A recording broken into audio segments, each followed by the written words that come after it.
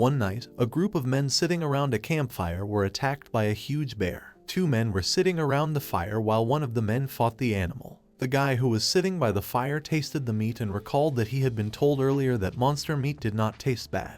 The man turned to the young guy named Hiiro and agreed with him, so he asked him to stop eating alone and help. Hiiro was quite tense to help him, but for the sake of the meat, he was willing to do it. The main character approached the bear and used word magic, and then an explosion occurred. It seemed to the man that this magic was quite strange, and if you think back to their first enemy they fought against, the guy had finished him off about the same way. Hiiro didn't want to hear it and asked for the food to be prepared faster. The man lost his temper, not understanding this kind of attitude, and the girl asked her uncle to calm down. The white-haired and blue-eyed little girl looked pitifully at her uncle and told him that fighting was bad. The uncle was delighted with the cute Muir and told her that she was cute even when she was angry. The main character Hiiro called the man a lawless man and asked him to hurry up. The man lost his temper again and Muir tried to hold him back, asking the guy not to fight as well. The hero looked at his hand and thought about how he was pretty good at fighting monsters, no matter how immodest it sounded. The guy clenched his hand into a fist and still couldn't believe one thing. He figured that quite a bit of time had already passed. It was for this reason that he had been summoned to this world. The story began with Hiiro being summoned to another world. The soldiers were thrilled that the princess had finally succeeded in doing so. The princess agreed and was also excited that she finally had a chance to summon the heroes here. In the middle of the pentagram was not only Hiiro, but also other heroes like him. The guy asked the girl named Chika if she was okay, and the girl asked the Taishi guy where they were. No one knew the place, and the guys made sure that Shuri and Shinobu were also okay. The princess smiled at the heroes and thanked them for answering her call. Apparently, the heroes did not understand anything and only looked at each other questioningly. The princess apologized for this. She said that His Majesty would personally explain the details to them, so the boys were to follow her. Hiiro thought about it, but it wasn't like a dream. This place was definitely not Japan, and they had been told earlier that they were heroes. Hiiro made sure that this was not a dream or hallucination. It was actually a completely different world. The king happily greeted the heroes and thanked them for coming here. He realized that now they were confused because they were suddenly torn out of their world and asked the boys to calm down. The king wished to explain everything to them, and Hiiro immediately thought of the king being selfish. First of all, the king explained that their country is called the Kingdom of Victoria. The country of the people in this world is called Edia. The king was the ruler of this country, Rudolf Strauss Arcleum, and the girl was the first princess named Lilith. At last the king was about to give them the reason why they needed heroes. For Victoria's safety, they needed to crush the evil demons. A boy named Taishi was a little misunderstood by him. The king replied that Edia was inhabited by them, humans as well as demons, beasts, and spirits of the four races living together. But now, except for the spirits, tensions between the races were higher than ever. The fact is that the demon king wanted to destroy the humans. They are endowed with high magical power and physical abilities, so they had no equal in battle. If they had to fight, they as humans would have no chance of winning, so they resorted to the ancient magic of summoning heroes, known only to the royal family. Humans had no such magical power, so such powerful magic carries a certain risk. But this time, the princess was insanely happy that they had succeeded. Apparently it wasn't the first time they had summoned them, and the king grabbed his head. He explained that, in truth, he had 3 daughters. 2 of them attempted the rituals. Eventually one of them died and the other was still in a coma. The hero was shocked that the king sacrificed his daughters. Taishi suggested that they could protect the people of this country if they dealt with the demons, and the king confirmed his words. According to the documents, all 4 heroes are present here. Of course, it was already a bit late, but the king counted 5 people. Still, he thought that they were all heroes. The king explained to the boys that each of them had a statistic in their heads and asked them to check their strength in it. Taishi and the rest of the guys tried summoning the statistic and were thrilled that it did appear. In their title bar, it was written that they were heroes. Hiiro also opened his stats and had to say that it meant that they had really gotten into the RPG world. By the way, words and characters are decoded according to their spelling in the hero's world. This was also done to make their communication easier. Hiiro was standing behind everyone and the king asked the guy what his status says. The guy stunned everyone with the news that he was not a hero. The king suggested that in this case he might have been a mage or he might have been a sage. In any case, they had no description of such a thing in any document. Surely the guy couldn't have been involved in battles, and the king was interested in his title. The fellow said he was a silent observer. This information was a surprise to everyone, and no one knew the reason for such a thing. But the Taishi seemed to begin to understand. Earlier, Hiiro came when they were talking to each other in the classroom. Hiiro replied that everything was correct and he was just an ordinary person who happened to get involved with those people. Taishi pointed his finger at the guy, not understanding why he was calling them that. In other words, Hiiro understood that only those 4 people were supposed to be transferred to this world. He, on the other hand, had nothing to do with the current situation and asked how the princess was going to fix it.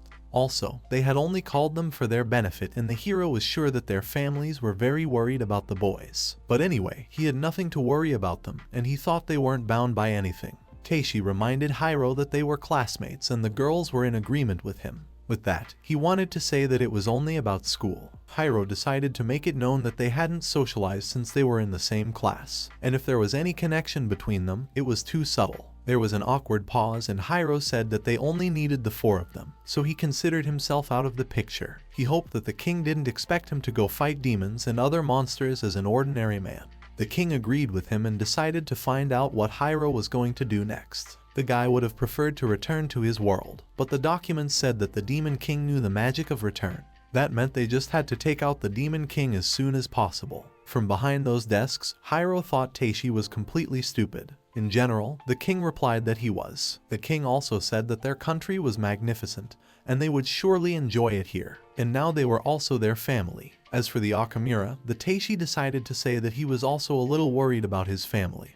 But the princess asked them not to worry about anything. In fact, all signs of their existence had been erased from their homeworld. All 4 of them were shocked at such news and decided to elaborate further. One of the girls cried at the thought that they might not have been there to begin with. The princess asked them to calm down, for it was all the work of a spell, and if they came back, everything would be as before. But Hiiro thought about the fact that everything they said was a lie. After all, the princess had to persuade them to help their country in any way possible. It was like the hero didn't care about them returning to their world now, and he was generally fine with that. He remembered the earlier accident on the road, and remembering all of his past life, he didn't care where he lived. Of course, as Hiiro said earlier, they had called them up too suddenly and Taishi thought it was a bit selfish. But the guys wanted to help them anyway. Besides, all 4 of them had been playing various M-Works a lot. One of the girls smiled and admitted that she had to go to a boring counseling session today anyway, while the other girl thought it was a fun time. The king was thrilled that all 4 agreed to take on the task. Hiiro apologized to everyone and said he would go his own way, and the Taishi called him out. The guy refused and said he had no obligation to this country, so there was no reason for him to fight. He was not a superhero like them. But there was nothing he could do about the fact that he had already been drafted here. This world was quite different from theirs and it wouldn't be a problem for them if he spent his time the way he wanted to. The king agreed with him and the boy said goodbye to everyone. But the Taishi was not in agreement with that and asked Hiiro to wait. He grabbed the hero's hand and did not understand how he could call himself a man in such a case. After all, the people of this country bowed their heads hoping for them. Taishi thought he should have at least tried to help them a little, but Hiiro didn't think so and pulled his hand out. Taishi's friend asked to just leave him alone, as she thought they didn't need him.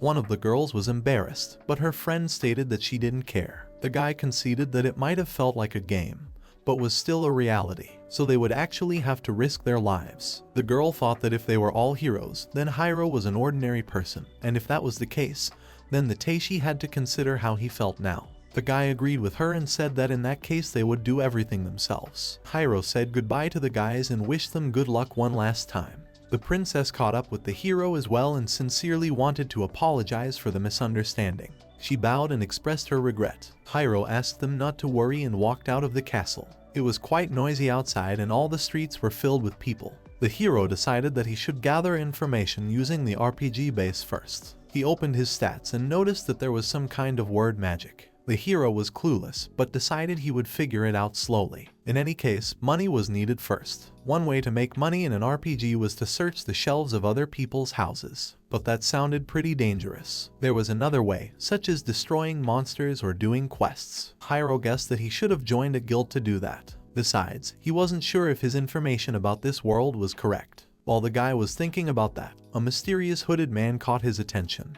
It was an old fortune teller who offered to let the Lord know his fate. The lad immediately turned away and said he had no money, but the old woman smirked. It seemed to her that the hero wanted to ask something. The old woman pointed her finger at him and suggested that the hero was from another world. The guy was shocked at such an unexpected encounter at the beginning of the adventure and thought about who the old woman really was. The old woman assumed that the guy was from another world, and the hero froze in shock. In short, he was a book-loving loner, a high school student, Okamura Hiiro. He suddenly found himself in another world with 4 of his careless classmates. All 4 of them popped corks of joy when they saw that they had been given hero titles, but Hiro's title was a silent observer. The fortune teller asked the guy not to make such a scary face as if she had learned his worst secret. She suggested that the guy sit on a stool and in honor of his first arrival in their country, she would predict his fate. Hiiro was not at all interested in what she would predict, but she correctly guessed that he was from another world. The boy thought it was an old woman who could give him good advice. If her so-called fortune-telling is some kind of magic,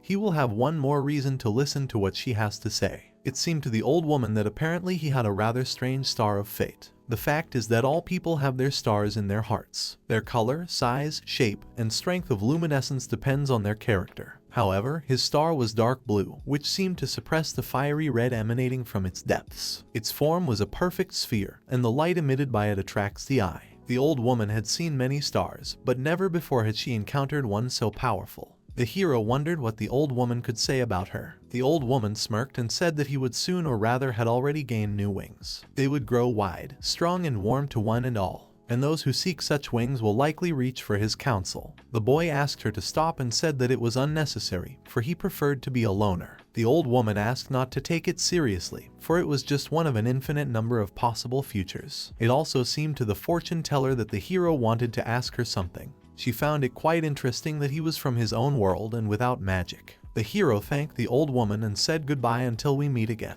The fortune teller smiled and said that he shouldn't have thanked her. After all, she was glad that she had met a man of like light whom she had not seen for a long time. But earlier she had talked about seeing such a thing for the first time. In truth, once, when she was still quite young, the old woman had met a traveler between worlds similar to Hiiro. He too had a strange star that resembled a hero. The guy thought it wasn't the first time someone had come here from another world. The old woman said she was always here, so she asked him to drop by if he needed anything.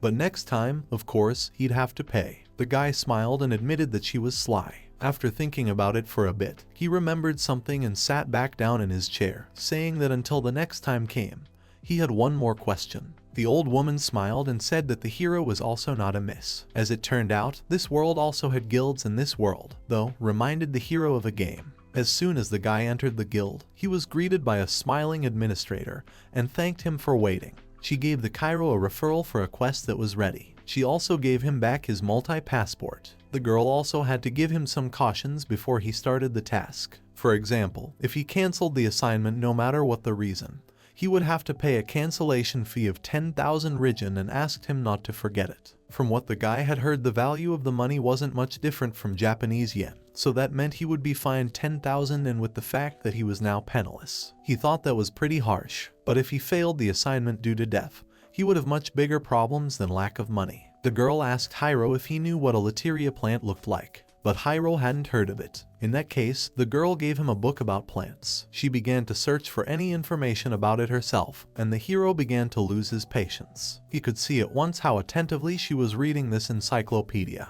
By the way, books in this world were something completely new to him, and if he could get some money, he would like to hang out in the library for a day or two. In parting, the girl smiled and asked the boy to be careful. Like the stat window, the hero could materialize it and make it disappear, and it was quite handy. The guy went to the Isekai'd plateau. After stuffing a bunch of plants into a bag, the guy thought that this task was much easier than he thought and opened the stats window. If he touched the line with the name of the magic, a tooltip would immediately appear. The hero seemed to understand the meaning of this magic, but he wondered what the damaged inscription meant. He stood up from the rock and decided that he should have tried it. But before doing so, the Cairo stretched his arms. Earlier, the old woman had said that magic power comes from blood, so when he used magic, he had to concentrate on its flow. It was clear to the hero, and he concentrated the magic on the tip of his finger. He thought about the symbol and what he should have written. Approaching the rock, he drew the symbol on it. The guy wrote a split on the rock and now needed to activate it.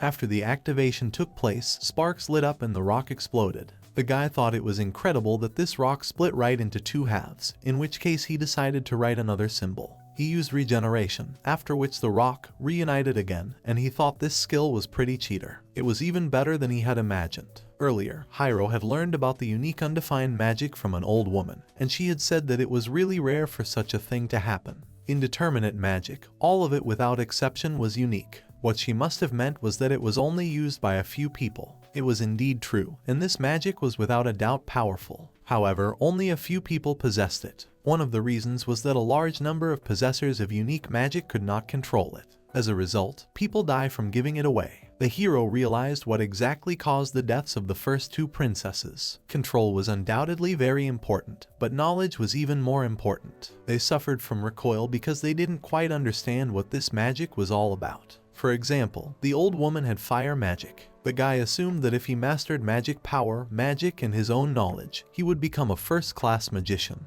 He really was grateful to that woman, because thanks to her he could be careful with his magic. His magic still had many secrets, and the damaged text didn't help at all. Moreover, using this magic carried a certain risk. 2 uses had taken away half of his mana, and because of that, his body had become noticeably heavier. His high mana level was likely one of the advantages of being a traveler, which was a good thing in itself. But it meant that under normal circumstances, using it recklessly could be dangerous. Since he was level 1, with his maximum mana he would be able to use it 4 times and needed to swing. The hero heard some rustling in the side of the forest and turned around. He assumed that he might have been seen. Hiiro knew that if the king found out about all this, he would definitely be in trouble. But from the bushes, an incomprehensible small creature that resembled slime appeared. The boy immediately realized what kind of monster it was. Suddenly the slime jumped up and decided to attack the hero. The hero could not think that he would have to fight this kind of monster. The slime pushed off the tree and gave the guy a strong blow to the stomach, causing him to fall to the ground and drop the bag of flowers. It really hurt in reality, but Hiiro only lost 3 units of health. If he got hit 7 more times, he would die. But the hero couldn't give up so easily and prepared for a retaliatory strike. Hiiro dodged another slime attack, but the monster pushed off the tree again and attacked the guy. At the same moment, the hero used word magic and activated it. Hiiro applied the flame activation and a powerful explosion erupted. The guy realized that this magic could create out of nowhere, and apparently he got something really incredible. He checked the range by writing a word on the ground, and it was time to head back immediately. By the way, the guy paid attention to his experience and stats. His experience was still 2 units, and it was clearly not worth it. Next time, the Cairo would need to kill monsters without using magic. This was his first slime kill with magic, but the hero didn't know yet how many evil creatures awaited him next time. The guy went back to town and ordered himself some seafood soup at one of the bars. His food was finally brought to him, and the seafood noodles looked incredibly appealing. As soon as Hiiro tasted it, he immediately got a knock on his head. It was as if he found himself in an underwater world and thought about the fact that the broth was full of seafood, but it slid down his throat smoothly and quickly. However, the soup alone would be enough to make this dish excellent. But Hiiro decided to try the noodles and see what else was mixed in. As soon as Hiiro tasted the noodles, he felt the real kiss of the fish. It had real fish in it, and the hero was delighted. One could definitely get hooked on such seafood noodles, and Hiiro quickly ate the whole plate. The hero was surprised that it only cost 450 rigen, which was quite cheap for such a dish. The guy wanted to order 2 or 3 more bowls. He figured he could make some money with the harvested plant, and tomorrow he could do something else. Thanking the staff for the food, the hero left the place. His health and mana had fully recovered, which made his body feel unusually light. Everyone said it was true that food is life. In this case, the hero decided that it was time for him to find an inn for the night, and from tomorrow he will focus on making money and pumping. The next day, Hiiro went to the forest called Kuri. There he found and killed slugs, after which he raised his level to level 3. He was definitely getting pretty good at swinging. But there were only slimes here. The hero expected to see the goblins he needed to subdue, but they never showed up. While he was thinking about it, a scrambling sound was heard behind one of the trees. Barely had the hero thought that he was used to handling weapons and tired of slime, when suddenly he saw behind him a dark silhouette that attacked him. Hiiro was barely able to dodge and noticed that it was quite close. He saw the goblin in front of him finally appear. Hiiro asked the humanoid monster if he wanted to die. The goblin screamed at the young man, who blocked the blow with his knife. The collision with the club caused the knife to start gnashing.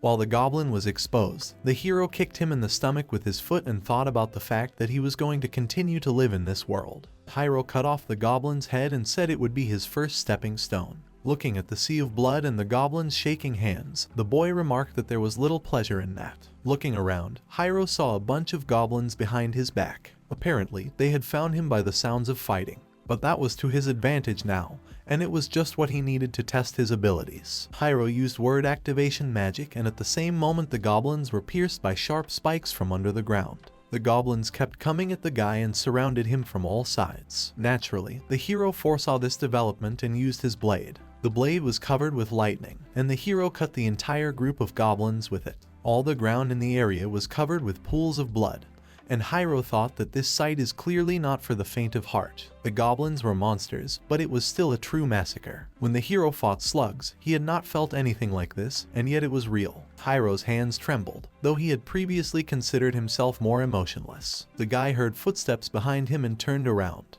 The hero assumed that he should have killed them until there were no goblins left and asked the monsters to come closer. The hero decided to destroy them until he got used to killing them.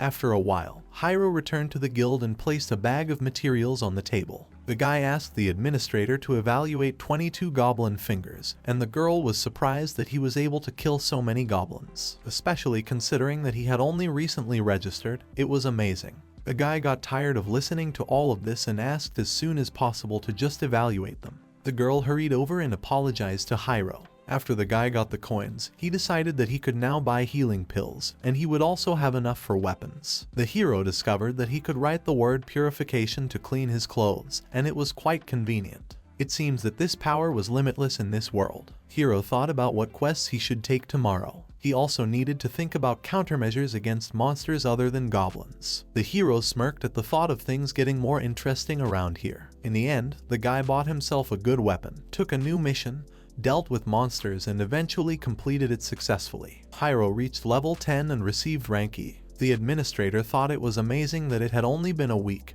and the hero was already able to increase his rank. The second administrator replied that Hiiro was a rising star after all, but her friend didn't understand what she was so proud of. The girls looked at the departing guy and one of them smiled, thinking that he was cool. They wondered where he was from, because his clothes were quite unusual. Hiiro speculated that if he kept working in Victoria like that, the king might have found out about him. In that case, he could probably tell him that since he was so strong, he was no different from the heroes. Now was the time, and Hiiro decided that he would leave this country tomorrow. As the guy walked through the streets, he could notice that people were looking back at him. School uniforms were quite unusual for this world, and it also made sense to get some armor. He needed to go to the store before leaving, and the next morning the guy set off. Hiiro was now fully equipped for a lone adventurer and thought about where he should go now. According to the maps, the protagonist had reached a new village called Imes. It was still a long way to the border, and Hiiro thought about stopping here and spending the night. The guy walked along the streets and noticed that the place was quite sparsely populated. As soon as people noticed the hero, they immediately began to disperse to their homes and close up. It was as if they didn't like travelers here. Suddenly, someone called out to the guy and the hero turned around at the voice. It was a short girl with ponytails who assumed that the hero was an adventurer. Hiiro paid no attention to her and walked on, but the girl asked not to ignore her. The guy didn't understand what such a brat wanted from him. Out of anger, the girl stomped on the ground and asked him not to call her that. The girl kept running after the hero, trying to find out why he had come to the village, and asked him not to ignore her. The guy told the brat that it was none of her business, and the girl noticed that he called her that again. But the hero saw nothing wrong in calling her what she was. But it seemed to the girl that it was too much. She decided that the guy was calling her that on purpose, even though she had asked him not to call her that. The girl shouted to the hero that all adventurers are just a bunch of pathetic misers and worthless losers. Hiiro took a couple steps in her direction and asked now to listen to him. The guy said with all severity that he was him, and he shouldn't have been equal to other people, for it was stressing him out. His formidable look gave the girl a shiver. In that case, she decided that he wouldn't annoy their village, but the hero didn't know what she meant. Suddenly, there was a crackling sound behind the hero. Hiiro turned around and saw a certain skinny guy with a tattoo throwing a man out of the establishment and ordering him to be quiet. The guy pointed a blade at the man and threatened to kill him. Hiiro thought it was just a normal fight, but the girl exclaimed that it wasn't. These guys were adventurers who had recently come to the village. They would take away any food they liked and do whatever they wanted. The guy realized that the girl was worried that other adventurers might also harm this village. To her surprise, the hero headed further on his own business and she asked him to wait. She thought that the hero had weapons with him and could help them, but the guy refused without even thinking. Hiiro considered himself an adventurer and could fight, but was in no way a justice seeker. If she was looking for justice for free, she could find herself another hero. The girl didn't like the way he said it, but a certain person asked Coco to stop it. It turned out to be the girl's father, who was in agreement with the guy. Heroes who helped people for nothing like those from fairy tales didn't exist. Besides, they had to go to the guards with such problems. The thing was that people wanted to do that, but these guys stole the land title deed and there was nothing the people could do about them. The hero believed that they had paid for their own carelessness and now they had to clean up their own mess. Besides, if the girl wanted the hero to help them, she had to pay him a price. The girl took offense at the hero and ran away. The father wanted to stop the Coco, but she didn't listen to him. Coco ran towards the lawless men, but the father in a cast could not stop her and fell to the ground. The man assumed that if they paid the guy, he would help them. The skinny guy asked his fat partner how long he was going to stick around. The fat man went inside the building and said there was still food left, and the disgruntled partner asked him to hurry up. As soon as he said that, a small rock flew into his head. Coco ordered the scrawny dystrophic and the bald stiff to get the hell out of here and called them fools. The guy thought the girl wanted to die and swung his saber at her. Coco got scared and closed her eyes before the blow. But at some point the attacker felt a prick from the blade and stopped. The surprised girl opened her eyes and she was seen by Hiiro, who used his magic to lengthen the blade of his sword. The guy ordered the girl to stand up and stabbed at his opponent. Hiiro noticed that using lengthening with word magic was very convenient. Coco didn't understand why he helped, and the hero replied that he was paid. The intruder wanted to ask the hero who he was, but the guy felt he didn't have to answer him. Hiiro approached the enemy as quickly as possible and said he would crush him instantly. The bandit noticed that the hero was quite fast and it seemed impossible to him. Just as the hero thought, there was nothing special about him and the enemy fell to the ground. Coco thought he was dead, but the guy was just unconscious. The fat bandit's partner heard a rumble and went outside. He didn't realize what had happened when he noticed his brother lying on the ground. The hero asked to be left with his questions and delivered a dissecting blow to the enemy, but only a grinding sound was heard. His tank top had torn, but underneath it was also his chainmail. Hiiro realized he was wearing some sort of protective armor and jumped back. The fatty was disappointed that his clothes had been shredded. In an instant, the enemy lost his temper and tore off the last pieces of his jersey. He didn't understand how the hero dared to tear his clothes and said he would finish him off. The gyro pointed his finger at the Cairo and threatened to turn him into mincemeat. The hero generally didn't care and asked the bald fatty to move faster. The bald man took a swing at the hero and ordered him not to call him fatty. The guy dodged and crouched, then struck his opponent's legs with his blade. A clinking and clanking sound was heard. At some point the hero realized that this bald fatty was carrying a full set of armor. While he was distracted for a moment, he saw a huge enemy fist flying at him. While the enemy was furiously kneading the ground, the guy told the surprised fatty that he was behind him. After that, Hiiro used activation magic, but the Gyrobas ordered the guy to stand still. Before he could do anything, he felt flames behind him and didn't realize why it was so hot. The enemy fell to the ground and twisted, trying to get rid of the flames. The guy clenched his hand into a fist on which a flaming symbol appeared. Hiiro punched the grease ball and sealed his face into the ground. When the people noticed that the lawless men had been defeated, they immediately came out of their homes and loudly applauded the hero.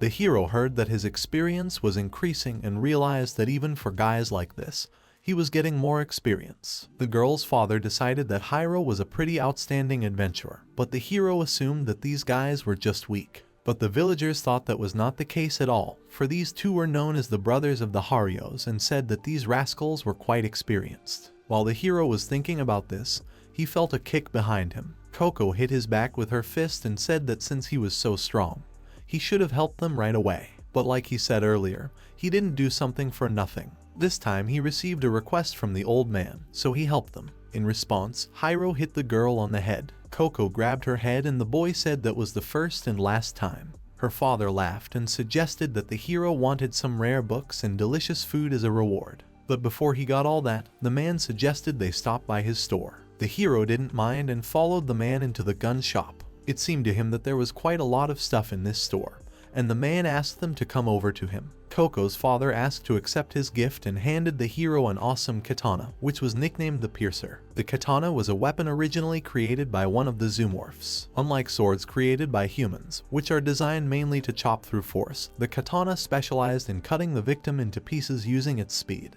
But the hero was previously aware of this. Sure, the man guaranteed the sharpness of the piercer, but her true value was in how she pierced. It smoothly pierced anything with its thin blade, which proved its durability. The boy was surprised those two hadn't stolen a katana of such strength. But the thing is, Coco's father had hidden it in the basement. After all, his life was in danger. It was clearly different from all the other things he was selling here. The man had previously thought about keeping it as a family legacy. It seemed to Hiiro that in that case, he shouldn't take it. Of course, the man was sorry to give her away, but he felt that she would be of more use to Hiiro than to him. The hero decided that they were overestimating him. After all, he didn't deal with those guys because he wanted to. In that case, the man still had something to offer the Cairo. When they had dealt with everything, the hero walked out of the store and heard Coco call out to him. The girl threw the surprised guy a pouch. She got embarrassed and said it was the appropriate price he was talking about. Hiiro opened the pouch and took out a cookie from there. Coco was shocked that he decided to try it right now and asked how it tasted.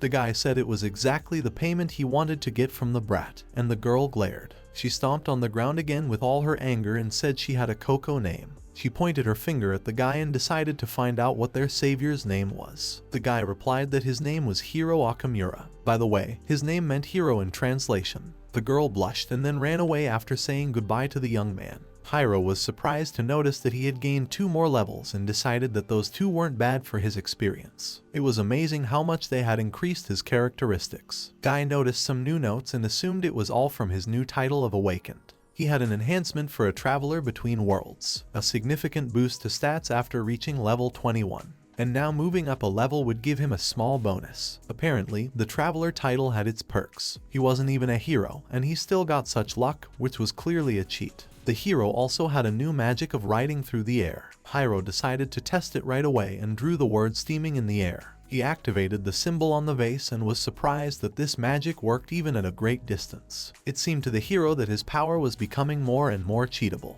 He was given a book about the history of this world and a pretty good weapon on top of that. He was able to be given quite a lot of things in this village. The hero smiled, collapsed on his bed and decided that this was great. The next morning, the father and Coco decided to check on the hero and were surprised that he left without saying anything to them. Coco was hurt to the point of tears, for she had made him more cookies. Her father comforted the girl and told her that they would definitely see each other again, and Coco smiled. After all, they now had a new relic from the hero who had given them his sword. Meanwhile, all the other summoned heroes were in Victoria. Teishi crouched down on the ground and said his shoulders were stiff. The man in armor praised the boys for a good job, and apparently they were almost used to everything by now. Teishi smiled and told Wilson that he was just being a good coach. Vale smiled and was quite flattered. The girl thought they had always worked together pretty well, and Teishi agreed with her. They had been able to get through a lot in their recent quests, and had gotten noticeably stronger. Exactly everything, just as the Akarichi had told them, so they should keep it up. Teishi fell to the ground and said he was really exhausted today, but the girls thought he was too relaxed. Lilith came up to the boys and told them that they had done a good job. Apparently they had done more quests today than she was happy with. The princess replied that their bath was already ready, and the girl told the princess that she was quite thoughtful. The girls went to a separate bath where one of the girls asked Lilith if anything strange had happened lately. In fact, there had been something, as told by soldiers returning from patrolling the border. Apparently 2 wanted criminals had been captured in the village of Ames, but one of the girls suggested that it was a good thing. It was, but what the villagers said simply could not be. The girls didn't understand what the princess meant. The villagers said they were saved by a hero in a red robe. But what surprised her the most was that he had black hair, and used magic to lengthen his blade and acted very arrogant. The girls looked at each other and immediately remembered the Cairo. One of them brushed it off and said there was no way that disgusting, bespectacled man was saving people. Her friend thought the chica was exaggerating a bit. Perhaps the princess was right, and the girls wondered what really happened and where he was now. Meanwhile, the hero was on his way to go about his business and sneezed a lot. Looking at the map, he realized that it was still a long way to the border, which meant that his next stop would be at a mountain range called Torchu. On the way, the hero thought that he was too hungry and regretted that he hadn't bought more food in the Imes. Along the way he encountered berries that appeared to be edible, but upon plucking a plant, the hero noticed a strange root with eyes. The root screamed, and from surprise the guy dropped the plant from his hands. After the incident with the plant, the guy was attacked by a bunch of all kinds of animals, from which he barely escaped. It was the ultimate curse, and no one would have thought it would turn out to be a plant of misfortune. Previously, the hero had actually been warned in the guild about this plant that he might encounter in the Torchu Mountains. The girl had asked him to beware of the plant of misfortune, but the hero didn't realize what it was. The girl demonstrated what the plant would become as soon as he plucked it out of her mouth, and made a terrible grimace. The girl laughed and said that they make a similar scream and attract all the monsters nearby. Running away from the pack of rampaging beasts, the guy didn't realize how he could have been so carefree. It seemed to him that this was a truly interesting world, and turning towards the pack of monsters, he used the magic of the word smoke on them. Perhaps the hero would have been able to deal with them, but such a number of monsters suddenly popping out of nowhere frightened him slightly. Hiiro was able to get away from them without any problems while the monsters were fading into the smoke screen. The guy was still hungry as he suddenly smelled an incredible odor nearby in the forest. Making his way through the dense thickets, the hero came across a campfire where fish was roasting. The guy looked around and made sure that there was no one, then swallowed his drool from hunger. Just as he was about to refresh himself and held out his hands for the fish, a certain man jumped on the hero and pulled him away from the fish. The man with a sword behind his back ordered the lad to identify himself. The man said that stealing food from the magnificent Arnold was unforgivable, and asked the hero to give his name. For whatever reason, the Cairo felt tired. He decided to make sure it was his fish, and the man shouted that he had caught it himself. Hiiro asked to give the fish to him as he was hungry. The man asked him not to make any noise or ask for anything. He didn't understand at all how parents could raise a brat like Hiiro. The boy wanted an answer and told the old man that he was fed up with him. The man became furious when the hero called him an old man. During their squabble, a little girl appeared from the bushes and called out to her uncle. A little girl with cat ears asked her uncle if he was all right and fidgeted with excitement. The man called out to Muir and asked her to wait a little while until he taught the rascal a lesson. He wanted to knock some reason into the hero's dirty head with his fist of love. The guy glared menacingly at the girl, making her even more scared. Exhaling tiredly, the hero agreed with Arnold, but the man didn't know what he meant. Hiiro decided that he wouldn't take everything away from them and asked to share some with him.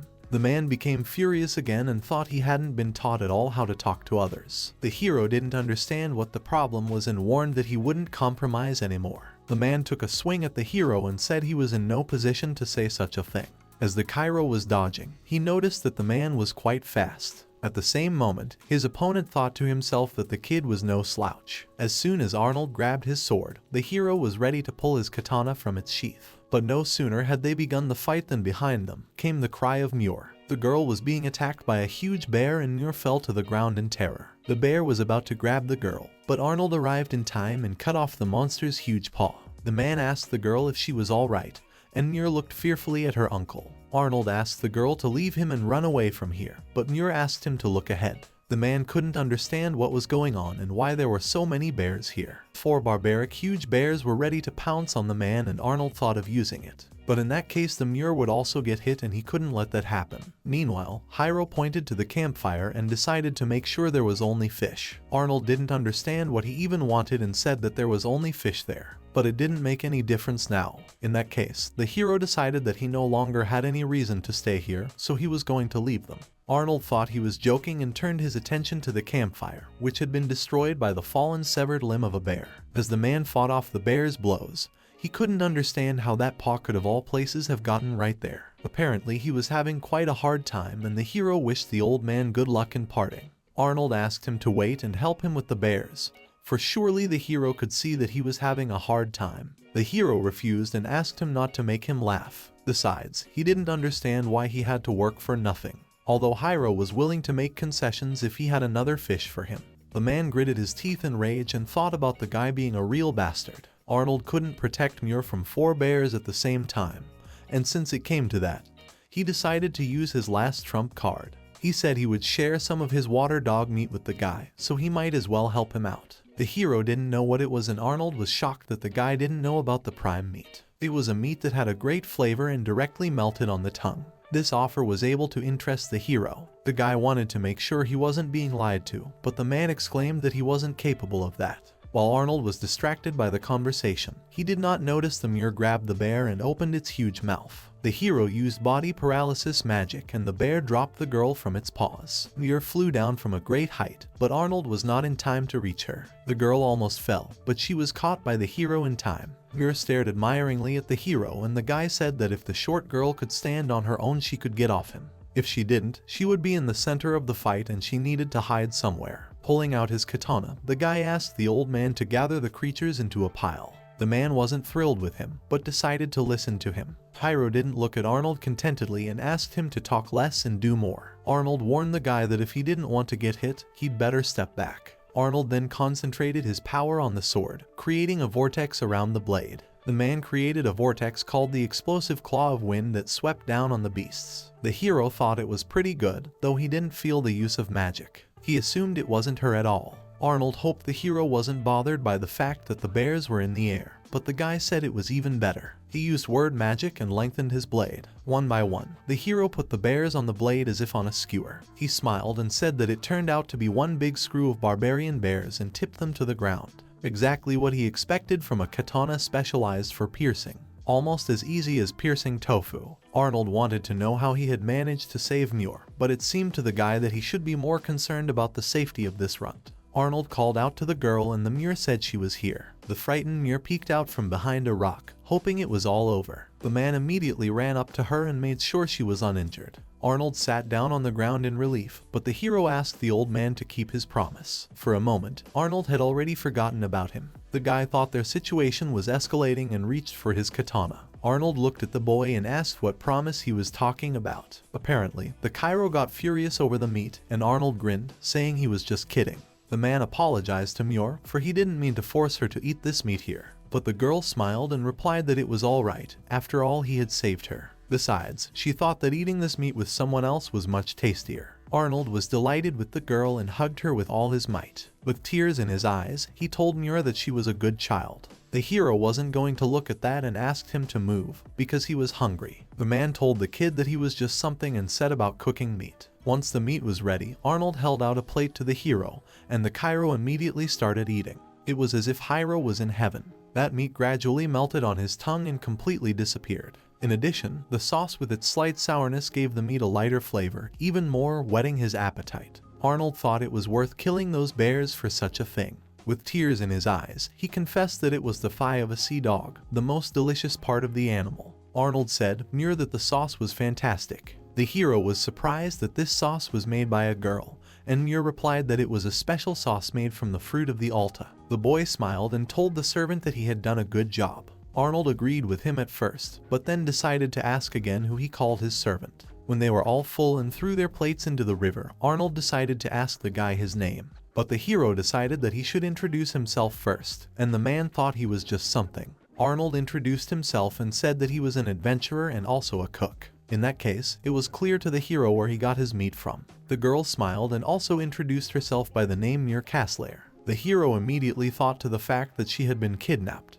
But the man exclaimed that this was not the case. Muir was from a village he was passing through and Arnold decided it didn't matter. Be that as it may, she was now his daughter. It seemed to the boy that they had their own circumstances, though he generally didn't care. Arnold in return wanted to know more about the hero. The hero fixed his glasses and introduced himself. He said that he was an adventurer and an avid reader, but Arnold noticed that the last part was just his hobby, and the guy seemed like he didn't like something. At that moment Muir grinned and Arnold was taken aback by it. He thought the laughing Muir was incredibly cute, thus embarrassing her. Hero thought the Muir liked little girls and an infuriated Arnold asked him to do it again. By the way, she wasn't a little girl anymore and she was a whole 12 years old. Arnold confirmed this and said that she could even have a child.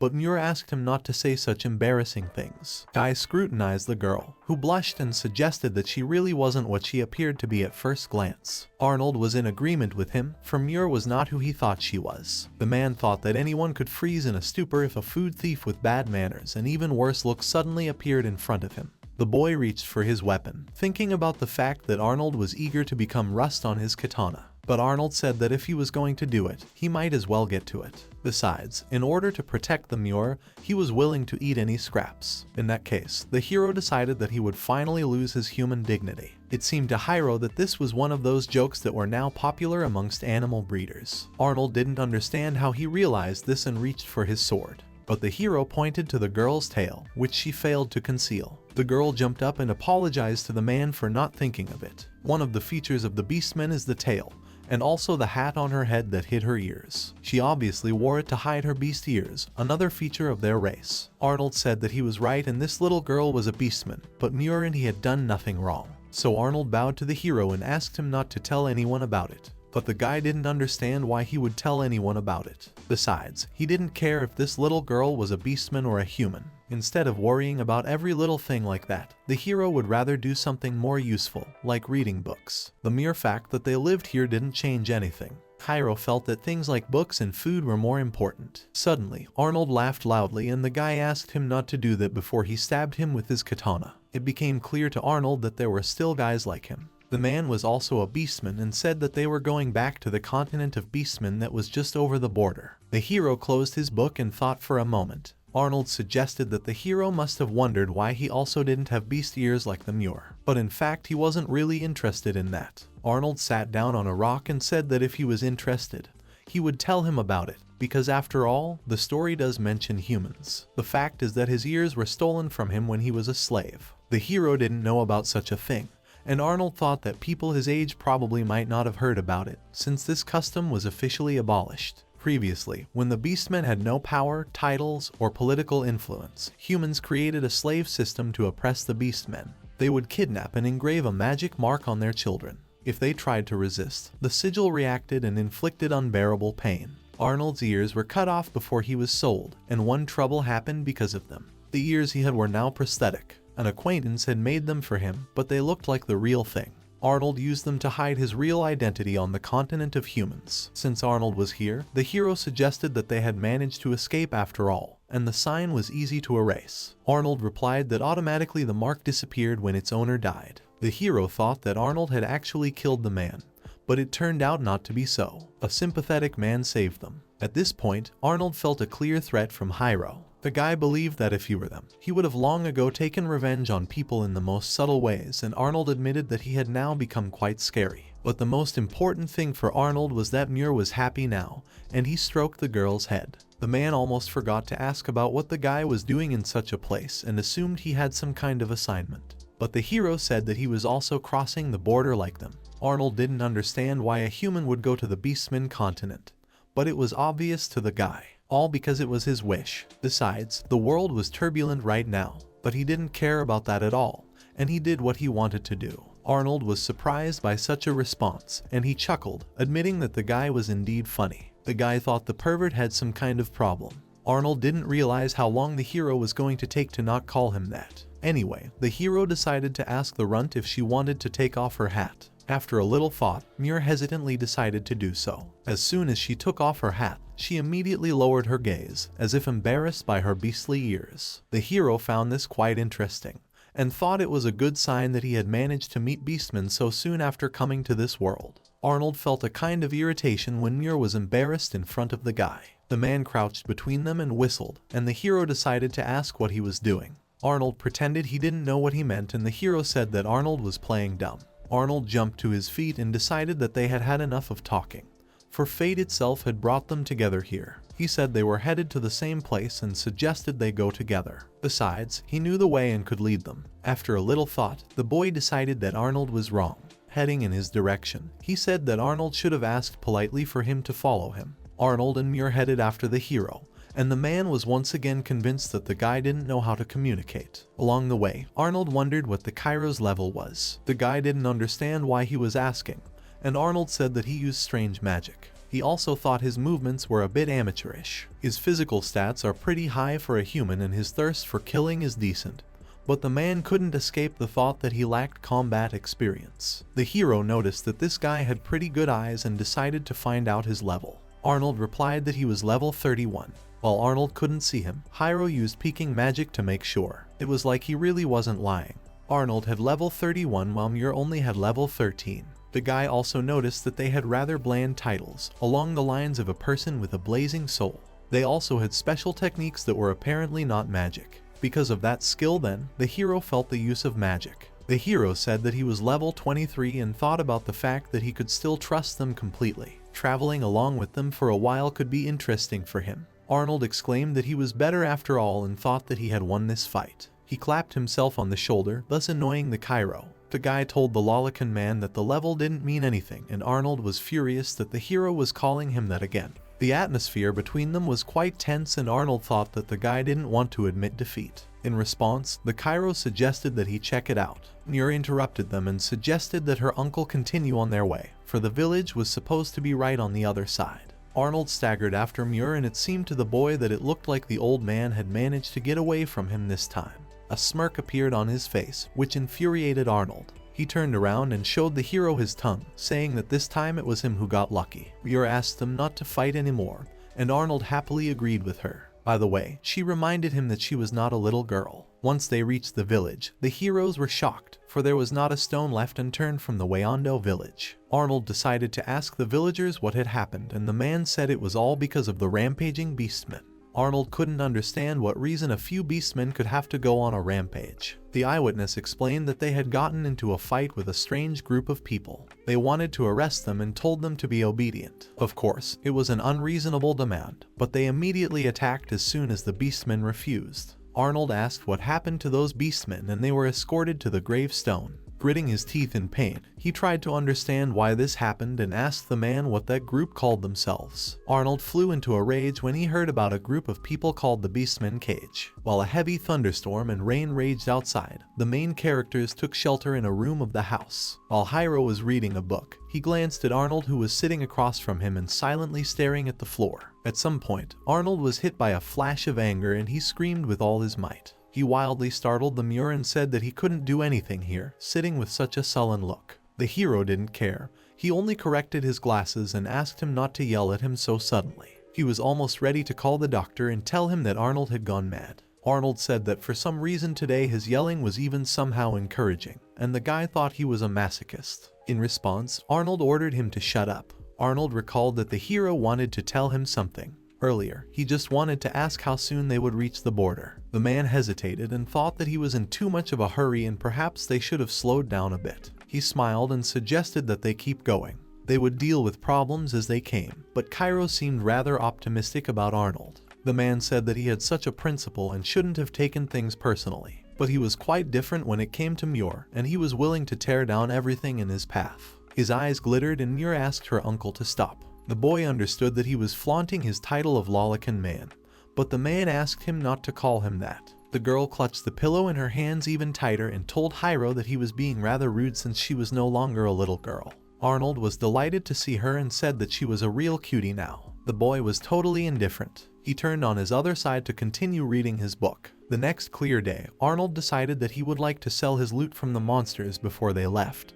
But it seems that there was no guild in this village. The hero thought they had enough money as it was, but if it was bothering him, he could just throw it away. Arnold didn't understand why such wastefulness. Most of the loot was bijaba needles, and they were quite expensive. Arnold said that if they had money, they could buy the rarer ingredients and books that he loved so much. The guy didn't realize how much longer they would stand around talking and suggested they finally go to the main store. Arnold realized that Hiiro wasn't listening to him at all. When the heroes entered the store, they saw an adventurer in front of them, who was dissatisfied that the seller did not have the desired goods. But no matter what the honored customer said, the salesman could not sell him what they did not have. The man said he was in trouble, and since he was in charge of the general store, he had to have bijab needles. Muir looked at Arnold and said that he just had them. Hearing this, the huge adventurer turned to the girl and scared her to death. Arnold looked at him with a menacing look, and the adventurer apologized as he got too carried away. Based on what he said, he needed the needles of the beast.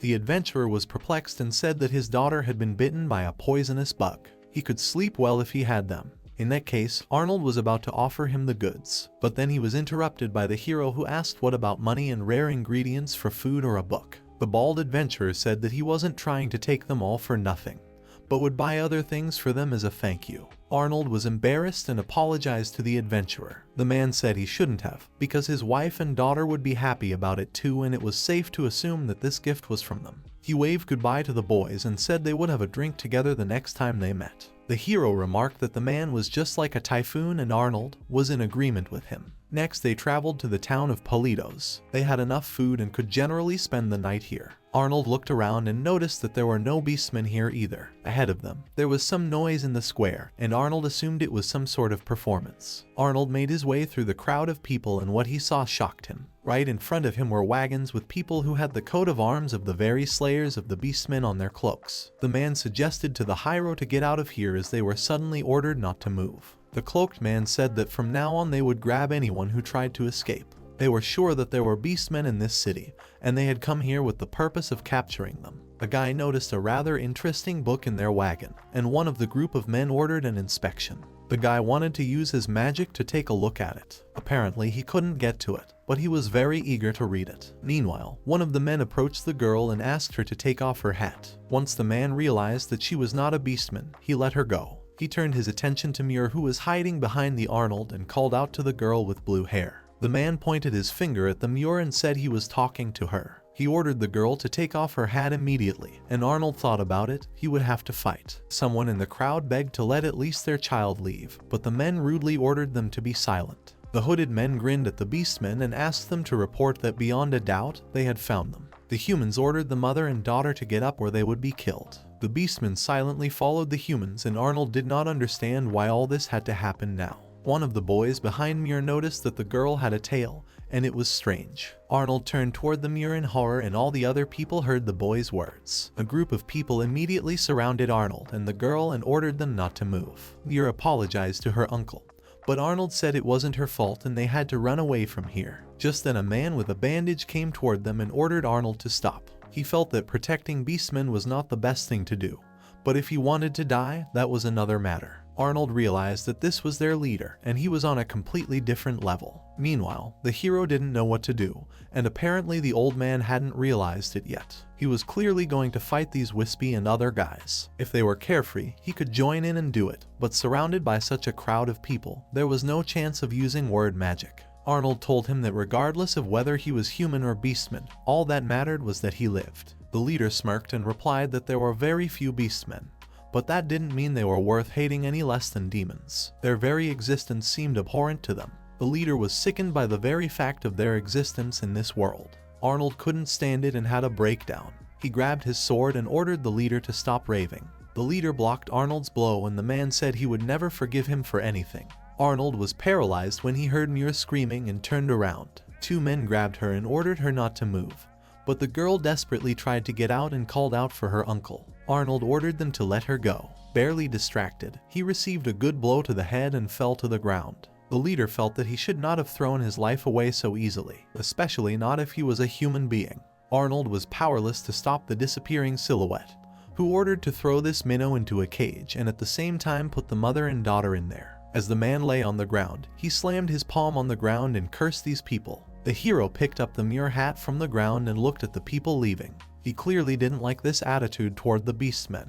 Arnold was shocked when he realized that he had already woken up 2 hours later. The hero replied that he had slept too long and those guys were long gone. Hero noticed Arnold heading for the door and asked where he was going. But it was obvious that Arnold was going to rescue Muir. If it had only been 2 hours, they couldn't have gotten far, and if he searched everywhere, he would find her. Hero didn't think that was the most efficient way to do business. Arnold grabbed the guy's clothes, assuming he had a better plan. But first, the hero would like to be let go and punched Arnold in the stomach with his fist. Hiiro was trying to show him that he wouldn't do much if he could even put him down with one punch. A tear showed in Arnold's eye from the pain, and he knew it very well himself. But even so, Muir was in danger. Hiiro asked him not to worry. After all, they were still in the city. Arnold was so relieved that he approached the guy again and put his hands on his shoulders. The guy asked him not to get so close to him or he would run him over. There were rumors that these men were meeting someone here. They stopped east of town, and maybe because this person had not shown up yet. In that case, Arnold wanted to head there, but the hero asked him to wait. Arnold assumed he would help him, but the guy said he wasn't that kind.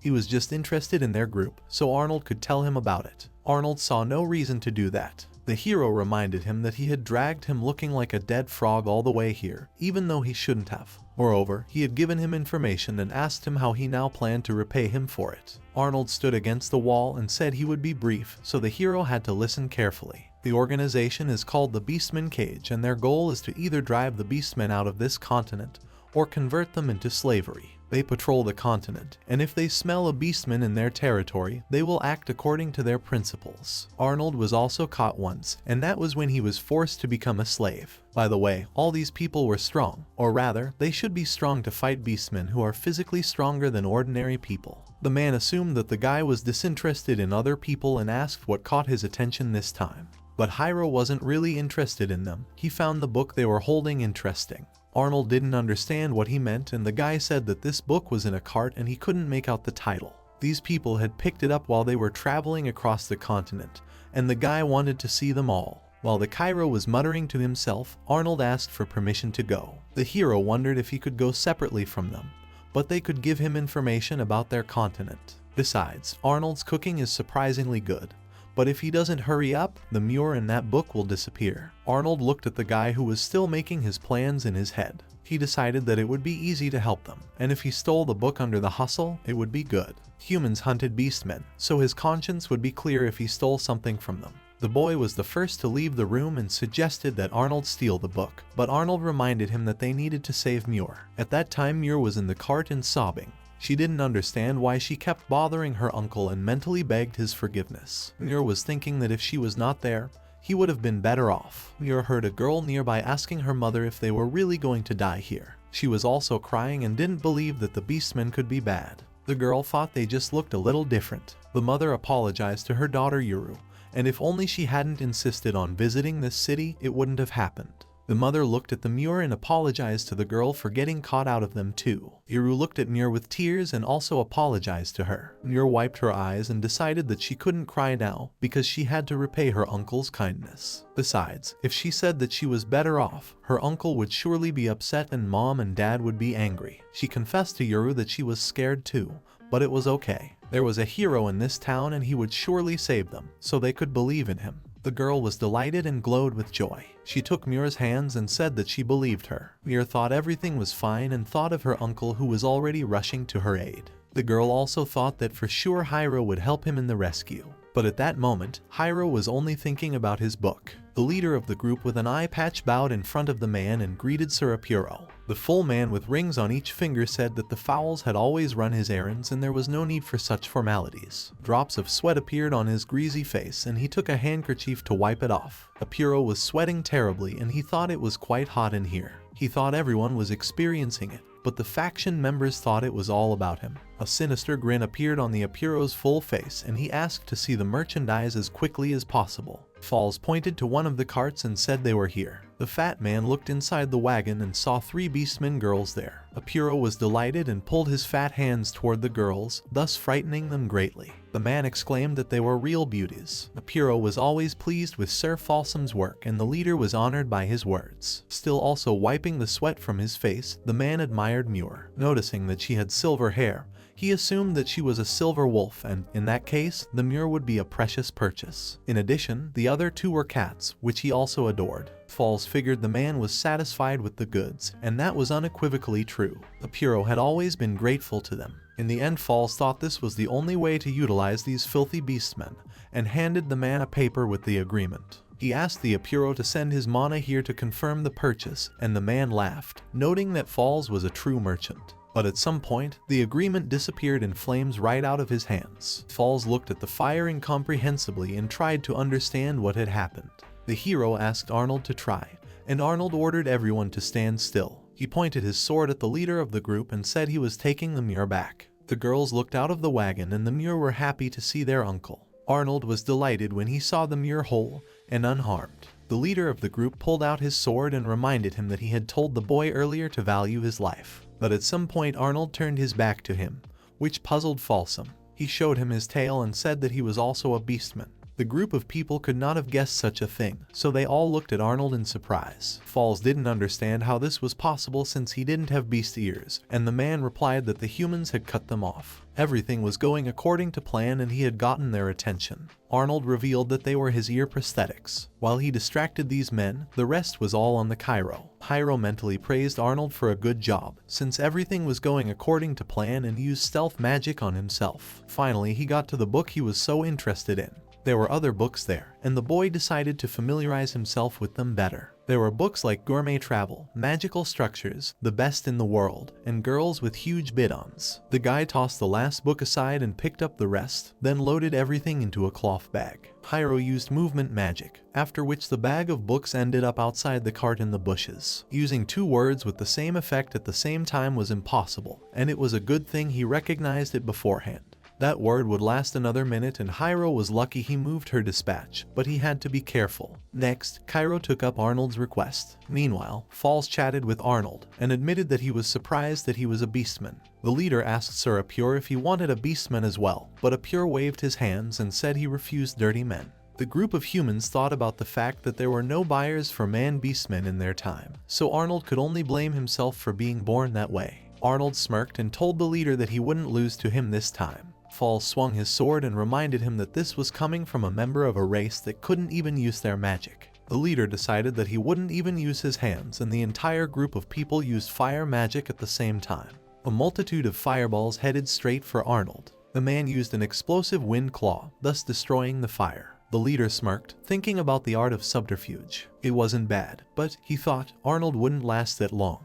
Arnold shouted to the leader, then grabbed him. A smirk appeared on the leader's face and he offered to try to do it. At the same time, he walked over to the cart with the girls and pushed it. Arnold shouted that he was a coward, but the leader thought it was just a strategy. At the same time, the rest of the group fired at Arnold again and again. After a protracted battle, Arnold began to run out of steam, and Falls thought he was at his limit. Sir Apuro imagined the girls without clothes and asked him not to worry about them, for he would take good care of them. Imagining horrible things, a shiver of pleasure ran through the fat man. He recognized that they were the cutest beastmen he had ever seen. Apuro couldn't wait to see their innocent faces contorted with sorrow. Arnold was furious and gnashed his teeth at the sight of this vile man. Arnold asked the leader how long he was going to stand still, but Falls didn't know what he meant. Arnold was going to use his technique and the group became wary. He suggested they try out his kick, and the fowls couldn't believe he was going to hit the beastman wagon. The man used a blast of a claw of Noah wind and everything around him swirled in a huge whirlwind, along with the carts and horses. Falls had no idea the beastman had so much strength left and could take his hat off to him.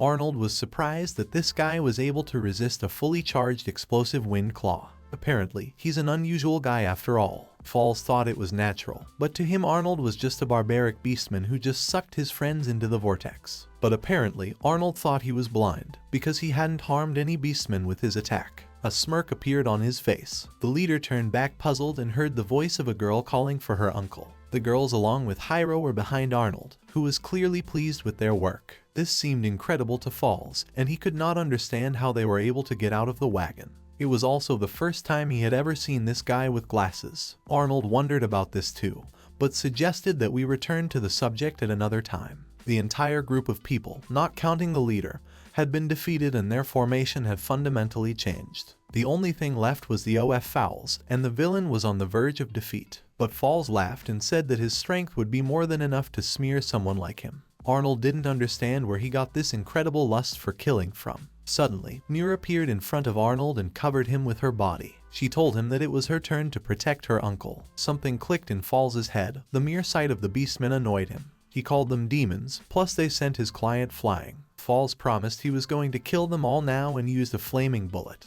Arnold grabbed Muir under the arm and dodged the blast. The leader was surprised that the beastmen were able to dodge. Looking at him from the side, the hero realized that this crested man was not so simple and decided to check his status. With the help of his peeking magic, he noticed that the fox was level 58. Its main magical attribute was fire. There was 27 levels of difference between them, and he was clearly leading the old man around by the nose. Earlier, the hero had told Arnold to try to keep his cool, but he was in the most terrible position right now. However, even as an aside, the hero felt that it was really hot here along with everyone else. Suddenly, his gaze fell on the bag of books and heartbreakingly screamed. Enemy, and Arnold looked at the guy who used cooling magic in surprise. His books crunched and turned into ashes. The guy fell to his knees and picked up one of the books that was completely burnt. As soon as he picked it up, the book immediately crumbled and there was no trace of it left. Hero got a shiver and started laughing frighteningly. Arnold looked at the guy puzzled, trying to figure out what was wrong with him. The hero looked bloodthirstily at Force and asked how he dared to burn his books. The leader couldn't understand what he meant, and Arnold reminded him that those books weren't his anyway.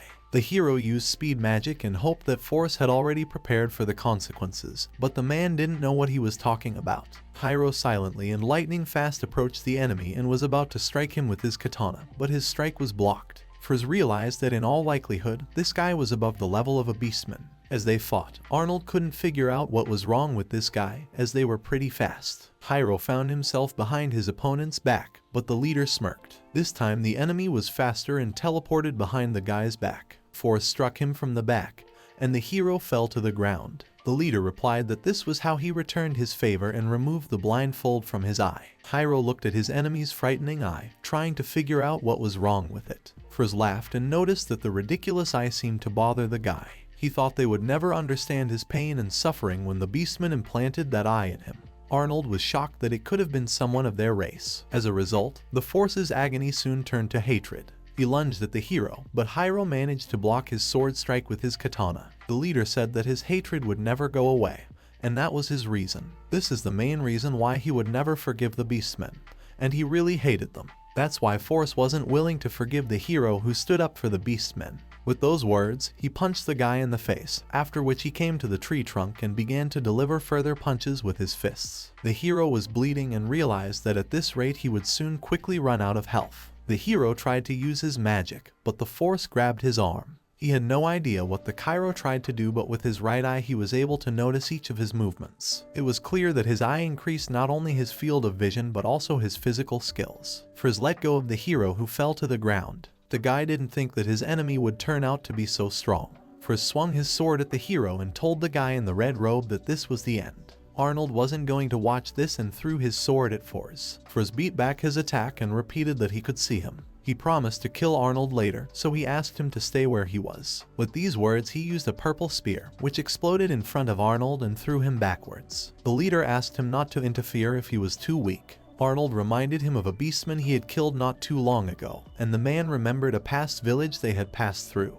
Arnold screamed at his enemy, not understanding why he had done something so horrible. But as Force had said earlier, he hated their entire race. The hero told the leader he could understand where he was coming from, and the enemy looked at the guy. As soon as the Force looked at the hero, the guy blinded him with light magic. Force grabbed his eye and screamed. Meanwhile, the hero decided that he was now indebted to the old man. Without slowing down, Hiiro threw multiple blows to the enemy's body before punching him in the face. The multiple blows caused the enemy to take a knee. The hero pointed to his wounded face and said that by doing so, he had repaid his debt. Force became furious, not understanding why the guy sided with the beastmen. If he was a human, then surely he should have had common sense, and he should have realized that they were enemies. But the guy said that common sense meant nothing to him, especially since Force had ruined all his fun, so he would deal with him. Suddenly, Aniru came running out of the corner, who thought it was the right thing to do and the Force should have died. She called the man a freak with a weird eye. Force became furious and asked her to repeat what she had said. The girl swung her fists and kicked her feet on the ground, repeating that he was a real freak. The mother could not stop her daughter, and it seemed to Force that she wanted to die faster. Force unleashed a fireball at Yuru, but Muir noticed it and tried to save the girl by covering her with herself. There was a massive explosion, and Arnold screamed Muir's name in desperation. There was no way Arnold could believe that this was the end. But just as the smoke began to clear, Arnold and his friends noticed a Cairo in it. The guy rescued the girls and grudgingly told them that they were in the way here, so they should have run away from here. Muir noticed that Hiro's arm had been hit by the explosion, but the hero thought it was nothing serious. In any case, they should have run away, and Muir listened to him. Lastly, she wanted to thank the hero, but seeing his stern look, she grabbed Yuru under her arm and ran away to her mother and Arnold. The hero apologized to the Force and said he would protect these people. After all, they were his clients. The hero was starting to really piss off the enemy, but Force thought that the guy couldn't use his hand now. Hiiro smirked, after which he used recovery magic and his wound healed. Force was puzzled that the hero could use healing magic. He was able to use light magic without being one of the priests, and the guy replied that he was able to think the way he wanted to think. Force thought it was time to stop playing games and was about to blast the hero with fire. He used a scorching blow, after which a multitude of fireballs rushed at the Cairo. There was a massive explosion, which startled Arnold and Muir. They were worried about the hero who might not have survived. But to their luck, Hiiro got out of the explosion and went for a frontal attack. Smirking, the enemy assumed the guy would go head-on and ordered him to die. But to his surprise, the hero used rollback magic and his fire bullet disappeared. Frizz couldn't understand how it happened and the guy suggested that he better watch his feet. The man looked at his feet and noticed that the guy had attached them with glue to the ground. Frizz didn't understand how the hero could use earth and light magic at the same time. The hero wondered what it could be and punched Force in the face. He said that Frizz received for the first volume of the report of the gourmet's journey across the continent. Each time it wore new blows and said it was all for the second and third volumes in the system of magic. Arnold watched the boy in surprise and decided that he would try to be more careful from now on. After all, his unhealthy fascination with books was simply unbelievable. Unable to withstand the subsequent blows, Force fell to his knee. He attempted to use his remaining magic and strike the hero, but the hero thought it would be more fun to deal with the fire mage with his own element. He drew symbols and ordered his enemy to burn in the fire. The guy thought the Force should have learned its lesson about who to choose as opponents, and the burned body of the Force asked him to wait. Rising from his last strength, Force wanted to know who the Chimeras was. The boy stopped and thought about his answer. Turning to face Force, he said that he was a unique cheater. Frizz pulled his hand towards his enemies and promised to memorize their faces. He also looked at Arnold and Muir and said he would remember them too. The hero looked at his enemy with a share of regret and reminded him that, by the way,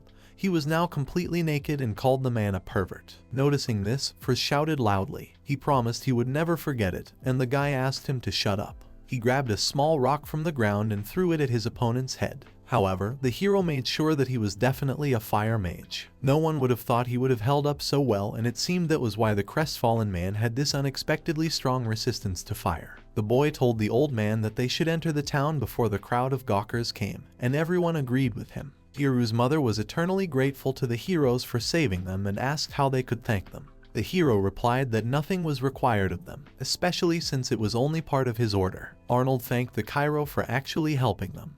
But much more important to the guy was that they didn't forget about the exquisite ingredients. Still, Arnold couldn't understand what a hero was. Besides, if Chimeras didn't help him, it would end sadly. Meanwhile, the guy used the beginning healing magic on himself and healed his wounds. Arnold saw that he had high physical abilities and unusual strength for a human. Besides, he didn't understand what kind of nonsense he was writing while using magic and decided to ask him at the first chance he got. Arnold and the others had already managed to forget about the fat customer who tried to stop them. With wheezing and shortness of breath, the Apiro told the guys that he wouldn't let them leave. He threatened that the beastmen cage would bring reinforcements and they wouldn't be able to escape. This time they could do him a favor and give him one last favor. His request was pretty obvious. He wanted to take the girls and amuse himself with those bodies until he was completely satisfied, especially with her ugly beastman body. Apiro noticed a shadow looming over his head and turned around. Everyone was surprised to meet the Rawa here. A bald and immensely strong man lifted the fat man and ordered him to listen to him carefully. He called Yuru's mother a divinely beautiful woman and the girl charmingly beautiful. The fact was that they were his wife and daughter. With these words, he struck the fatty with all his might and sent him flying. No one could have imagined such a thing, and the protagonist stared at Rawa in surprise. It all happened a couple weeks ago when an injured Rawa was wandering through the woods and thought he had screwed up.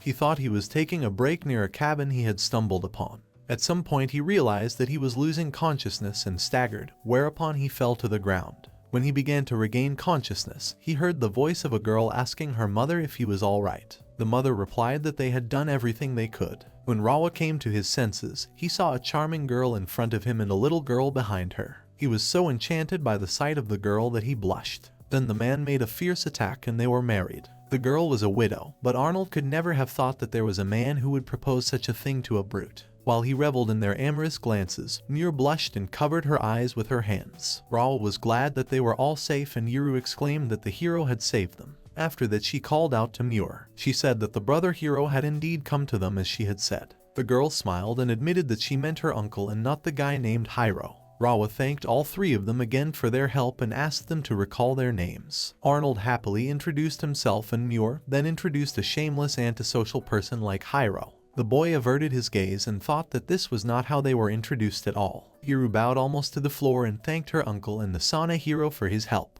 Arnold said he was still quite young, though Muir also called him uncle. But the hero thought he was a real old man, and Rawa laughed. Suddenly they heard frightening sounds and turned around on the lad. The hero became dejected and said that he was hungry. The Rawa's wife rolled up her sleeves and said that in that case she would demonstrate her abilities. In this way she could express her gratitude and pay the provisional fee. She asked her daughter for help and Muir said she would help them there. But a cook like Arnold could not just sit and watch this. In that case the Rakwa decided to go on patrol. Meanwhile, the girls in the castle were discussing about the guy in the red cloak who was apparently really energetic. Somehow saving a beastman child is a noble act, but judging from the story, he was very similar to Hiiro-kun. The girls believed that it would in no way turn out to be such a small disgusting guy. He wouldn't be able to act like an outcast and destroy the beastman's cell. Chika's friend assumed that she really liked Hiiro, but the girl said she didn't. Besides, she doubted there was anyone who might like him. Still, one of the girls wondered if it would turn out to be a Hiiro.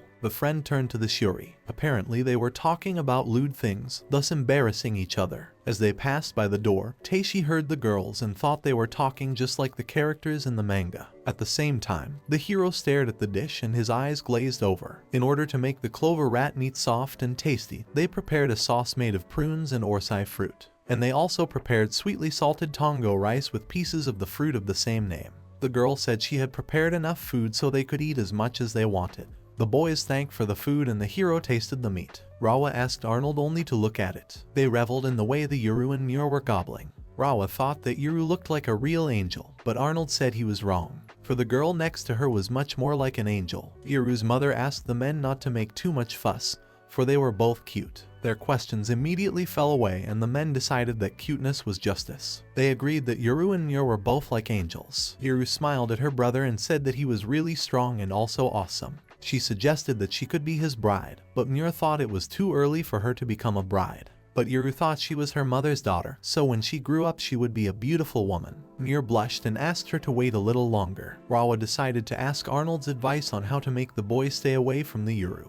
But Arnold laughed and asked him not to worry for that, for they would soon go onward, so his daughter would be alright. The only one who should have been worried was Arnold, for he was traveling with him. In truth, he was even envious of him. The hero felt sorry for the book, of course, but he had eaten a delicious meal and considered it an acceptable substitute.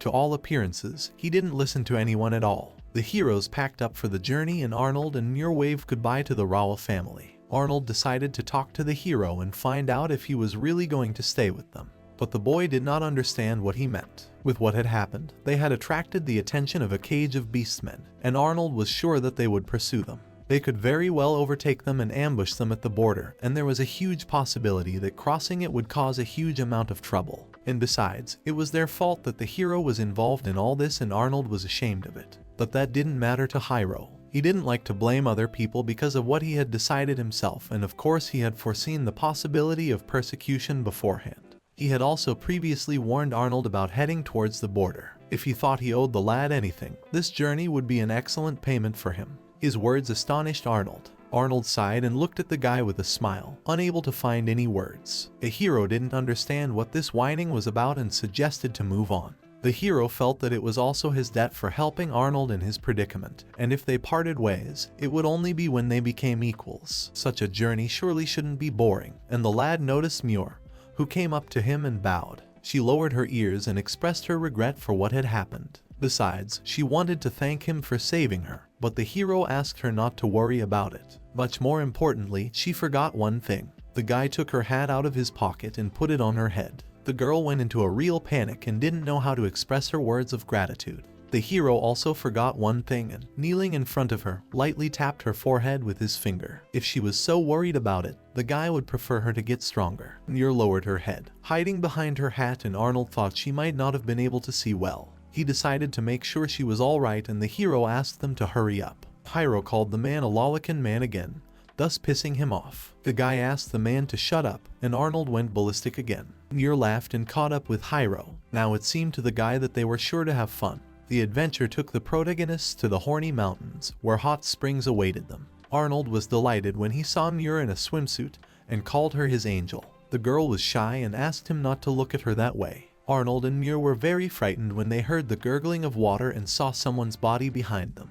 Apparently it was a man and they decided to pull him out of the water. Observing this whole picture, only the hero did not move from his seat, but only sighed tiredly. As they turned the body to the front, Muir noticed that this girl, she had rather large breasts and Muir pouted from the fact that she was flat. Arnold poked her cheek with his finger and asked her to wake up. Muir called out to her uncle, and it seemed to the hero that there was a crime going on here in the middle of the day. Panic made Arnold sweat, and he tried to lie that it all came out by itself, and it wasn't because her cheek was tender or anything. The guy asked him to move over and told him that his excuses made him seem even more guilty than he already was. Arnold tried to justify himself to Muir by saying that it wasn't what she thought it was. Meanwhile, the hero decided to bring the girl to her senses and thought that a wake-up word would work on her. Hiiro reached out his hand to the girl, who suddenly bit him. When the girl came to her senses, she apologized for biting his hand.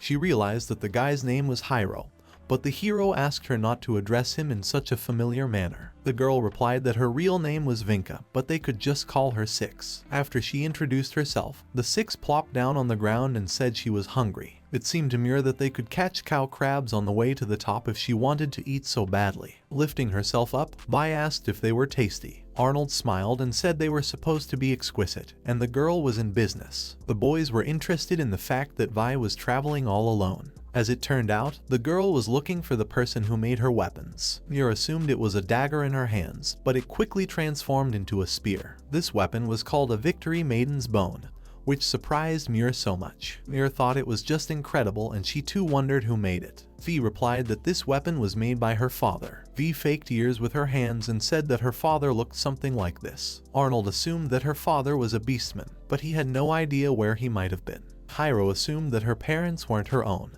because if they were beastmen, she obviously didn't look like them. But the girl replied that they were related, and she just took after her mom. Arnold thought that the Six was a half-breed, but the girl did not know such a word. She assumed it was some kind of food, and she thought it was something delicious. The hero assumed that if the man was a half-breed, he would not have animal ears, but Arnold said that was not true at all. The mixed blood of human and beastman meant that the child resembled the human parent. But when he was born a beastman, his whole body, hair, and facial features would be like the animals, not like theirs. Vi was surprised that the boys were not frightened. After all, when she told the others about her beastman blood, they were scared of her, calling her a taboo and a monster. The hero did not understand why she could be called taboo. Arnold explained that she could not use the magic and martial arts developed by the zoomorph race. Each respective race couldn't do something that the others could without a problem, and being such a heretical creature, they would be considered taboo. Arnold turned his back to her and showed his tail, saying that they weren't afraid of her, because after all Muir and he were beastmen too. And besides, it was only taboo that she had no ability to magic, nor martial arts. Muir smiled at the girl and said that Six-san wasn't a monster or taboo at all. Vi stared at the hero, but Hiiro couldn't understand what she wanted.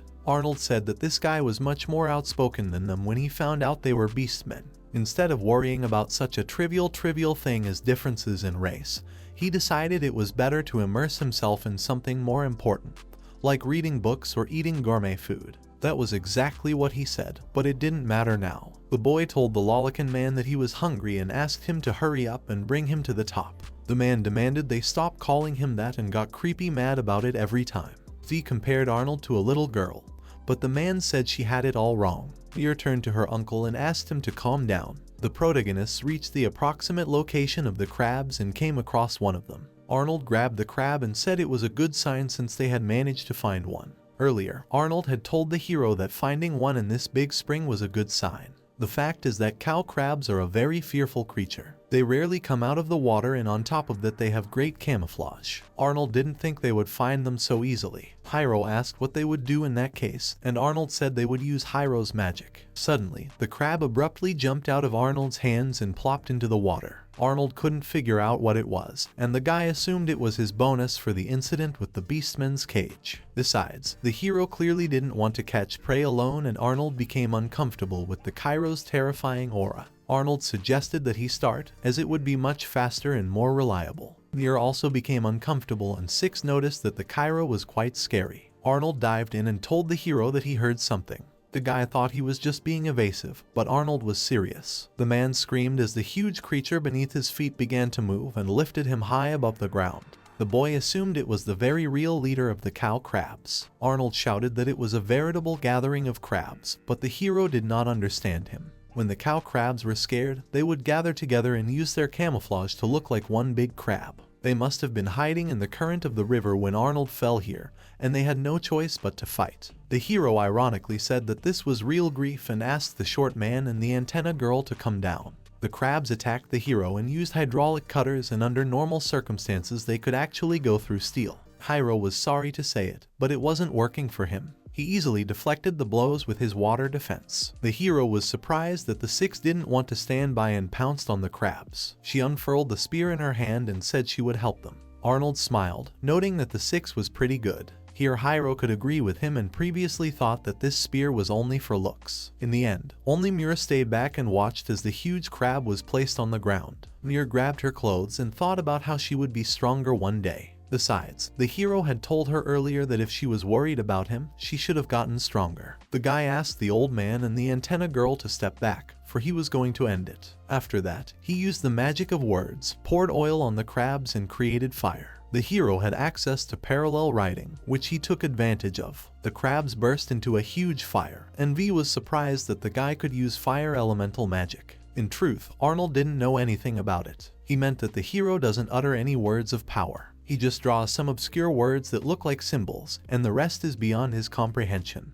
Basically, it's a unique magic. V was delighted and said that the Cairo was simply amazing. The girl also smelled a very familiar odor. She could smell it and assumed that the hero used oil. Arnold told the six that it was indeed a fine job, for she had discovered it on her own. He was the only one here of the dog race and didn't smell it. He wondered what race her father was from, but the girl didn't know that. It seemed to the hero that something was wrong, and Arnold replied that something was bothering him. The fact was that among the existing races there must not be one whose sense of smell was better than a dog's. But V did not belong to the dog race, but the existence of their races meant that similar ones had existed before. They are the three great races of beastmen, but now they belong to the mythical beasts that were their ancestors. One of these races were the golden foxes. This is natural for all of their characteristic features, not just the nose. There were special cases with the golden foxes where people inherited the nine-tailed trait. They could freely change their bodies, such as in size, becoming as tall as a mountain or transforming into animals. The hero was surprised that the beastmen were capable of such a thing. But the Nine Tails had a special case. Under normal circumstances it would be impossible, and even if it was possible, there would be a good chance of going feral as a result. Hiiro found this rather interesting, and he felt sorry that these creatures were extinct. Although many of the crabs were already cooked, the hero decided to pre-cook them, and Arnold asked him to hurry up with it. While the heroes were eating lunch, Arnold was shocked to learn that V had begun her journey at the age of 7. Arnold wondered how old she was, and the girl hesitantly replied that she was 14. In part, Arnold could have determined this from her figure, but decided to keep it to himself. Nevertheless, he could agree that unlike Muir, she was well developed. The girl was behind him and called out to her uncle, who was startled. Arnold assumed that V had begun her search alone, but that was not the case. There were many times when she was with someone, but they preferred to just leave when they heard her story. For this reason, finding people who could accept her for who she was made her happy. As soon as V smiled, Arnold was blinded by the radiance of her wickedly beautiful smile. Muir asked the girl if there was any information about her father, but all she had was only his spear. But her mother had said something before she died. People were after her father, so he left to protect her. In Arnold's opinion, it gave her an even greater desire to see him. V clutched the spear in her hands and said she would definitely protect her father. It was for this reason that she became stronger. Arnold was delighted and stroked the girl's head. To him, she was awesome and said that she had worked hard. Muir thought about how Six-san was really amazing. V lowered her head in embarrassment, and the hero asked Arnold what it was for. Arnold annoyed the hero with his words. The man told him that he couldn't help but do it, for Six wanted Hiiro to pet her. The girl bowed her head to the guy, but the hero flatly refused. Besides, the girl antenna for him wasn't the only one working hard. There were definitely a few things he liked, but she was the one who decided how she should live her life. Or she could have done it out of the fact that she wanted to be appreciated. Arnold didn't understand why he just couldn't do it, but the girl replied that it was okay. Besides, just like Hiiro said, she didn't go on the trip to be appreciated for it. But the hero didn't understand what she lowered her head for then. The girl directly requested that he stroke her head, which made Muir shocked. She was astonished at how brazenly she had asked for it. Arnold noticed that something was wrong with Muir, but the girl did not show any sign of it. The hero flatly refused and replied that he wouldn't stroke her head unless he had a reason to. In that case, V wanted to know what she needed to do in order to do so. First, she had to realize that he just didn't want to do it. He looked at the girl whose eyes were twinkling madly and didn't realize it. Eventually, he sighed tiredly and knelt down. In that case, he suggested that she should do a really good thing, and if she did, he would consider it. V came to be delighted and said she would work hard, but she didn't understand what he meant by a good thing, and the hero asked her to think about it on her own. On the way, Arnold called out to Muir and the girl asked her uncle to stop. V walked behind everyone with the hero and said she was hungry. After that, the girl looked back and Muir thought something was wrong. V went somewhere in the thicket and Arnold followed her, trying to figure out what was wrong. Eventually, V came upon a wounded winged monster that looked like a wolf. Arnold realized that it was a celestial wolf, and it apparently had a terrible wound. V stroked the beast's head, and it whimpered. The hero recognized the skywolf as a Class B monster and assumed it was pretty strong. V told the boys that he needed help. The guy asked the antenna girl to step aside. Muir was surprised that apparently Hiiro was going to help him, but Arnold doubted it for some reason. Besides, a hero would never help without getting something in return. But after seeing this, Arnold was shocked to see that Hiiro had cured him. As a thank you, the wolf licked Hiro's cheek. Arnold grabbed his sword and asked to reveal the villain's true face, for their Hiiro would never help anyone for nothing. The guy gloomed and told the lawless man that it was too loud in here. If he wanted to know the reason why the hero cured him, the guy didn't think he would understand it. The guy corrected his glasses and said it was because the beast was pretty cool looking. Everyone cringed at such a blunt and unexpected answer. The fact was that the hero loved dogs and would like to see him move with wings. V made sense and he did it just for his interest. The same thing he did with the food and books. V smiled and thanked the hero for his help. But Hiiro felt that he shouldn't have been thanked, because just like the old man said, he had cured him in pursuit of his own goals. The guy asked the wolf to run a bit for them and the wolf got to his feet. For the first time in their lives, the guys saw Hiro's real smile and realized that he could smile too. Arnold noticed that Muir was blushing and assumed she had a fever. According to the six, this wolf had somewhere to go and Muir was extremely surprised that the girl could understand him. The wolf lay down on the girl's lap, who stroked his head and said she understood what he was saying.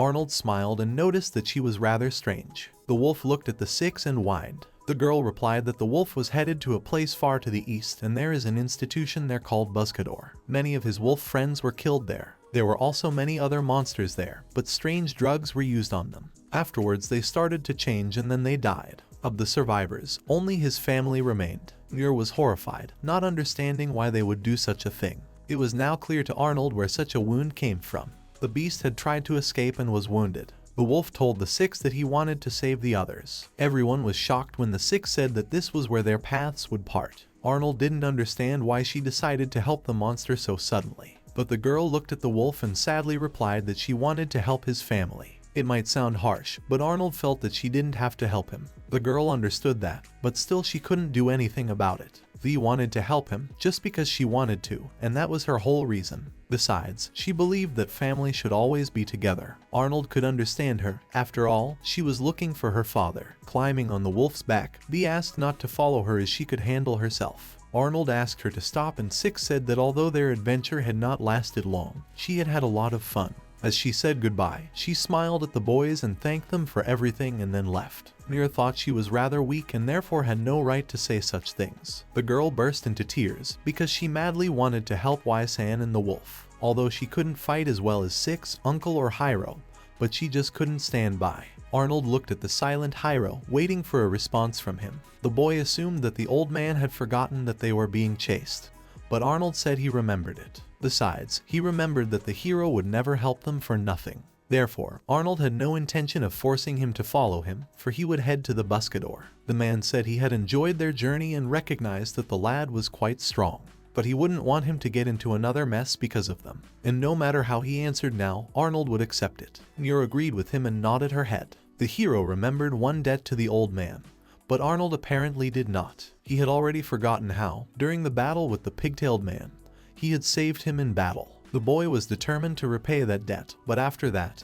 he believed he would owe him nothing. So the next time Arnold wanted to ask for something, he would have to prepare a decent payment. Arnold looked at the happy Muir and smiled. The guy remembered the name Buscador and was sure that from Spanish it meant seeker. From what he heard, it could be inferred that they were conducting experiments on monsters there. There must have been some interesting research materials and books there. It seemed to Arnold that the hero wasn't always honest with himself, but Hiiro thought he just misunderstood him. Muir smiled and told Hiiro that he could be nice at times. Meanwhile, the wolf along with 6 quickly made their way to the right place. V didn't want to call him just a wolf, so she decided to give him a name. The girl suggested calling him Winged, because he had wings, and the wolf confirmed this with his barking. After that, they jumped off the cliff and the girl suggested that Winged should go ahead. In the Buscador's laboratory, one of the scientists approached the Nagnal boss and asked him to wake up. It was useless, so the scientist got some sweets. Putting them in front of the boss, Nagnala immediately smelled them and was about to swallow them whole. But the scientist raised the plate above his head in time and wished the boss good morning. The boss told the singer that that was pretty mean of him and one day he would turn him into candy and eat him. This frightened him a little, but the scientist decided that it would wait until the next time, for he had prepared a report for the boss. They needed to replenish the number of test subjects. At the moment, they only had skywolves left, and one of them had escaped the day before, so they only had 7. In addition, the others would soon find out, so they had to negotiate with them. The boss laid down on the table. He thought it sounded rather troublesome. Plus, he didn't like them, so he decided not to do it. The scientist told the boss that he couldn't run the case the way he wanted to, in which case he would take those sweets with him. No sooner had they finished their dialogue than they heard an alarm siren. The scientist decided to find out what was wrong. A colleague approached the boss and the Peven and told them that they had intruders. Judging by the type of energy, it was the skywolf that escaped yesterday, and another apparently human. The boss thought it was a great way to test them and asked to capture them alive. The scientist reminded him that they still couldn't fully control him, but the boss pretended not to know what he meant. Besides, failures were also an integral part of the experiments. Once inside, V noticed a damaged cage and assumed that was where the winged man was being held. In the torture chambers lay the corpses of monsters that had been killed in the most elaborate ways, and it was horrifying. V went into a rage and decided that she would definitely destroy this place. The door across from them opened and the boss of this establishment grinned. It seemed to him that they had a rather strange guest. He didn't realize that the intruder would be such a petite girl, and this was a real surprise to him. Plus, she was together with the skywolf. The boss looked at the grinning monster and assumed that it had come back here to be a test subject. It seemed to him that this wolf was quite stupid. The wolf went into a rage and attacked the boss, who paralyzed the winged one with a flash of lightning. The man smirked and said that the wolf was too stupid, besides it was just a precaution to protect himself. The girl was about to help the winged man, but the man advised against it, because she would also be electrocuted.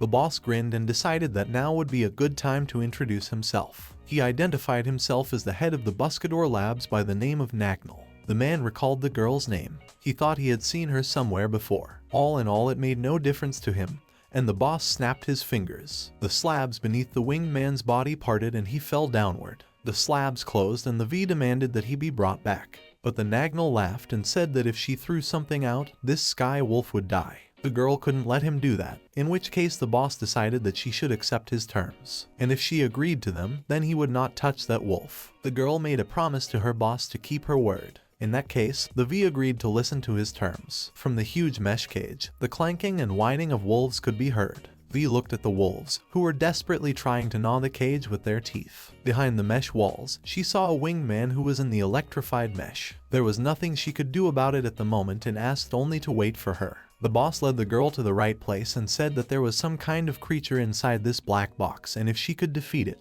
he would let the stupid wolf go. V prepared for battle and clutched her spear, saying that she would surely save him. At that moment, the black box began to crack. That very monster turned out to be the fruit of vicious experiments, a demonic monster named Black Chimera. The boss smirked and asked the Black Chimera to go crazy with his nature. The demonic monster let out a deafening roar and the girl thought it was crying.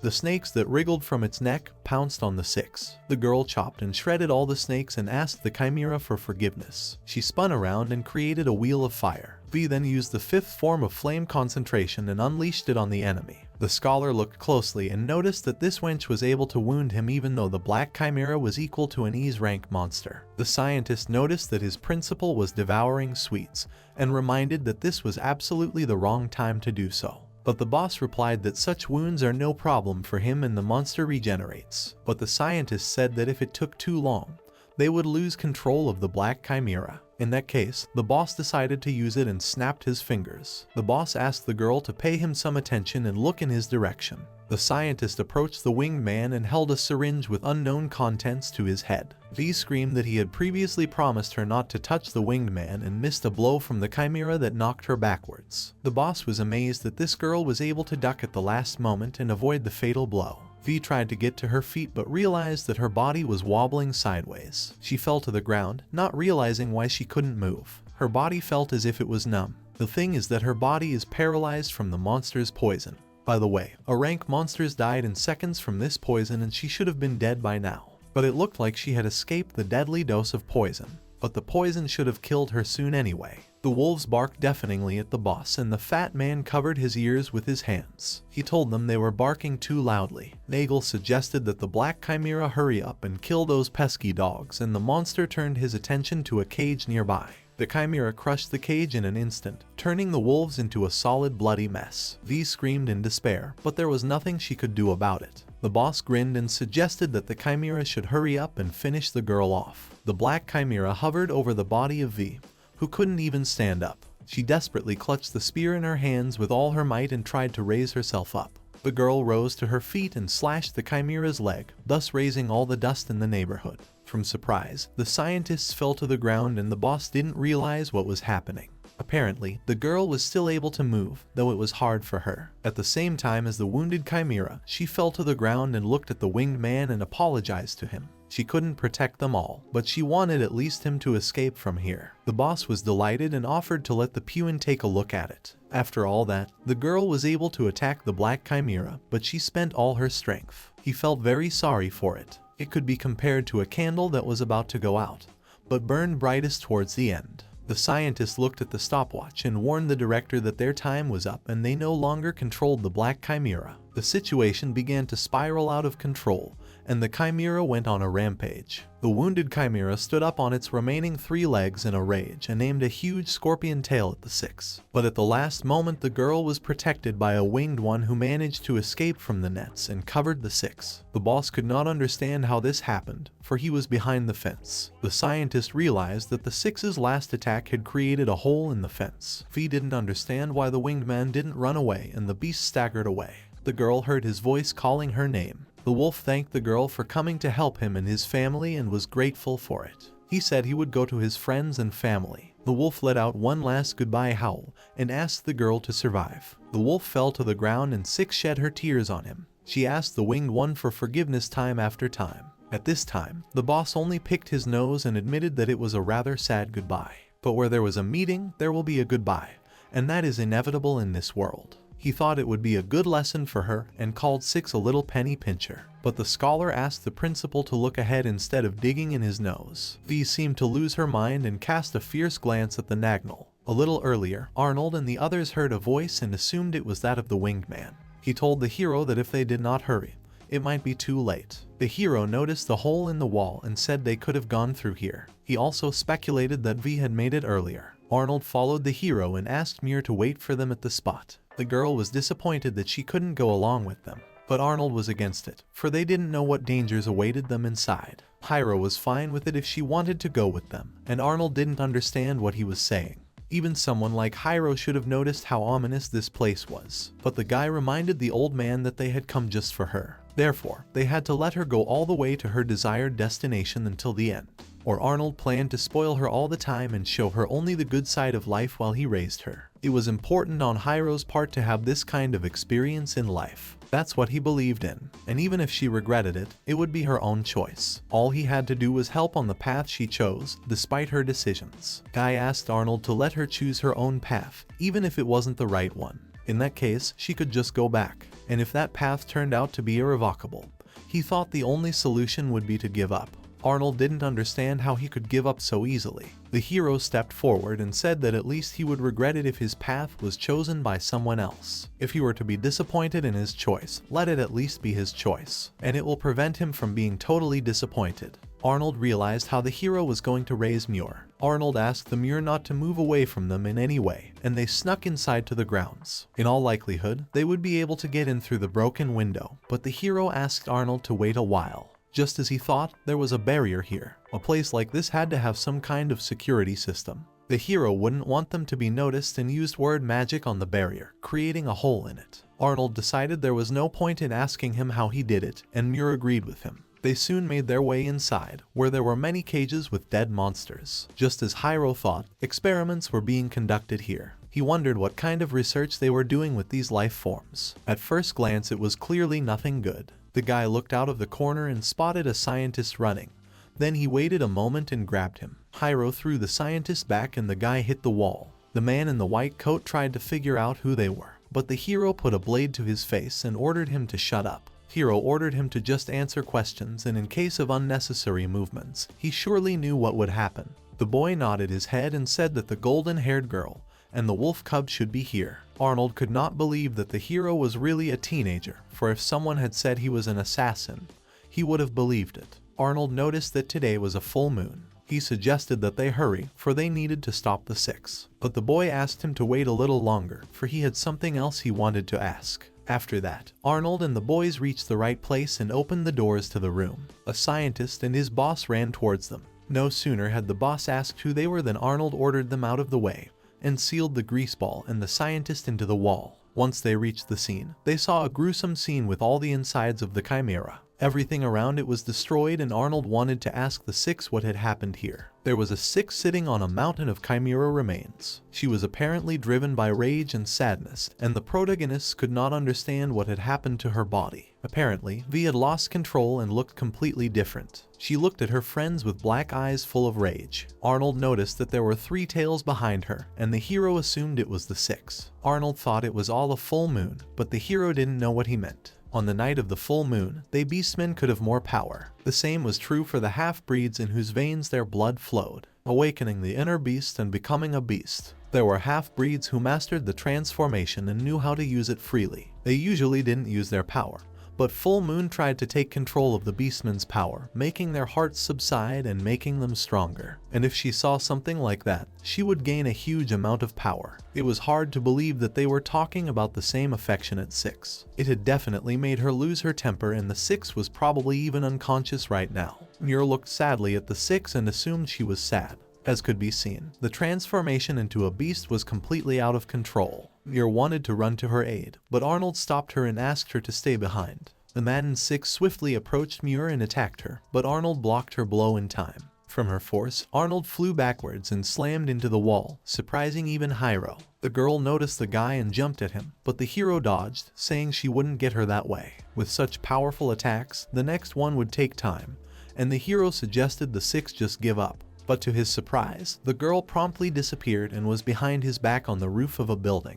The guy noticed that she was quite fast and decided that this job promised to be a hemorrhoid. While the boss was lying in the wall, he finally remembered about this girl. He thought he had previously seen a six with a spear. The scholar looked at the boss and asked if he knew about her. There was a time when a village was being pestered by giant elephant-like monkeys, and that's when this girl appeared there. The elephant-like monkeys were monsters of a rank. She was able to stand up to the black chimera, so she would probably be able to handle a monster of that level. The thing was that she returned to the village dragging the two of them behind her. The girl her age had taken out 2 rank monsters on her own. Moreover, she had eaten them on the same day alone. The boss wondered how she was able to fit so much meat into her skinny body, and he would really like to cut her open. But the scientist didn't think that her appetite could have been so special as to become famous. But the boss thought it was enough if he remembered her name correctly. The hero decided to look at the six's stats and smirked nervously. It wasn't every day he saw stats like that and decided he couldn't miss a single attack. V was level 77, plus her attacks were divided into several stages and were quite varied. The hero decided to make sure that the old man was alive, and Arnold said that it was quite brutal. Plus, he too had a little more strength after turning into a beast. The hero decided that was great and told the old man that they would start at the same time. Arnold reminded the guy that they were fighting against 6. Arnold asked the guy to duck if his life depended on it. The hero offered to tell him anything, but he actually believed that they wouldn't die from a single blow. The girl swiftly pounced on Arnold, who blocked her blow with his huge sword. Dee smirked and bared her teeth at Arnold. The guy thought it was great and asked the old man to continue holding her down. The hero used word magic on Arnold's sword, and the man couldn't understand why he couldn't move his sword. The guy noticed that she dodged the spell at point-blank range and her intuition was really good. Meanwhile, Arnold was desperately trying to move his sword and called out to the Cairo. The guy apologized to him and told him to wait a bit. He could take it easy, because the hero could get it all back. That's when Hiiro had an idea, but being human, he would be too slow for that. Hiiro told the old man that he had a way to bring her back to normal, but there was one problem. Due to her being rather fast, he wouldn't be able to hit her on his own. Arnold's task was to stop her at least for a moment. If only his character could reach her, it would be over. Arnold clarified that he was left to immobilize the current 6. It was a rather reckless request, but the hero said he could stop her, even though she had incredible strength. Honestly, it seemed impossible to Arnold, and at the very least common sense was lacking here. The guy smirked and said he would warp that common sense into his magic. Muir didn't want to be left out and asked for permission to help them, but Arnold said that there was nothing she could do to help them now, for Vi was not in her right mind, and she was stronger than all of them at the moment. Muir knew perfectly well that she was weaker than all of them, but she still wanted to do something for the 6 Sam. Arnold could understand her feelings, because she was quite a kind girl, but right now she could not help them. Muir realized that she would just be a hindrance to them and she knew it, but she could feel and see 6 Sam crying. She could tell it was coming from somewhere inside her. Vi-san felt pain, sadness, and guilt. Arnold looked at the girl in surprise, not knowing about her ability to feel 6's emotions. Muir had always been a shy girl who couldn't speak for herself, and Arnold figured she had grown up.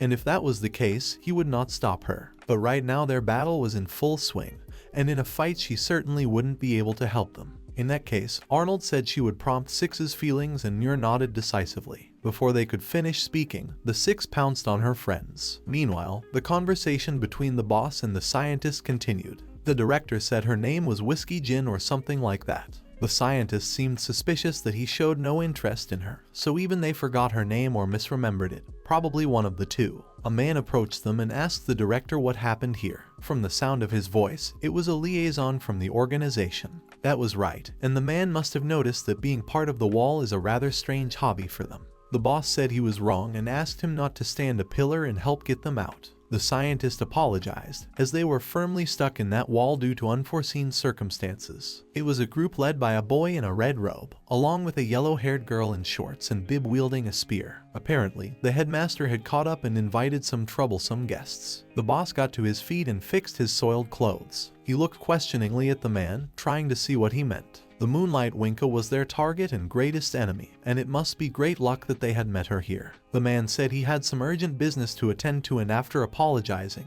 withdrew. The scientist noticed that the man was quite a hard worker. Perhaps the director could not understand what was good about working for this organization.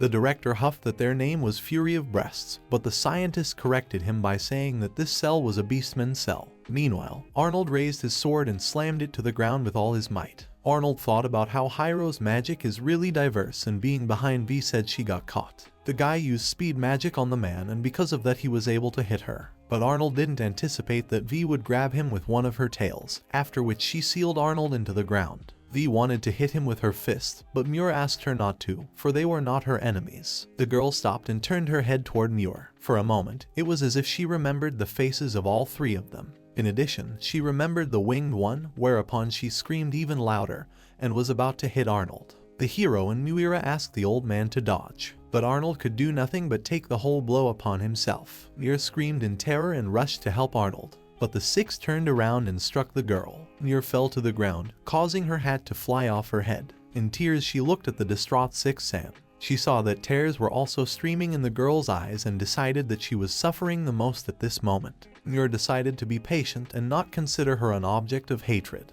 She headed towards the girl, holding back with all her might. Despite her fear, Muir came even closer to the 6. V gritted her teeth and Muir said that apparently she was sad and hurt. But Muir said it was alright and she was not afraid, whereupon she put her arm around 6 and touched her face. The girl knelt down with the 6 and said that they were all waiting for her return. A gentle light enveloped both of them and the girl came to her senses. She hugged the Muir and apologized to everyone. The girl hung her nose and said she was really sorry. Arnold clapped himself on his stomach and asked not to worry about it, because as she could see, Hiiro magic had cured him. V didn't mean to hurt either of them, but her body was acting on its own. She tried her best, but her body didn't listen to her. But when Muir hugged her, she felt so much warmth that she was able to return to normal. Muir became embarrassed and asked the 6 to stop. The guy was trying to understand what happened at that moment with that short girl. It looked like her ears were emitting particles of light. Arnold told V that it was their fault too, because if they had come earlier, they could have saved the sky wolves. V petted the dead wolf and said that it wasn't. She was glad that the boys had come to her rescue. V suggested that they bury the sky wolves and the winged wolf in some beautiful place. Arnold said that was a good idea and turned to Cairo. He crunched his fingers and said that he was going to destroy this den.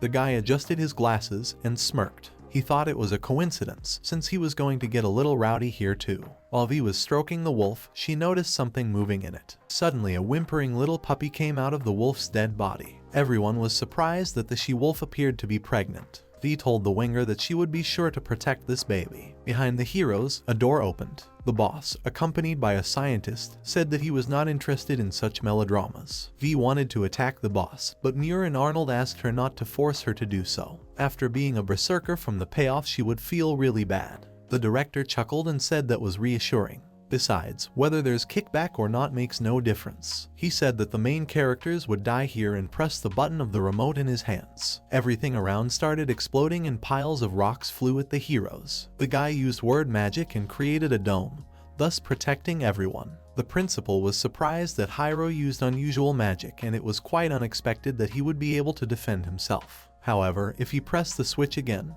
the self-destruction mechanism would be fully activated. He didn't know what the hero and the spear girl could do, but they would still end up buried alive. The boss felt that it was really a waste of energy for them. Muir shouted to the man that he was wrong and there was no such thing as a waste of effort in this world. But the lack of effort only deserved to be ridiculed. Although effort was not always rewarded, she believed that hard work was necessary to move forward. That's why there is no such thing as wasted effort, and Six was in complete agreement with her. Arnold thought that, in all likelihood, his daughter had right off his tongue. Even the hero recognized what the short girl had said well and was in agreement with her. The principal's hands trembled with anger and he was furious. The scientist reminded the principal that if he was going to push the button, they should start evacuating. The boss yelled that he actually wanted to see them all die, but right now he didn't care. With those words, he pressed a button and quickly ran back out, leaving the heroes in a confined room. Arnold noticed that everything around them was starting to collapse and suggested that they run out of here faster. Hiiro suggested that the guys run through B-Core and said that he had some things to take care of. Arnold didn't understand anything at first, but assumed he meant those cases when he talked to that researcher. Earlier, he had questioned the enemy about whether the facility had a library or some other place where they kept research materials. They had room number 5 available. Once the Cairo went to the research test site from the A building, the hero would find the room at the far right corner of the A building if he stood with his back to the B building. The guy decided to make sure he was talking specifically about the core, and a shiver went through the researcher. He explained that B core was where they stored the new medicines and equipment and apologized to the hero. Regardless of the situation, Arnold knew the hero was as stubborn as ever. He asked the Muir with the 6 to follow him and told the guy that he was obligated to escape to safety. The girls told Hiiro that they would meet outside, and the lad decided to proceed to his main objective. When the hero entered one of the rooms, he saw that it was an archive. Normally, he would have preferred to spend more time here and take a good look around, but he didn't have the chance. Behind him, the boy heard the loud sound of a cave-in, where the old man and the girls had just gone. A cave-in formed behind Arnold and the girls, and Arnold decided to make sure everyone was okay. They barely escaped in time, and the girls said they were fine. Arnold noticed that the 6 had a concerned face, and the girl said that this puppy was trembling. Earlier, the winged man had been poisoned with poison, so apparently his poison had also affected the puppy. V thought he was in pain and the puppy whimpered. If Arnold remembered correctly, the researcher who was threatened by the Cairo said that Building B was built to develop new medicines. Muir was betting that there was an antidote or medicine here that would make him feel better, so she suggested looking for it. V was in agreement with her and said that no matter how, she would save this child. Arnold looked back and thought TMO how Hiiro was doing. Meanwhile, Hiiro had managed to load a large bag of manuscripts onto himself. He needed to leave faster, but suddenly the hero stopped right in front of the cave-in. Everything around was in rubble, and the hero thought that it was close. However, in this situation, he wondered if he could get through the rubble if he created a burrow using words. However, if the tunnel collapsed in the process, he would be crushed. The hero smiled and decided to test it. After the hero destroyed the wall, he used flight magic, which made him excited. Previously, he would never have thought he could fly through the sky, but now was not the time to marvel. Hiiro wondered if he would be able to land somewhere. From his bird's eye view, he spotted some sort of gathering,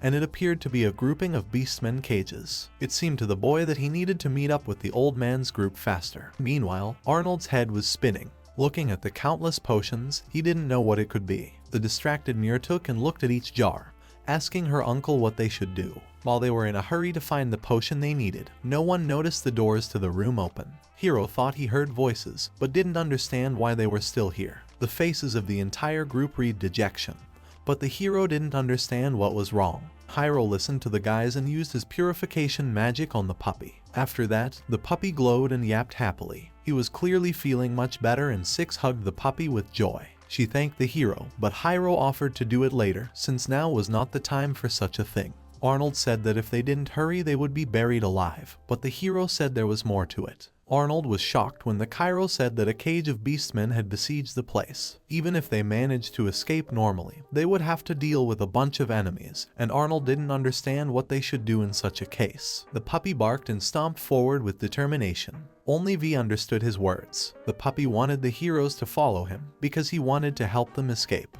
The boys looked at each other in surprise. The puppy barked at the next door, and Arnold assumed there was something wrong with that room. Once inside, they saw bunks, and Arnold thought it was a living room. The puppy said there was something under one of the beds. Arnold dragged the bed over, and they noticed a sort of underground door in the floor. Apparently it was an escape route, and the hero praised the winger for a good job. Going downstairs, Arnold took a torch with him. It was surprisingly spacious inside, and the hero noticed that they had even made a water channel. The wolf must have smelled the sound and odor of water. Arnold smiled and told the pup that he had really helped them. By the way, he had another question for the hero. He kept wondering why he carried that cloth behind his back, but Hiiro didn't know what he meant. The hero screamed in horror when he saw that his sack was completely torn. He thought that it just couldn't be, and he didn't even realize that his luggage had gotten lighter as it soared into the sky. The guy fell to his knees and couldn't understand what it was all for. The man outside the walls of the establishment shouted that after being contacted, he had come here, and now he was being told that the institution had been destroyed. The man with the bandaged head ordered that every pebble be scoured around the area, looking for anything that might put them on their trail. He was beyond angry and swore he would find that red robe. After a while, the main characters got outside and made themselves some food. They cooked gray pig meat in lemon sauce and grilled salted salmon with caviar. V gave a piece to the puppy and thought it was very tasty. The puppy agreed with her and barked back. Arnold assumed that she had decided to name him Wingnut, too, and V said she was going to watch him as well as she could. The guy said that Wingnut was still just a baby, so they couldn't let him get behind, and asked the Six to try harder. By the way, he had to say the food was really good. V said he was a winger, but to the hero he was a winger. V suggested letting the puppy decide for himself which name he liked better. The puppy pranced toward the hero and sat down between his legs and yapped in response. The guy smiled and stroked the puppy on the head, which obviously upset the Six. The girl pouted and said that he couldn't pet just a wingtip. But earlier the hero had told her he wouldn't do that. The hero petted the puppy and noticed that it was downright tame. In addition, Hiiro reminded the girl of the conditions for which he could pet it. But Arnold turned to the guy and said that it was Six who found the winged pup, and the reason they are here now is that she was able to hear his voice. And after that, Hiiro couldn't say that she hadn't done anything good, and the lad hesitated. The hero stepped over himself and stroked Six's head. He was clearly displeased and decided that was enough. V smiled and said it was pretty good. Watching the whole picture from the side, Muir thought it looked quite beautiful. Arnold smiled and noticed that Vi looked very happy, since she didn't have her parents to stroke her head. Muir smiled warmly and agreed with Arnold. Vi-san was lonely all this time. Now that they were done with their meal, Arnold said it was time to wash the dishes. In her mind, Muir was jealous of Six, but assumed she was cool. V thought the hero should have petted her too, but Muir said she hadn't done anything special. Still, she thought it would have been cool if the hero had petted her. She reckoned that it was okay, and one day he could do it. While Muir was thinking about not losing the Six-san, Arnold marveled at how great Muir was at washing dishes. The group of people that crossed the Chimeras forest were again hearing about this black-haired guy with glasses and a red cape. But this time the report came from a Buscador research facility that was attacked by a group of bandits. The girl in the group decided to make sure he was sure who he was talking about. The man replied that such a thing was quite possible, but a personality with such distinctive traits was rare. Teishi wondered how Okamura Hiiro was doing. He actually felt guilty towards him, considering they were the ones who got him into all this. But the girl on the team thought that he should have thought about getting stronger instead. The teammate agreed with her, for there were a great many rumors about a possible imminent war with the beastmen. Taishi thought about the war and looked up at the sky, thinking about what Hiiro was doing right now. Meanwhile, Hiiro was looking at the map. According to the map, the nearest city was Serge, and it would be their next destination. But before that, Arnold would like to ask Hiiro for help, and the guy assumed that there was nothing he could do about it. The group of friends were surrounded by monsters, and the hero suggested to finish them off as quickly as possible. Far to the north of the human country of Victoria was the country of the house demons. Hiiro and his company had defeated the evil Buscador laboratory, but no one knew what lay ahead. A meeting of demons was taking place in a huge castle. A girl approached the table, bowed, and humbly introduced Her Majesty to Ivan. The girl decided to be straightforward and said that the humans were able to successfully summon their heroes. This came to her knowledge from a mole in the human territory of Tekel. One of the men at the table decided that this was what explained his absence from this conference. Ivan confirmed his words and said that his absence was the result of recent movements in beast territory. The long-haired, lush-breasted girl at the table decided that they should have feared the beastmen better than the humans. The white-haired fellow said that some time ago there was a delayed report that his subordinates had been attacked, and he immediately retaliated even though it took some time. Heroes are definitely a threat, but right now they could be ignored. In Her Majesty's opinion, they should focus on the beastmen. If you compared them to the beastmen, their physical skills surpassed them by an order of magnitude. In addition, their transform techniques were quite dangerous, and they could even say that they were quite suitable for warfare. This strange ability made up for their weakness in magic. However, the man thought that she was still in the middle of her development, so they should have struck right now. But Ivan couldn't agree with him. As she had said before, they would not take part in the war. The man slammed the table and decided that she had lost her mind. After all, both factions would be killing each other. They should have quickly pulled the weeds of danger before they became a serious threat. However, if they did so, they would simply be following in the footsteps of the previous king. If they tried to resolve the conflict with war, it would only create more conflict, and it would only destroy their idea. In other words, she meant that they should have just relaxed and accepted their actions. The girl replied to the man that if that was achievable, the ideal solution would be to unite with the rest of the races, or at the very least there should be a way so that no one would have to suffer. The man sat back in his seat and thought that was kind of idealistic. Even could agree with him, but if left as it was, blood would continue to be shed. Neither humans nor beastmen would forgive the atrocities committed by the previous king, her brother. However, if someone were to break those shackles of hatred, it would be better. But the man replied that it was impossible. Surely she wasn't aware that they were killing their brothers, and they certainly couldn't agree with her ideals about it. Besides, Her Majesty had convinced them not to take any action while they were making peace. But no one knew when that peace would be established, and perhaps not until after they were dead. And if they acted as Her Majesty was now saying, they would only be putting all the demons in danger. Soon the meeting of the demons was over, but a few demons remained in the room.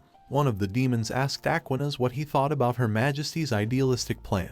Aquinas closed his eyes and admitted that it was too naive. However, if there was a possible world where pain did not exist, he would like to see it. But as long as only they fought for it, they would face nothing but cruel reality. The demon thought about how it would be good if there was someone impartial to the races, someone who could act as a mediator and build bonds between the races. That was clearly impossible for Her Majesty. Even if she is a representative of the demons, she couldn't do it alone. And despite that, he was still going to support Her Majesty. His interlocutor also vowed to support Aquinas, and Aquinas replied to the demon that he was too loyal. Still, having an intermediary now was indeed idealistic. The group of protagonists were surrounded by monsters in the form of spiky cacti, and V suggested ending them with a single blow. Hiiro agreed, and asked Muir to step aside, then used the magic of the war. While the boys were fighting, a young boy was sitting on the slopes of a mountain nearby, painting the landscape. He noticed moonlight coming from the six and a guy in a red robe using a strange magic. When they defeated all the monsters, Arnold hid his weapon behind his back and said that they had figured it out.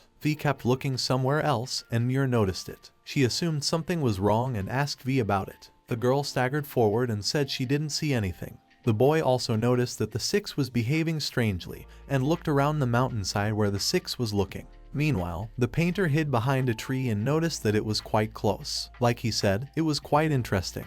The artist smiled and thought about trying to make contact with them. After a while, the heroes reached the border town of Serge. Hiiro looked irritably at the crowd in the neighborhood and asked Arnold what it all meant. Muir assumed that some sort of celebration was taking place today. Arnold recalled that today was the first day of Yurui, the festival of Rare. If Hiiro remembered correctly, Yurui is August and Rare is summer, so it was a summer festival. Arnold decided that was fine and suggested they stay at an inn for the day. Since they were here, they could enjoy the festival. Thinking hard, Hiiro had never been to a festival in Japan. A rather refreshing feeling came over him. But this crowd and heat annoyed him. Arnold clapped the guy on the shoulder and told him that he should have loved a good festival. But the hero was pissed off and asked him to leave it alone. Arnold asked him to stop looking at him so mean and said that they even had mega popular benches. That meant they had good food here, and Arnold was sure that Hiiro would be satisfied with it. In that case, the Hiiro asked Arnold to hurry up and show the way before all the good food was taken away. Arnold didn't even know what he should do with such an insolent, bespectacled man.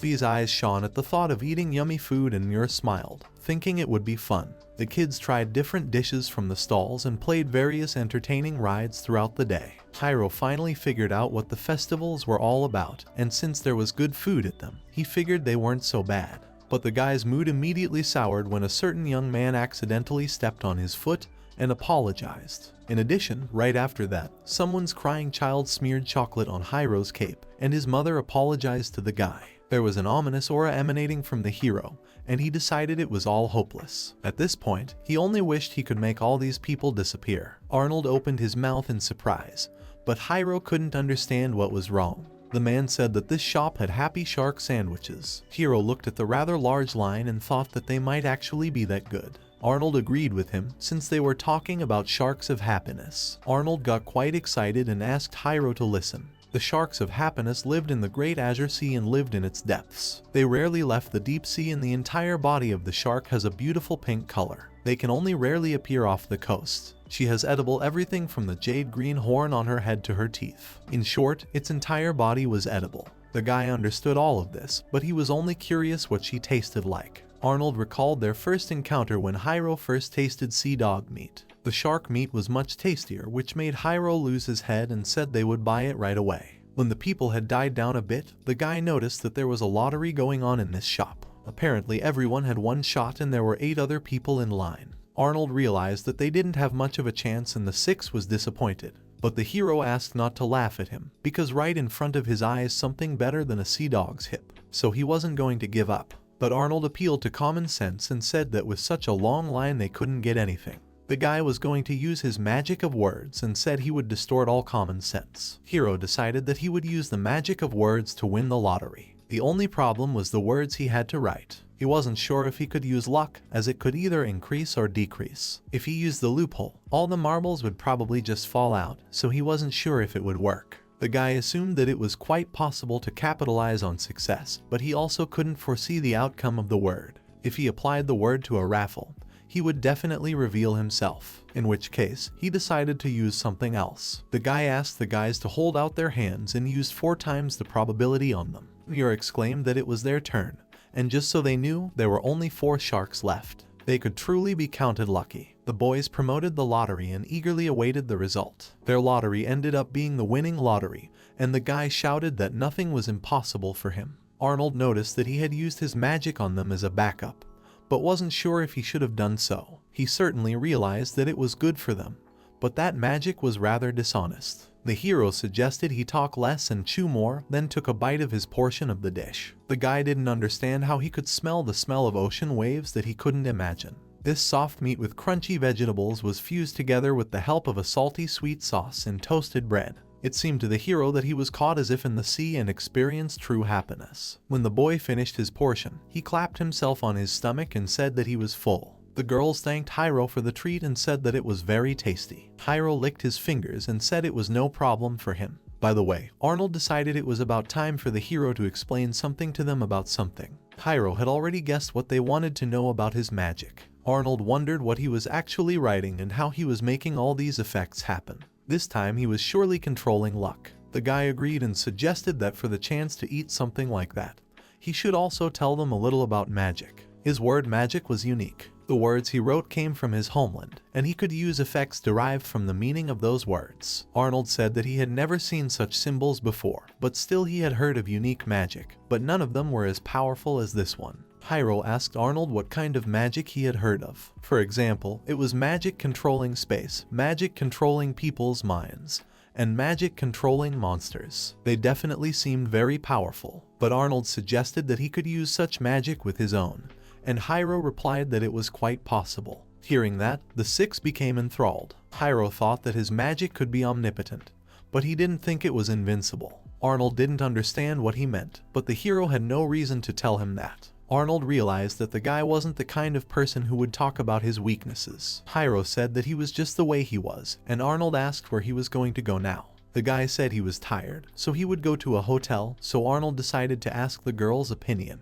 He said he would go along with whatever they decided. Muir smiled and said she had fun along, and V agreed with her, saying she had a lot of fun. Arnold pointed his finger up and said they were real cuties. The guy asked the lawless man to hurry up and take them to the hotel. Arnold yelled at the guy again, asking him to stop calling him that or the nickname would become part of his status. But the hero was sure that it was too late. The guys walked to one of the hotels where they were greeted by the receptionist and asked how she could help them. The guy thought her face looked quite familiar and decided to clarify if she was an administrator from Victoria's guild. The girl smiled and said that she was her older sister. It became clear to the girl that the guys had come to the guild's lounge since there were no rooms available in the inns. This was due to the fact that there was a festival going on and there were many people. The girl asked them to sign in the records and said she would give them a room for the day. She took them to the room and asked them to enjoy their rest, and then closed the doors behind her. Arnold sat down on the bed and said it was much better than sleeping outside. Thea and the puppy fell onto the opposite bed and Cairo took the next bed. Arnold wondered what their plan for the future would be, since they would need a pass to get through the outpost. He and Muir had one.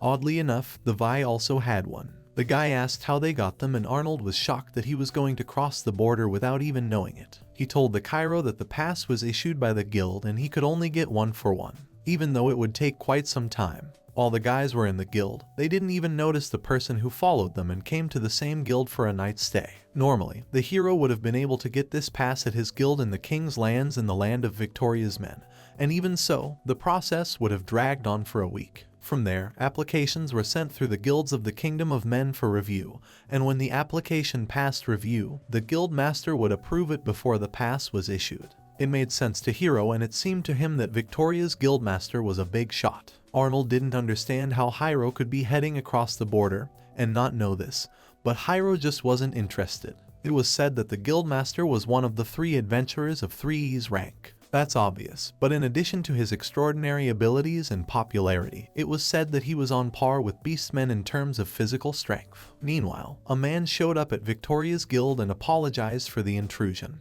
The man told the Veil that it had been a long time since they had seen each other and the man agreed with him. The man the Veil came to see was named Jude.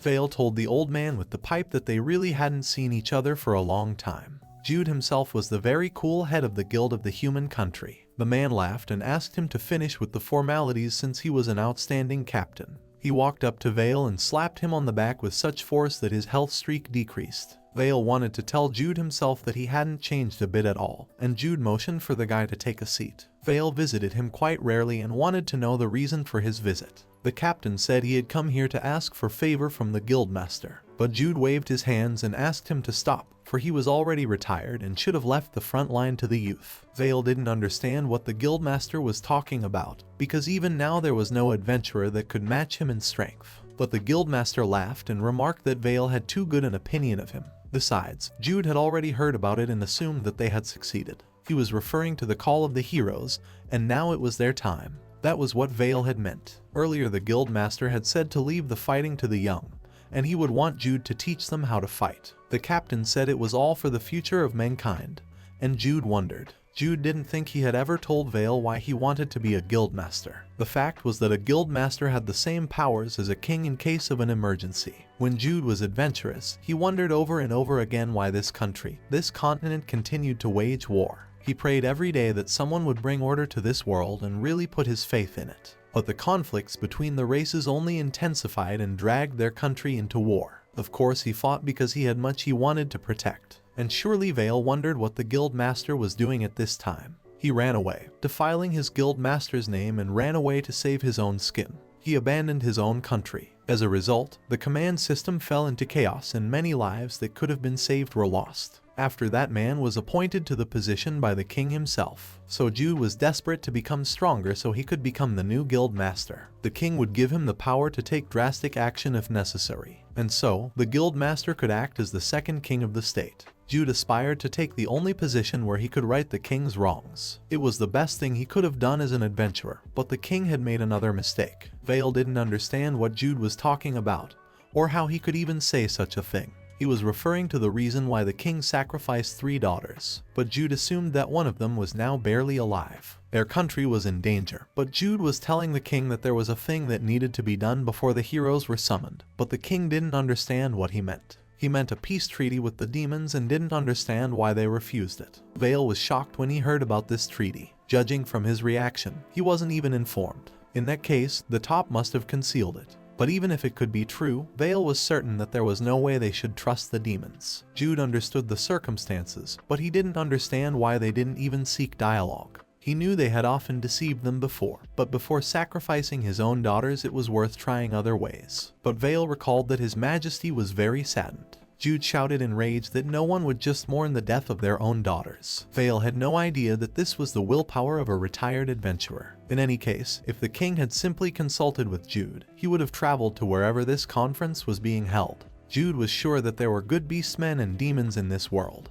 But honestly, people just don't know about it. But Vale reminded him that the demon king still wanted to exterminate the humans, and that was true. But Jude disagreed with him, because the demons now had a new king, which apparently Vale didn't know about either. The thing is, when the king changed, the politics of the state changed, and this peace agreement was sent to them by the new king.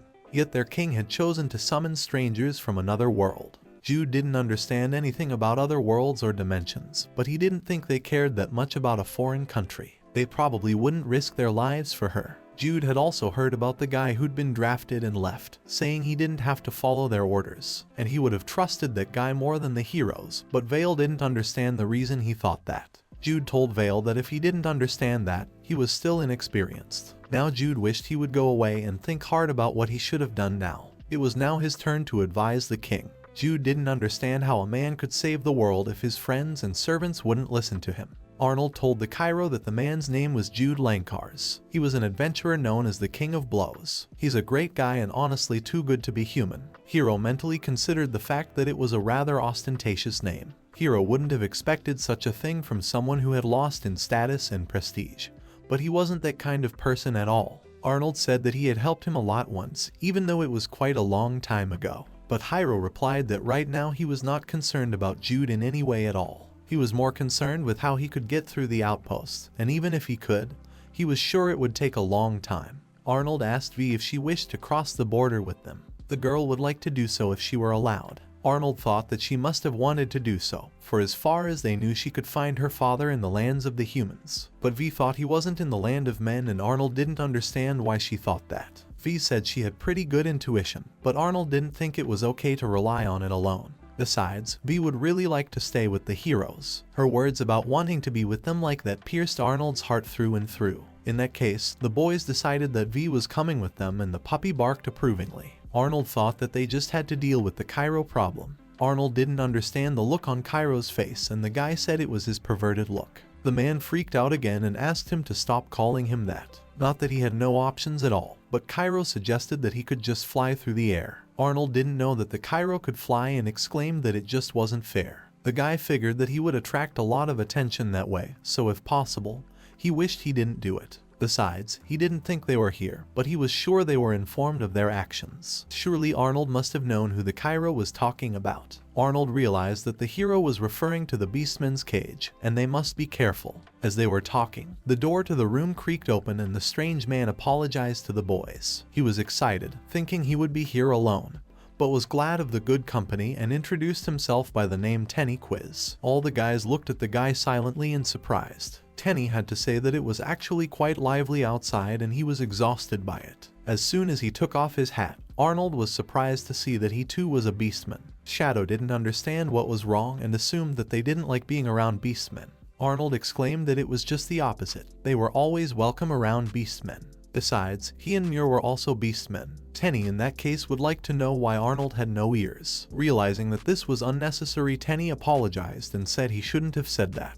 Arnold laughed and asked not to worry about it and suggested we talk about something less dark and gloomy. Eventually, the boys told the shadows that they were traveling abroad. Tenny suggested that 2 of them were human and Arnold confirmed it. Hiiro was a tourist and Vi was a companion of sorts. Arnold laughed and thought that a tourist in their world and at a time like this sounded like a joke. The hero gave Arnold a grim look and assumed he was looking for a fight. But if he thought about the whole situation, he would realize that people would laugh at the mere thought of a man going to take in the sights of the beastmen lands. The hero corrected his glasses and said that he was what he was and if anyone got in his way, he would go through them. Tenny laughed and remarked that Hiiro was a pretty strange guy. But Hiiro thought that the rather strange one was shadowy, but the guy didn't understand why Hiiro thought so. Tenny didn't hesitate to tell them that he was a beastman, and after all, this is human territory. And the hero wondered what he would do if they were part of a group against them, like a cage of beastmen.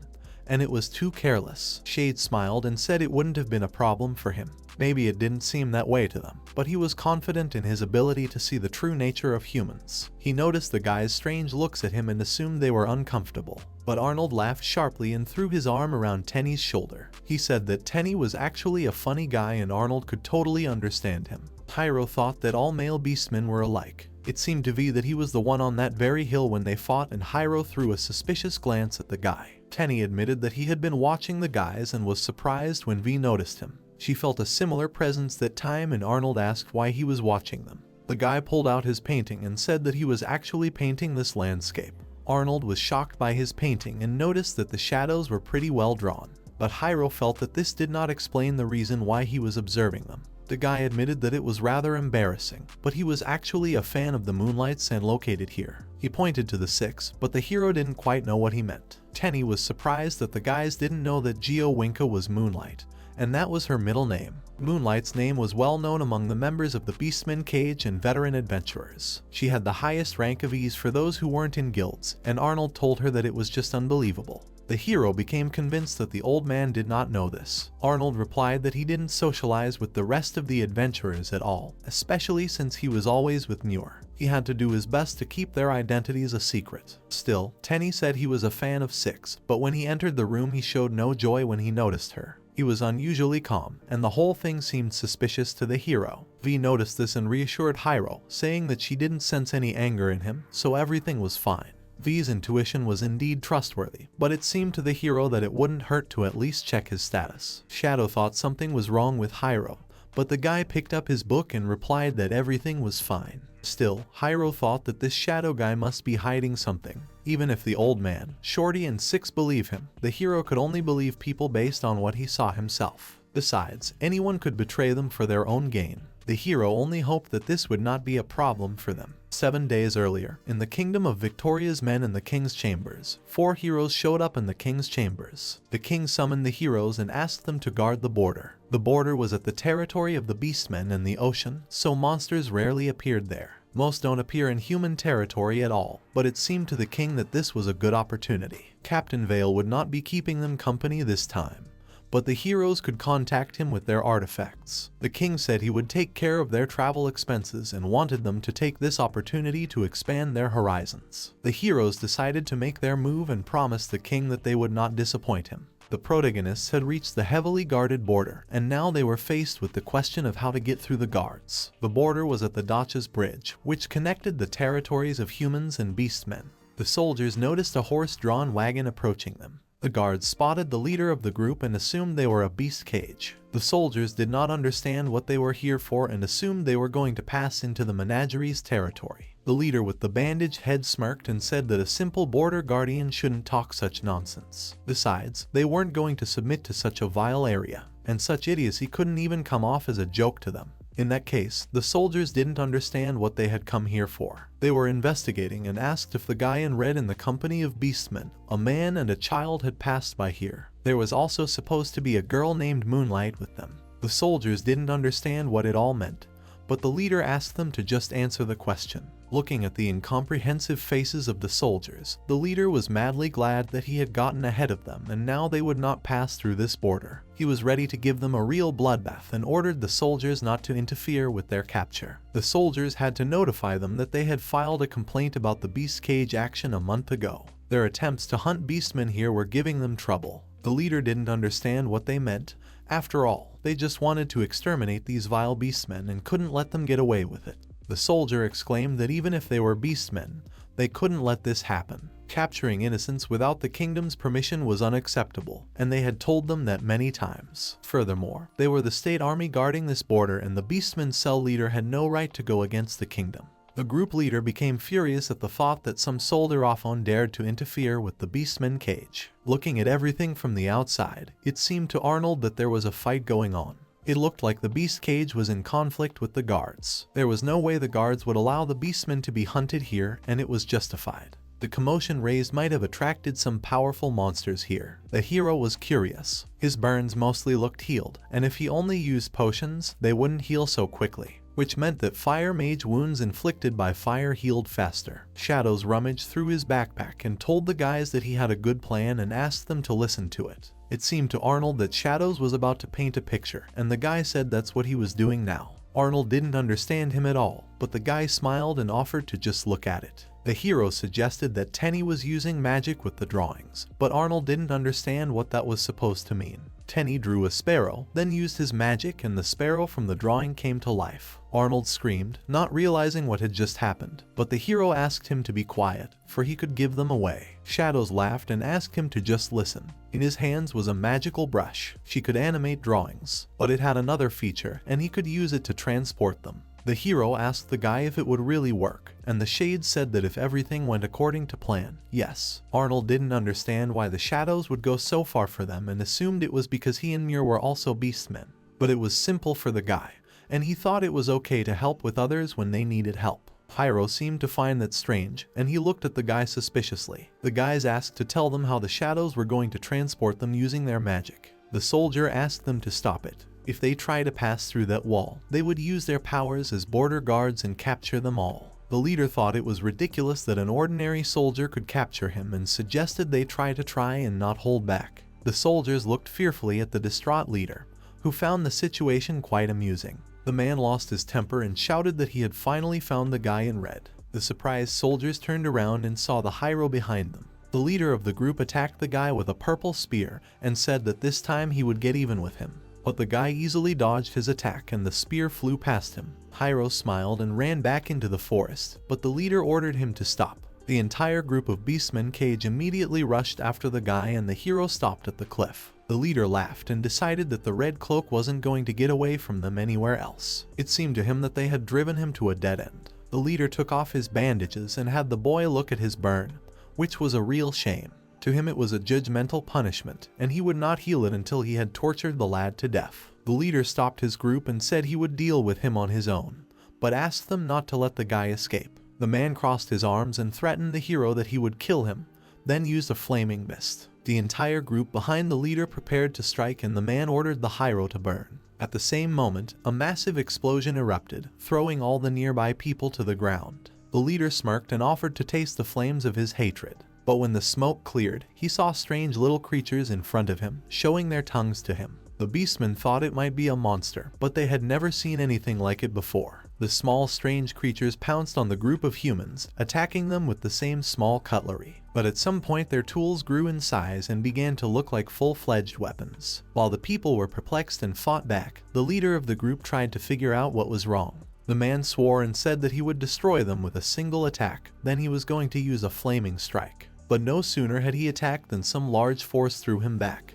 The leader saw a guy in front of him who was sitting on a huge pig with wings, and decided that it was his doing. The hero smiled and admitted that he was more trouble than he expected, and he even managed to scare him a little. The leader didn't understand anything and asked the guy who he was. The pig flapped his wings and the guy was about to fly away, but the leader ordered him to stop. With blistering speed, the hero fled, leaving behind him a group of people who were still fighting the small creatures. It seemed to the leader that the guy couldn't fly after all. When the pig carried the guy to the right place, the hero jumped off it and the drawing immediately melted, turning into ink. Shadows could safely assume that they had successfully crossed the border. He was even sorry that he wouldn't be able to observe them some more, but he had more important matters to take care of. It was unpleasant enough for him to cheat them like this, but he hoped that they would meet again. In the end, the Hiiro company successfully crossed the border and no one knew yet what awaited them in the lands of the beastmen. When the protagonists safely crossed the border, Arnold wondered if the shadow was okay. The hero thought he was fine, because he said he could stand up for himself. Arnold remembered what he said, but he was still worried, and it wasn't hard to understand. The guy turned away from him and said he was talking too loud and too close. Muir was also worried about the tennies, and even though there was no other option for them, they let him be their decoy. The hero noticed that she had a strong attachment to him and thought it was one of the traits of beastmen. Suddenly a chirping sparrow flew toward them, and Arnold recognized the bird from the shadow. But as soon as the bird landed on the ground, it turned into paint. Muir looked carefully at the floor and noticed it was a message. He wrote that apparently the heroes had crossed the border and as for him, he was fine. Tenny also hoped that he could still meet them. Muir took Six's hands, happy that he was okay, and Six replied that it was great. The hero seemed to have rather unusual strength, which made him even more suspicious. His brush definitely didn't fit the norms of this world.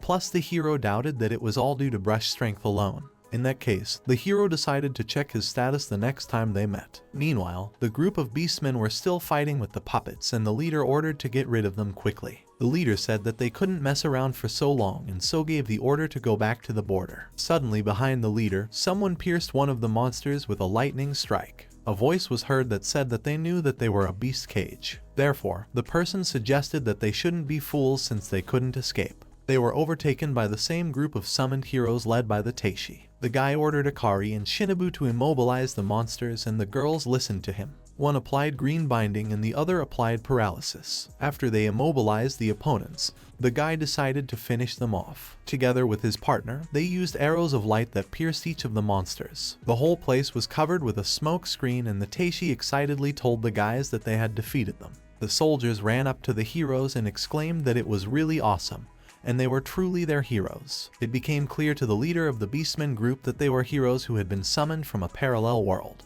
Teishi meanwhile suggested that the commander of the beast cage in front of him. The girls shouted that they knew what they had done, and they caused quite a commotion at the border. Their men tried to escape without dealing with these cruel monsters, and her words infuriated the leader of the beastmen cage. They also received the kingdom's magic signal with information about them when they headed here. They were instructed to suppress the beastmen cage if they caused trouble at the border. The king was unhappy with their recent actions and the Teishi asked not to increase their punishment and return with them on good terms. But the leader shouted that it was all nonsense and they were doing it for the good of humanity. He did not understand how they should be punished for this, and the only ones who deserved to be punished were the beastmen and those who helped them. But suddenly the man heard a carriage behind him. A voice from the carriage said that it was Forsa's personal opinion.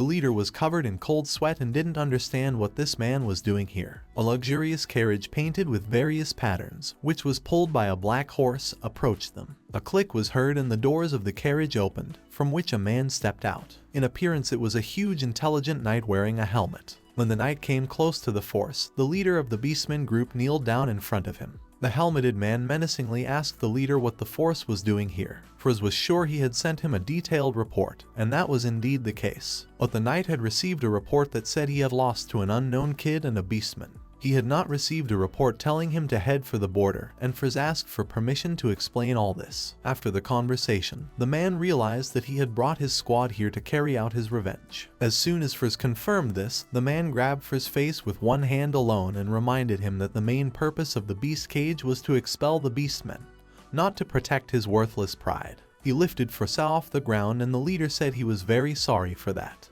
Henceforth he was relieved of his duties as commander, and from now on the knight would personally lead his squad. The boss asked the force to take a break to cool down. Force's hands trembled, but he had to agree and the mysterious knight switched to heroes. They had already had time to prepare for battle, but the knight suggested they not be so tense. They were ready to answer for their actions and calmly suggested that they take the Forza back to the kingdom. He wished that the past commander would be punished accordingly. Teishi wanted to know who he was and the man said that he was one of the ones who got the kingdom's orders to stop these guys. Also lastly, he told the force that there would not be another time. Frizz agreed with the boss and the heroes looked at each other incomprehensibly. They all wondered who the mysterious man under the helmet was. Taishi was surprised to learn that the guy in the red cloak was here. The soldiers replied that he had appeared as if out of nowhere, just when the situation between them and the beast cage had gotten heated to the max and he had distracted them all to himself. The soldier smiled and admitted that he had helped them a lot, though he thought it was just a lucky coincidence. The girl in the hero group knew that he saved the villagers and the beastmen, but afterward he destroys laboratories and causes trouble at the border of the kingdom. He seemed to be attracting an awful lot of attention. The partners suggested that if he came here, he might have already crossed the border. She didn't think he was coming back after the beast cage left, and she didn't even know why he appeared here in the first place. The girl assumed that if he wasn't coming back, he might have just escaped. Taishi would like to see this guy,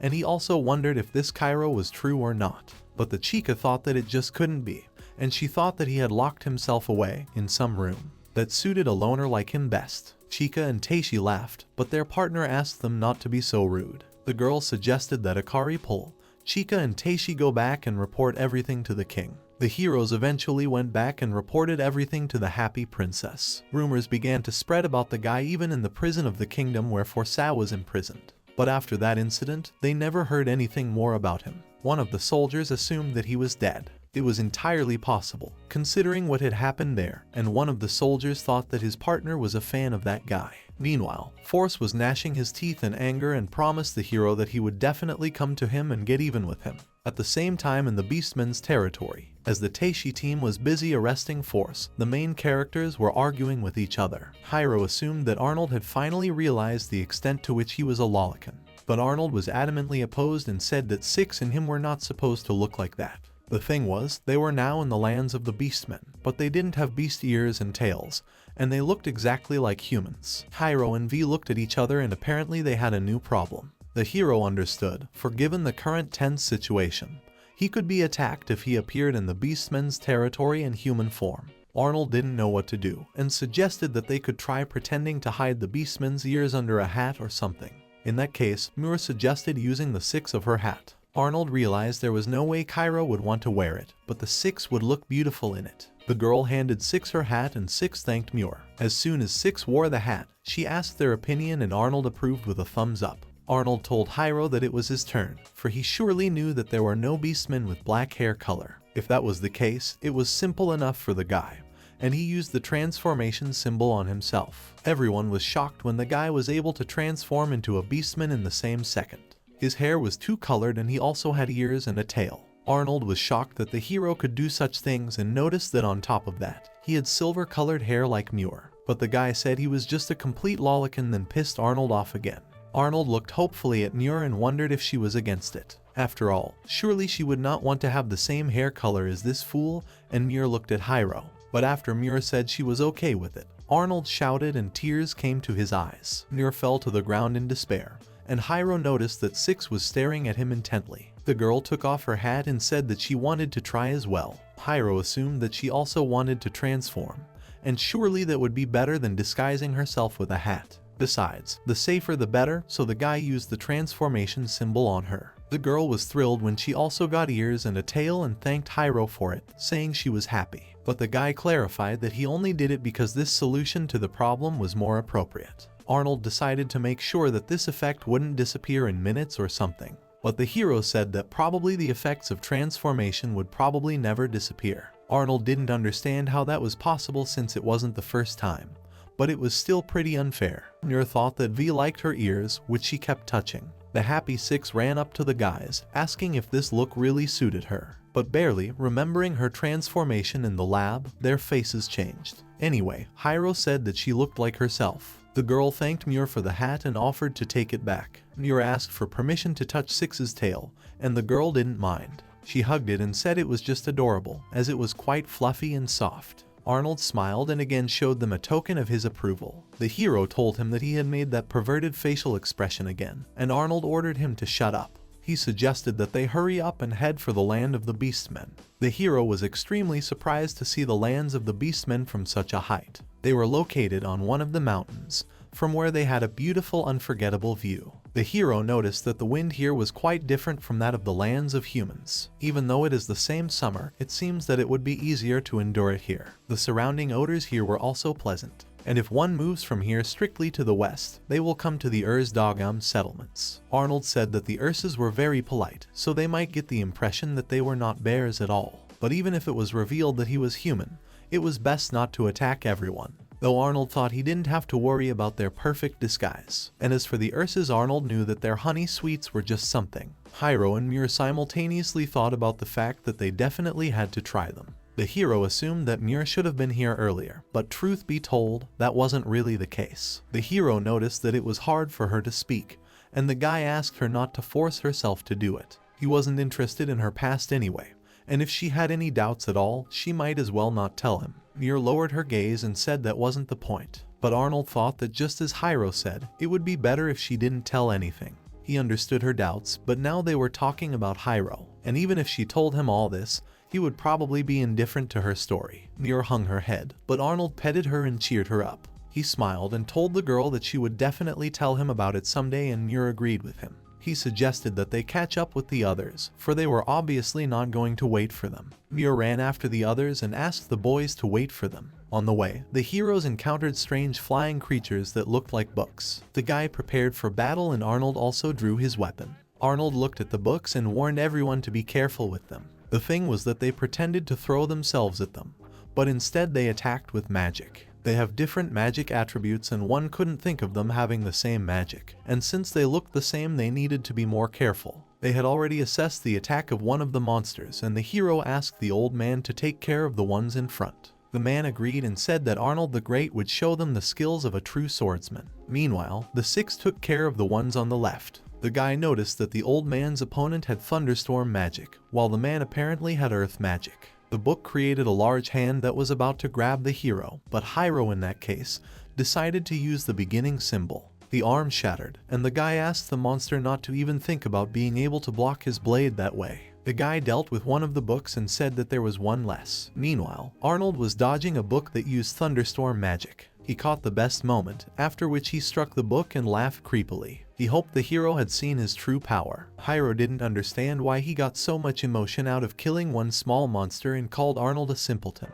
Apparently, V had already finished with the books. There were no traces of magic use around and it looked like she had dealt with them in a flash. At least the hero thought that the monsters had made a mistake in choosing their victims. Arnold said that it would take them some more time to reach the Dagam, so they could take a break for a while at this place. The boy immediately crouched near the tree and told the old man that he was counting on him in case the monsters appeared. Before Arnold could object, the Cairo had already fallen into slumber. He couldn't find words for the guy, and Muir laughed, assuming that he was just tired. He often fought monsters and used a lot of magic, but Arnold thought the same applied to him. Nevertheless, Arnold tried to figure out what kind of power the hero had in his younger years. Along with his unique magic, the hero was unimaginably arrogant. Besides, appearing in the beastmen territory as a tourist at a time like this was like being suicidal. Muir smiled awkwardly and admitted that he was right. This was the first time she had ever met someone like him. Even when he found out that they were beastmen, he didn't pay any attention to it. The hero just brushed it off, saying he wasn't interested, as if it was nothing. Whereas other people feared and despised them, Hiiro was completely different. It seemed to Arnold that Muir was still afraid of people and the girl said that she was. But be that as it may, Hiiro did not cause her fear and Arnold saw that perfectly well. But no matter which way you looked at it, this guy was quite unusual. One could even assume that he wasn't human, but that wasn't that important at the moment. While Arnold and Muir were talking, Vi was happily splashing in the river with the puppy. Arnold thought the hero might have turned out to be an evil deity,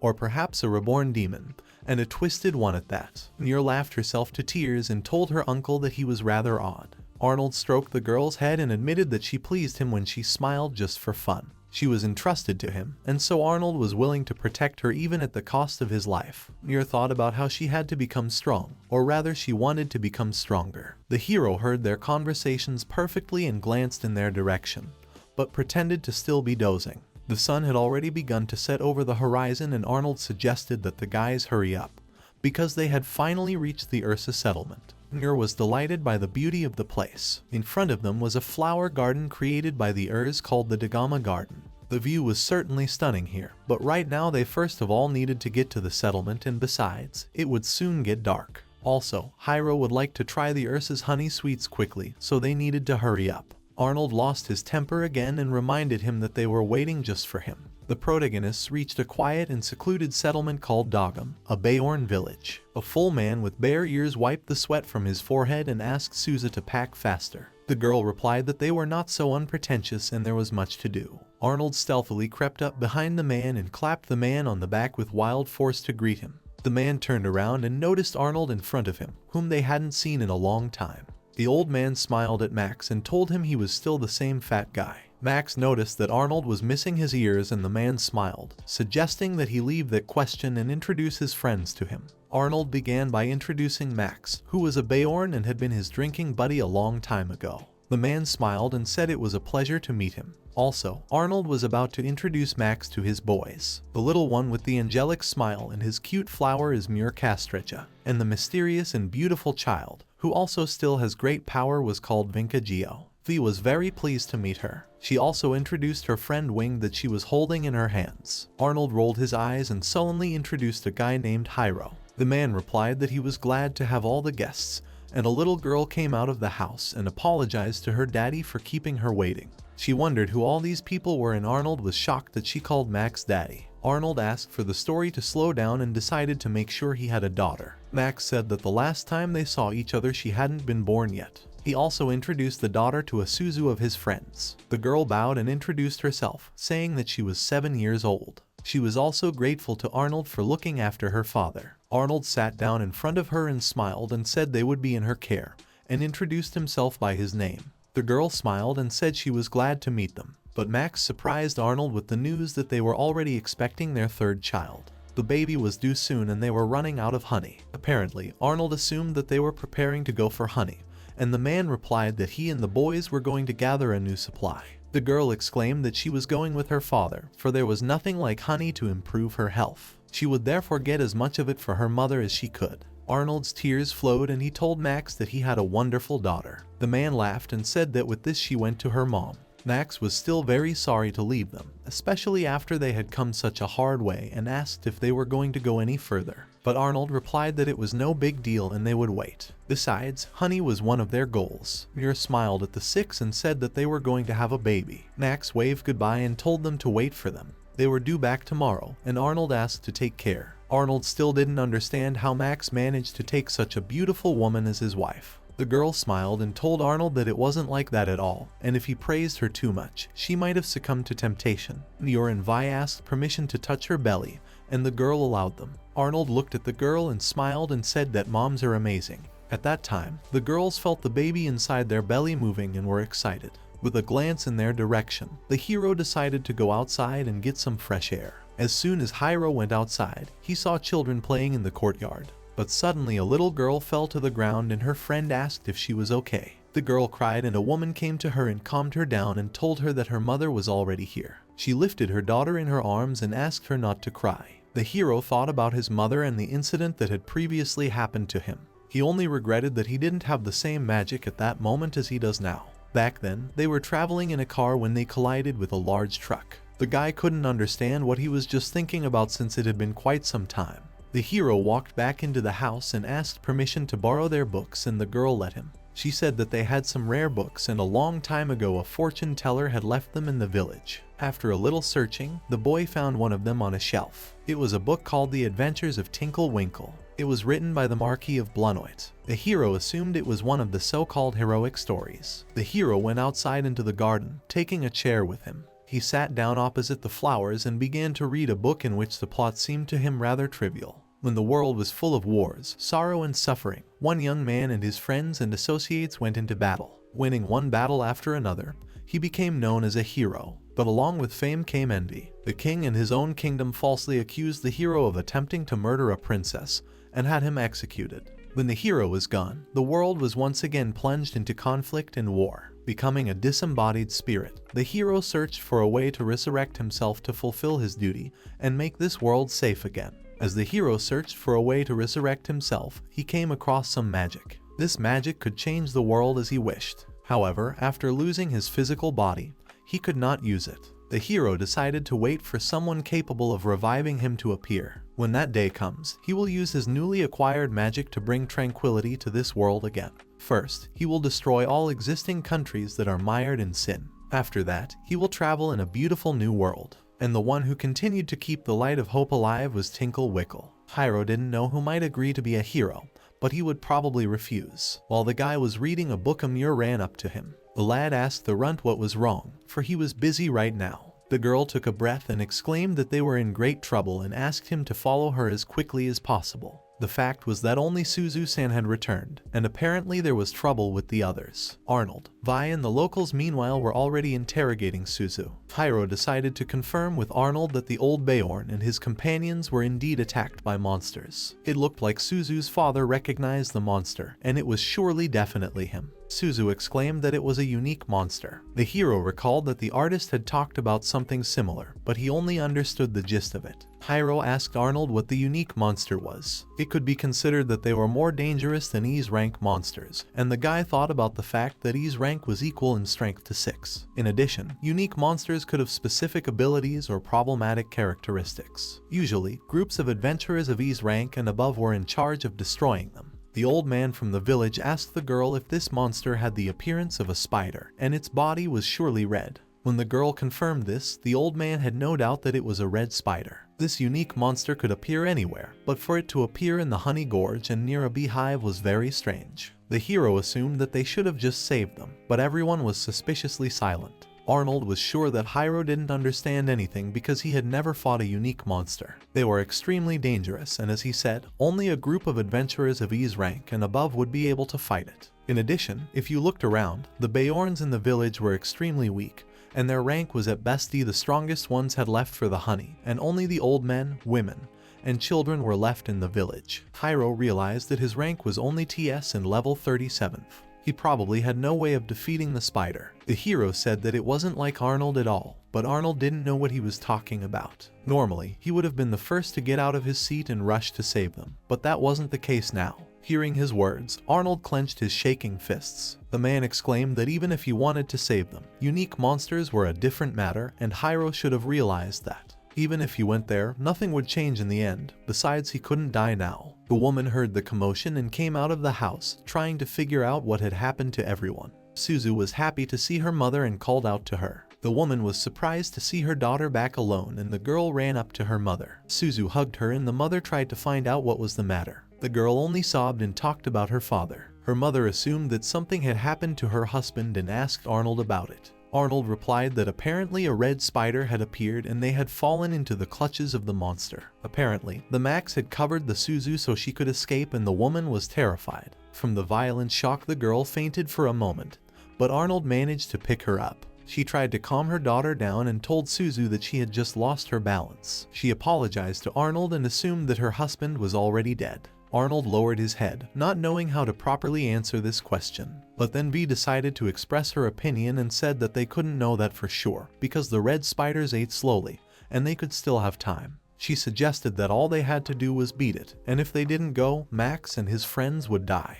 Arnold agreed with her, but he saw no way to defeat such a monster. He had once fought a unique monster himself. That time he was lucky and managed to escape by some miracle, but most of the guys who were with him died. That's why he couldn't dare to do something like that. Even though he had been betting harder since then, he still couldn't die yet. Muir apologized to her uncle and said it was all her fault, but Arnold asked her not to say that. He believed that it was all about his stubbornness, and raising her to become a beautiful girl was his goal. Besides, he had to fulfill the promise he made to her father. V approached Arnold and asked him to keep his friends safe and not let them die. For if a friend is saddened, they begin to ache deep inside. That is why V wanted to do what she could. She also wanted to repay what had happened before. V had a good idea of the power of the unique monster, and alone Arnold would definitely not be able to handle it. But right now he had her in Cairo. Apparently, Hiiro was in agreement with her, and Arnold said that it wouldn't work that way. Besides, the Kairos are completely unrelated to this, and even if they weren't, he wouldn't want the hero to help them.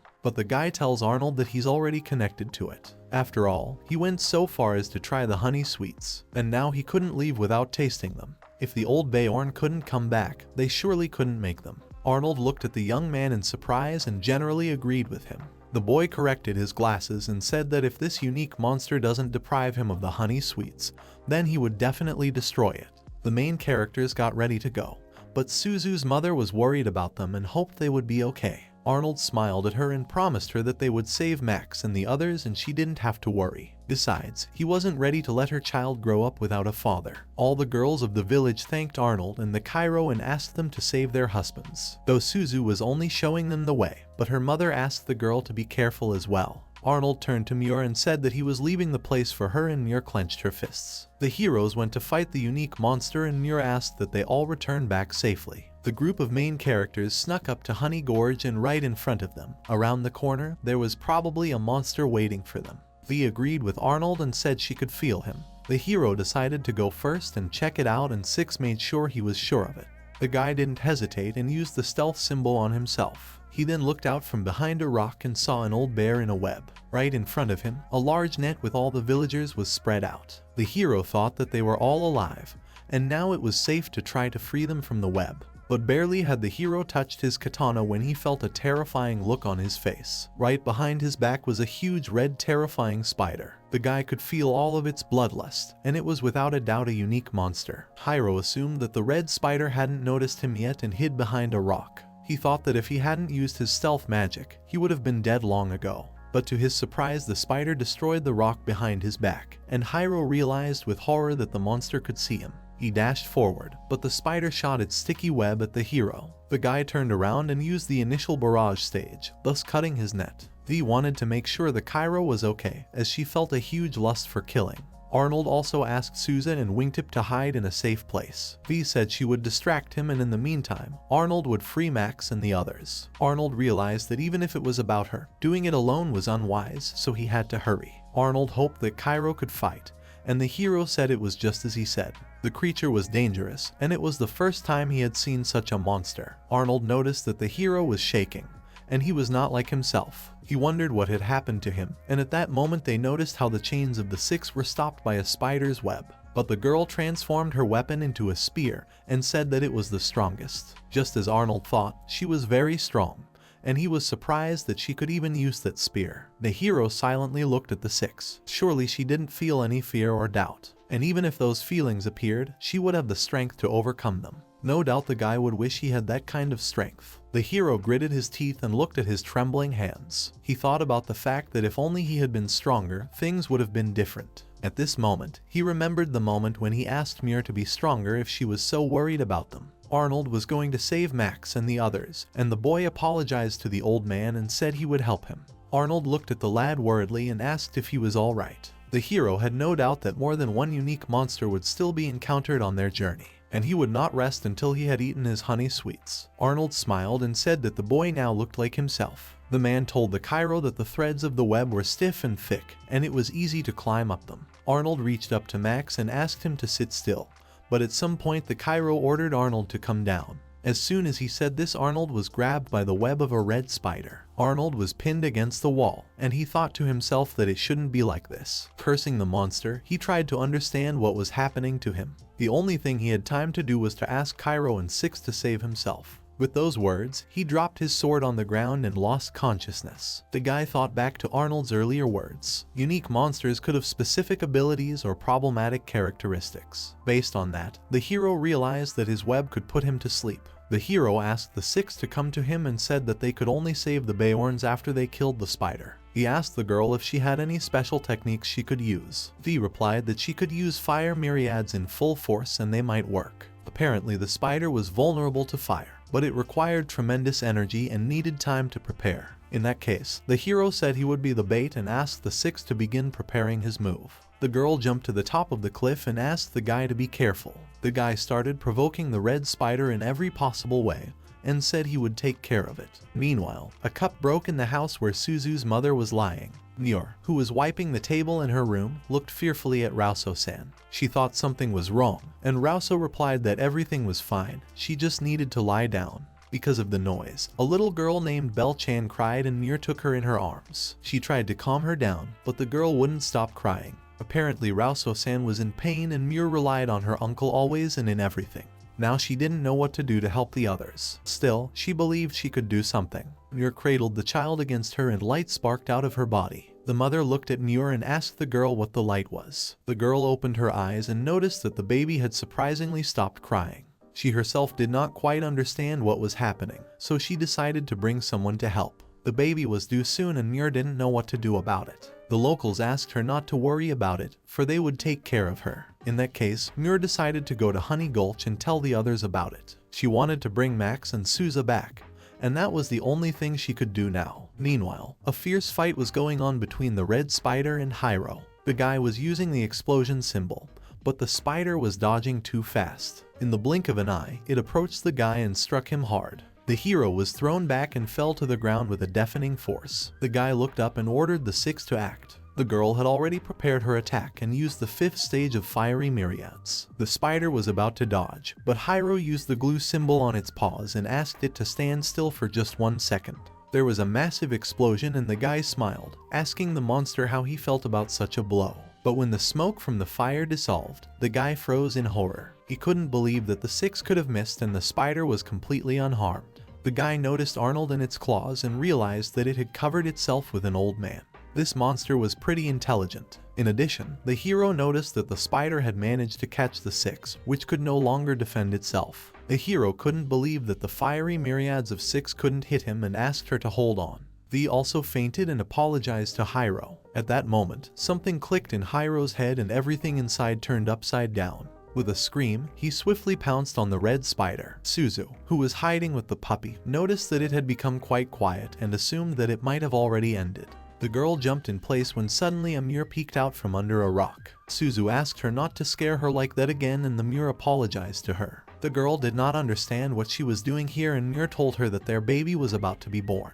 So she came here to tell about it and Suzu confessed that she had frightened her. The girl said that recently it had been very noisy there, but now it had quieted down and Muir decided to see what was going on there. Suzu wanted to go along with her and Muir carefully peeked out behind a rock. The girls saw a horrifying picture as all the characters, including Hiiro, were grabbed by a spider web. The guy was in the very center of the web, and had apparently fallen into a dream. In Hiro's head at that moment was his voice. He was trying to figure out where he was and remembered that he had fought a red spider and lost. The character assumed he had died or was simply put to sleep by its web, but he felt that it didn't matter now, and it was definitely the end for him. He knew there was nothing to regret anymore, but he was too naive. Suddenly he thought someone was calling him. He saw this scene again when his mother asked for his forgiveness. The hero knew what was wrong with him and remembered that voice. He also remembered what she said to him. The girl that was bleeding smiled at the boy and asked Hiiro to live this life with dignity. Seeing her face, Hiiro came to his senses and opened his eyes. The hero himself did not notice as he got rid of the cobwebs and was engulfed by a golden light. Hiro's gaze changed and he took a step towards the terrifying monster. Muir was surprised to see Hiiro in such a state, for this was the first time she had seen him like this. There was something about the sight of him that made her feel warm and safe. The huge spider spat its thread at the guy,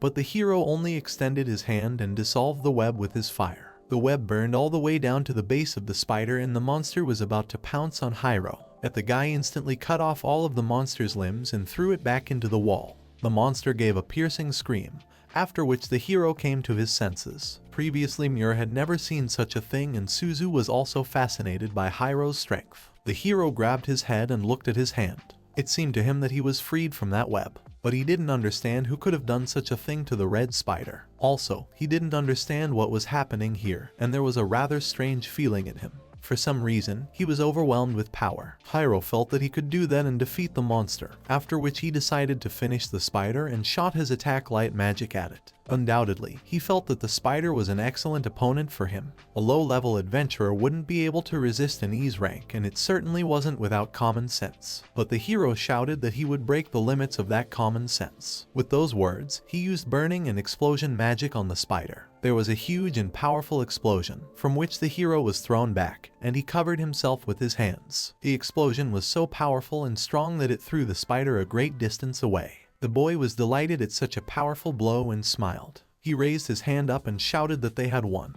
After that, all the heroes went back to the village where Arnold congratulated Max and Russo-san. Suzu smiled at her father and told him that they had a baby boy. Max asked his wife's permission to hold the baby. Arnold brushed away a tear and said that he wouldn't mind having a baby in the future. But the hero said that it sounded rude coming out of his mouth, so he might as well not continue, because it was disgusting. Arnold looked at the guy and didn't understand why he thought that. Muir walked up to the guys and asked them to keep quiet, and Arnold apologized to her. The woman was immensely grateful to all the heroes. Max was in agreement with her and didn't even know how to thank them. Arnold asked not to worry about it, because he hadn't actually done anything. The hero confirmed this and said that he was caught very quickly, but Arnold felt that he could support him at least a little. Still, Arnold smiled and said that the Cairo managed to save all of them again.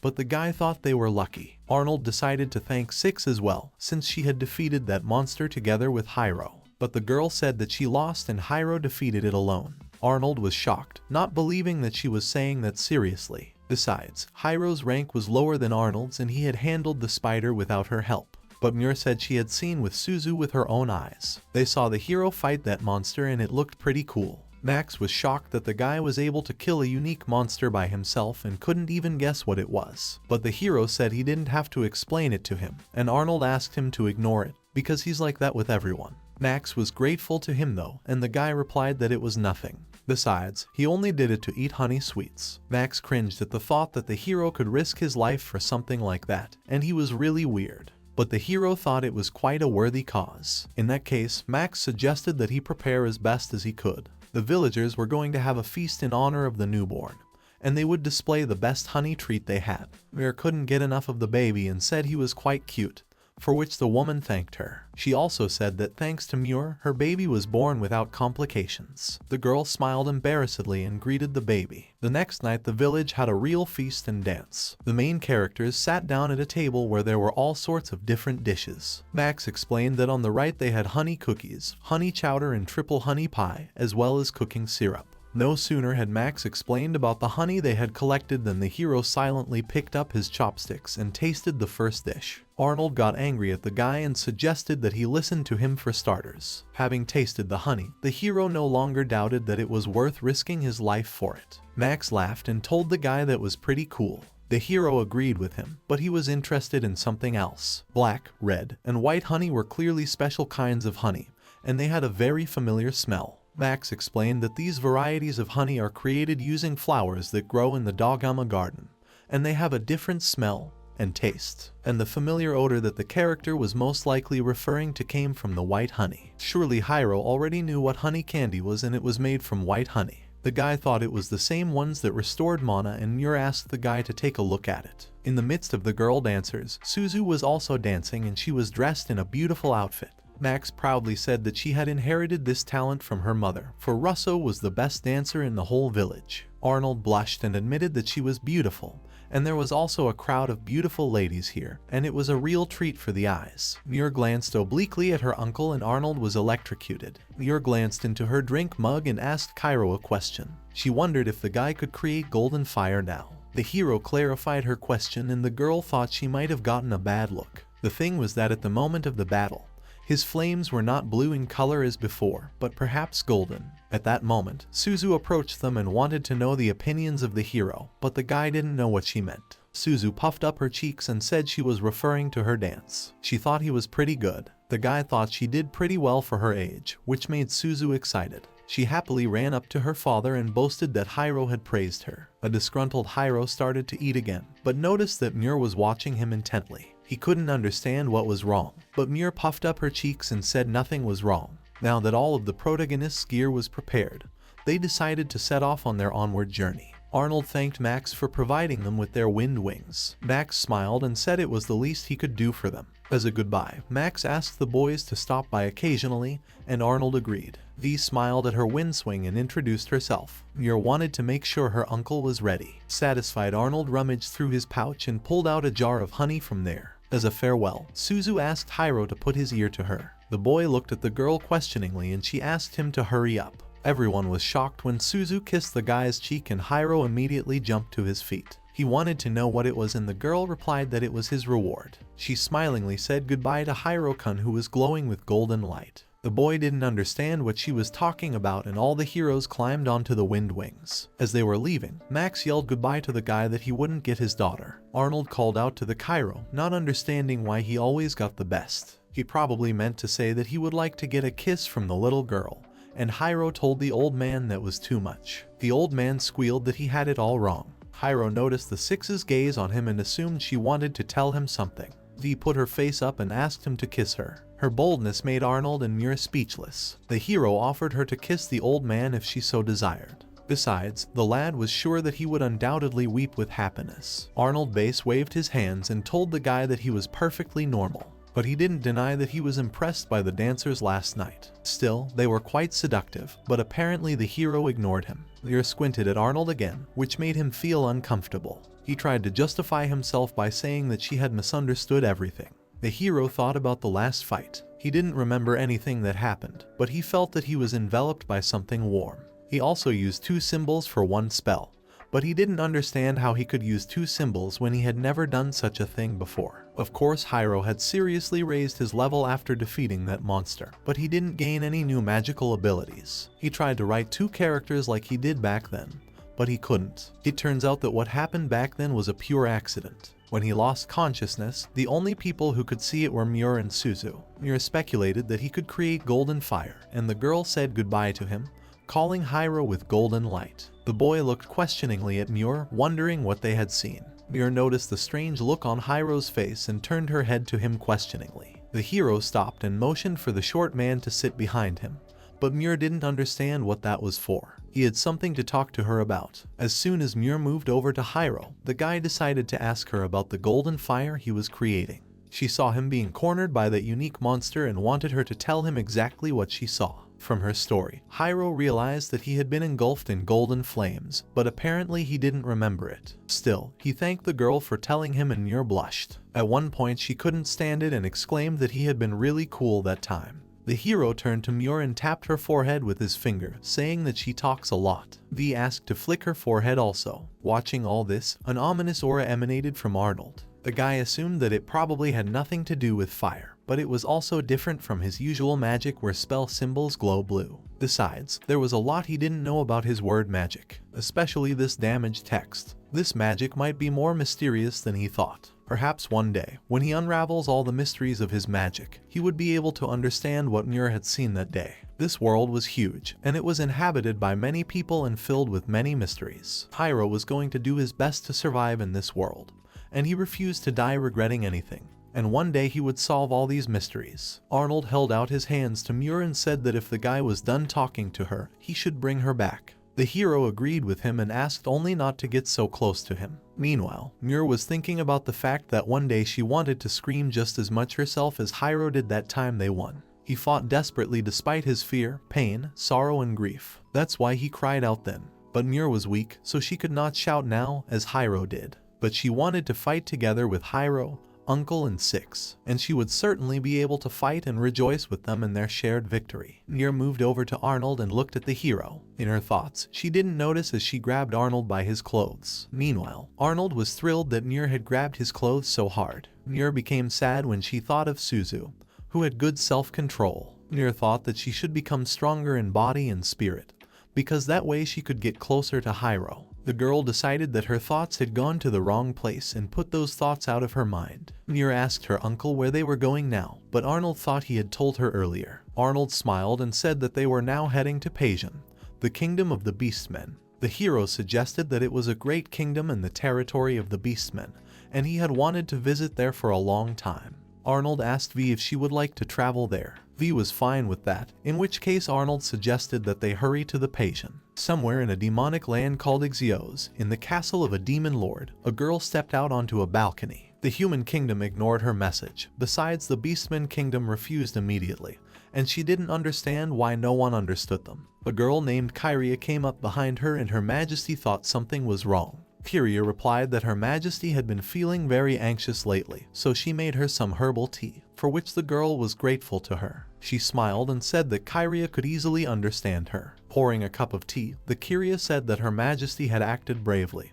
but the demon she knew was still the same. The girl noticed a sparrow chirping and asked Kiria to hand her this letter. They presented the bird with the paper, which shattered and turned into ink. Her Majesty smiled and said that the magic of tequila was as unique as ever. That was actually true, but Kiria thought that it was expected from the possessor of unique magic. It was very much like him, and Kiria wondered about the contents of the letter itself. Tenny talked about his adventures and experiences with the friendly creatures he'd had during his travels through the various territories, and he was quite cheerful. He also wrote about some interesting company he had recently met. This company consisted of a human, 2 beastmen, and a half-breed. And if that was exactly what it was, it seemed strange. Her Majesty thought that the humans were still as unpredictable as before. Tequil was now beginning to collect data on the beastmen's territory. Kiria foresaw that he would soon notice signs that the beastmen were about to strike them. He had to complete his task completely to see if his assumptions were correct. Her Majesty went out on the balcony with a mug of tea and said that she was right. Meanwhile, the 4 heroes fought a huge dragon in the territory of the people in the stormy Kopi. The dragon fell to the ground and the Teishi said joyfully that they had destroyed the storm dragon. Their captain smiled and praised the heroes for a great job. Chika suggested that they gather the trophies soon and return to the castle. Their partner said she was tired and would be happy to take only a portion of his scales. At some point the Teishi ordered the Chika to duck and noticed a silhouette with wings behind her. A humanoid beast with the head of an eagle landed on the dragon and said it was taking this away. Teishi asked the eagle who he was and reminded him that they were the ones who defeated this dragon. The humanoid eagle easily ripped off one of the dragon's huge scales and threw it at the hero's feet. Apparently the Teishi wanted to tackle him, but the captain stopped the guy. Everyone was extremely surprised when the eagle easily lifted the whole dragon into the sky with just one hand. Teishi disagreed and asked him to stop, but the captain said they had gotten what they needed and offered to leave him alone. It was amazing how this creature was able to lift off a whole dragon. By all appearances, this birdman was quite dangerous. Besides, the battle would be 5 against 1. The captain told the heroes that 5 would not be enough to handle this tarantula. It was a Barid. He was one of the 3 warriors who are under the direct command of the ruler of the Paisian Beastmen Kingdom. He possessed 2E's rank and they were considerably weaker than him. And if they started a battle with him, the Beastmen would not let it go unnoticed. In that case, the heroes didn't understand why a high-level warrior like him appeared here and stole this dragon from them. In all likelihood, they were preparing for the war that was about to begin. But the Teishi did not realize this. After all, if the war had already started, then he could have just attacked them. But for whatever reason he didn't. And that didn't explain why he took the corpse of that monster. The captain said that he ignored them because they were going to war with the demons. As for the dragon, the beastmen knew how to control dead monsters. Turning monsters into zombies was a real abomination to the girl. The captain replied that she was right, but they could do it for a certain amount of time. In addition, they could only use fresh corpses. The fact that they were collecting monsters only meant that they were going to start a war with demons. Hence, the humans would just be observers. The captain said that if they acted aggressively, they could be attacked by both demons and beastmen at once. Besides, the heroes' abilities are about half developed right now, and they will not have to interfere with events that will definitely lead to their death. But the captain said that they would undoubtedly manage to acquire unimaginable power. From then on, they would have to devote themselves entirely to perfecting their abilities, and the heroes were in absolute agreement with the captain. It was as if it was too late to keep the world from falling into the abyss of chaos. In the kingdom of the beastmen called Paisian was the great tree of the king. A little girl was catching up with her father while addressing him affectionately. The huge beastman turned to the girl and said that she should have called him Mr. Father, and he had told the girl named Kukler this more than once. The man was the king of the Beastmen Kingdom himself, Lord Leopold. Kukler meanwhile was the princess of the Beastmen Kingdom and Lord. She asked her father to forget about it and wanted him to listen to her. She didn't understand why she couldn't fight alongside her father, and her father replied that she was too inexperienced. Besides, she still hadn't mastered her own submission technique. This war will definitely be very violent, and death will be everywhere. And the king had no intention of losing, but they had to save some royal blood. The girl mentioned that he was only taking her brothers with him, and she couldn't agree more. Even if she's gone, there's also Mimir, who was good enough. Her father didn't understand what she was talking about, for Mimir was still a 9-year-old girl. Mimir was certainly royalty, but now she was trying to deal with a difficult problem. In Kukler's opinion, she was terribly intelligent and was a more suitable candidate than she was. Her father said she would soon be 18, and she was more worried about the kingdom than he was. The girl called her father affectionately again and the king replied that he didn't plan to die. He was going to settle their scores and deal with humans and demons, and then they would rule the whole territory. He reminded the girl that she was the daughter of the king of the beastmen. Even if she was inexperienced now, he believed that she would become a strong beastman. That was why, while he was gone, the kingdom would be left in her care. Hukler looked after her father and only regretted that she wasn't stronger. The king swung open the doors and walked into the meeting hall. He told the beastmen who had arrived that it was finally their time. They had endured too long, but the demons had rampaged through their territories without fear, and the humans treated them as slaves. A great number of their brethren suffered terribly from their actions, but now they had acquired the great power of the subjugation technique in their sharper fangs. The king was going to tear them to shreds and show that it was the beastmen who deserved to stand at the pinnacle of the world order. The king asked the lad of Leglos if he had sent a declaration of war. The lad turned to his lord father and said that he had sent it exactly when he had ordered it. Lord Leglos was the first prince of the kingdom of the beastmen. The second prince said that he would gather his troops and get rid of the demons near the borders, and the king was fine with that. He only asked not to take any risky actions. The second prince lord named Lenian said that when they received the message, they would be sure to pull their forces to the border to prevent them from crossing it. Lenian knew this very well, and still decided to hunt them down. His father was impressed with the fighting spirit of Lenian's son and asked him to listen. The king asked simply to find them and lay out with their corpses the path to their victory. Everyone present shouted and said that they would show them the full power of the beastmen and end the suffering of their fellow men. In that case, the king invited them to begin implementing their strategy to crush the demons. Meanwhile, the protagonists were heading east and decided to take a break to replenish their strength. Arnold had said they would make camp for the day, and they needed to make a stop at the Rightenbu before heading to the Passion. They should have rested as they had a long way to go. The guy didn't listen to him and used the purification symbol on the Muir and 6, who were delighted to feel so good. Arnold didn't understand what he was doing to the 6 and Muir. The guy said that he just cleansed their bodies with magic. After all, they were girls to some extent, but Muir would like to point out that they were. In that case, Arnold asked to use that magic on him, but the hero refused. Arnold didn't understand the reason, and the guy said that his very being was soaked in filth. He would say that his powers were not enough and it was already too late. Angry Arnold didn't have time to reply anything to the hero before he used his magic on him.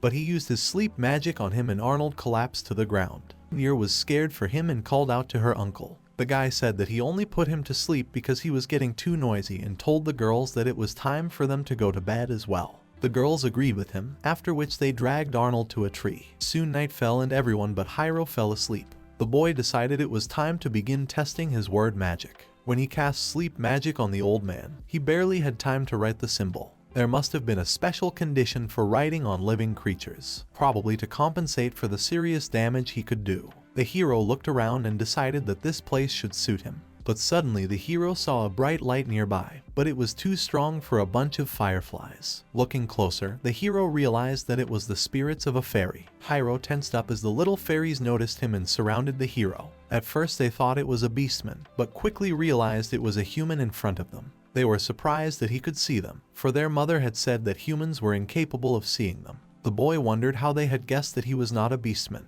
The fairies were even more amazed when they realized that the hero was talking to them. One of the fairies laughed and said it was pretty obvious since the things on his head weren't real. Hiiro was surprised that they were able to notice the fact that the beast ears were created by magic. The fairy smiled and said that spirits were an all-seeing race, but the hero didn't understand her. All the fairies laughed as soon as he said that and started repeating his words. One of the fairies approached the guy and confessed that she wasn't sure he was human anymore. One of the fairies had met a human before, but to her Hiiro seemed different. Her sister thought about what their mom might know and the girls agreed with each other. The boy didn't understand what they were talking about at all and one of the fairies asked to follow them. In an instant, the fairy created a large portal to another dimension. The hero didn't understand what it was and one of the fairies said that if he passed through here, he would meet his mom. Hiiro noticed that these fairies didn't fear him at all and assumed that if he went with them, he could glean some useful information. He noticed that one of the fairies was looking at something and looked around. Noticing a tail behind a tree, the guy sighed heavily and ordered the runt to come out. Muir felt awkward and sorry, for she didn't want to overhear them.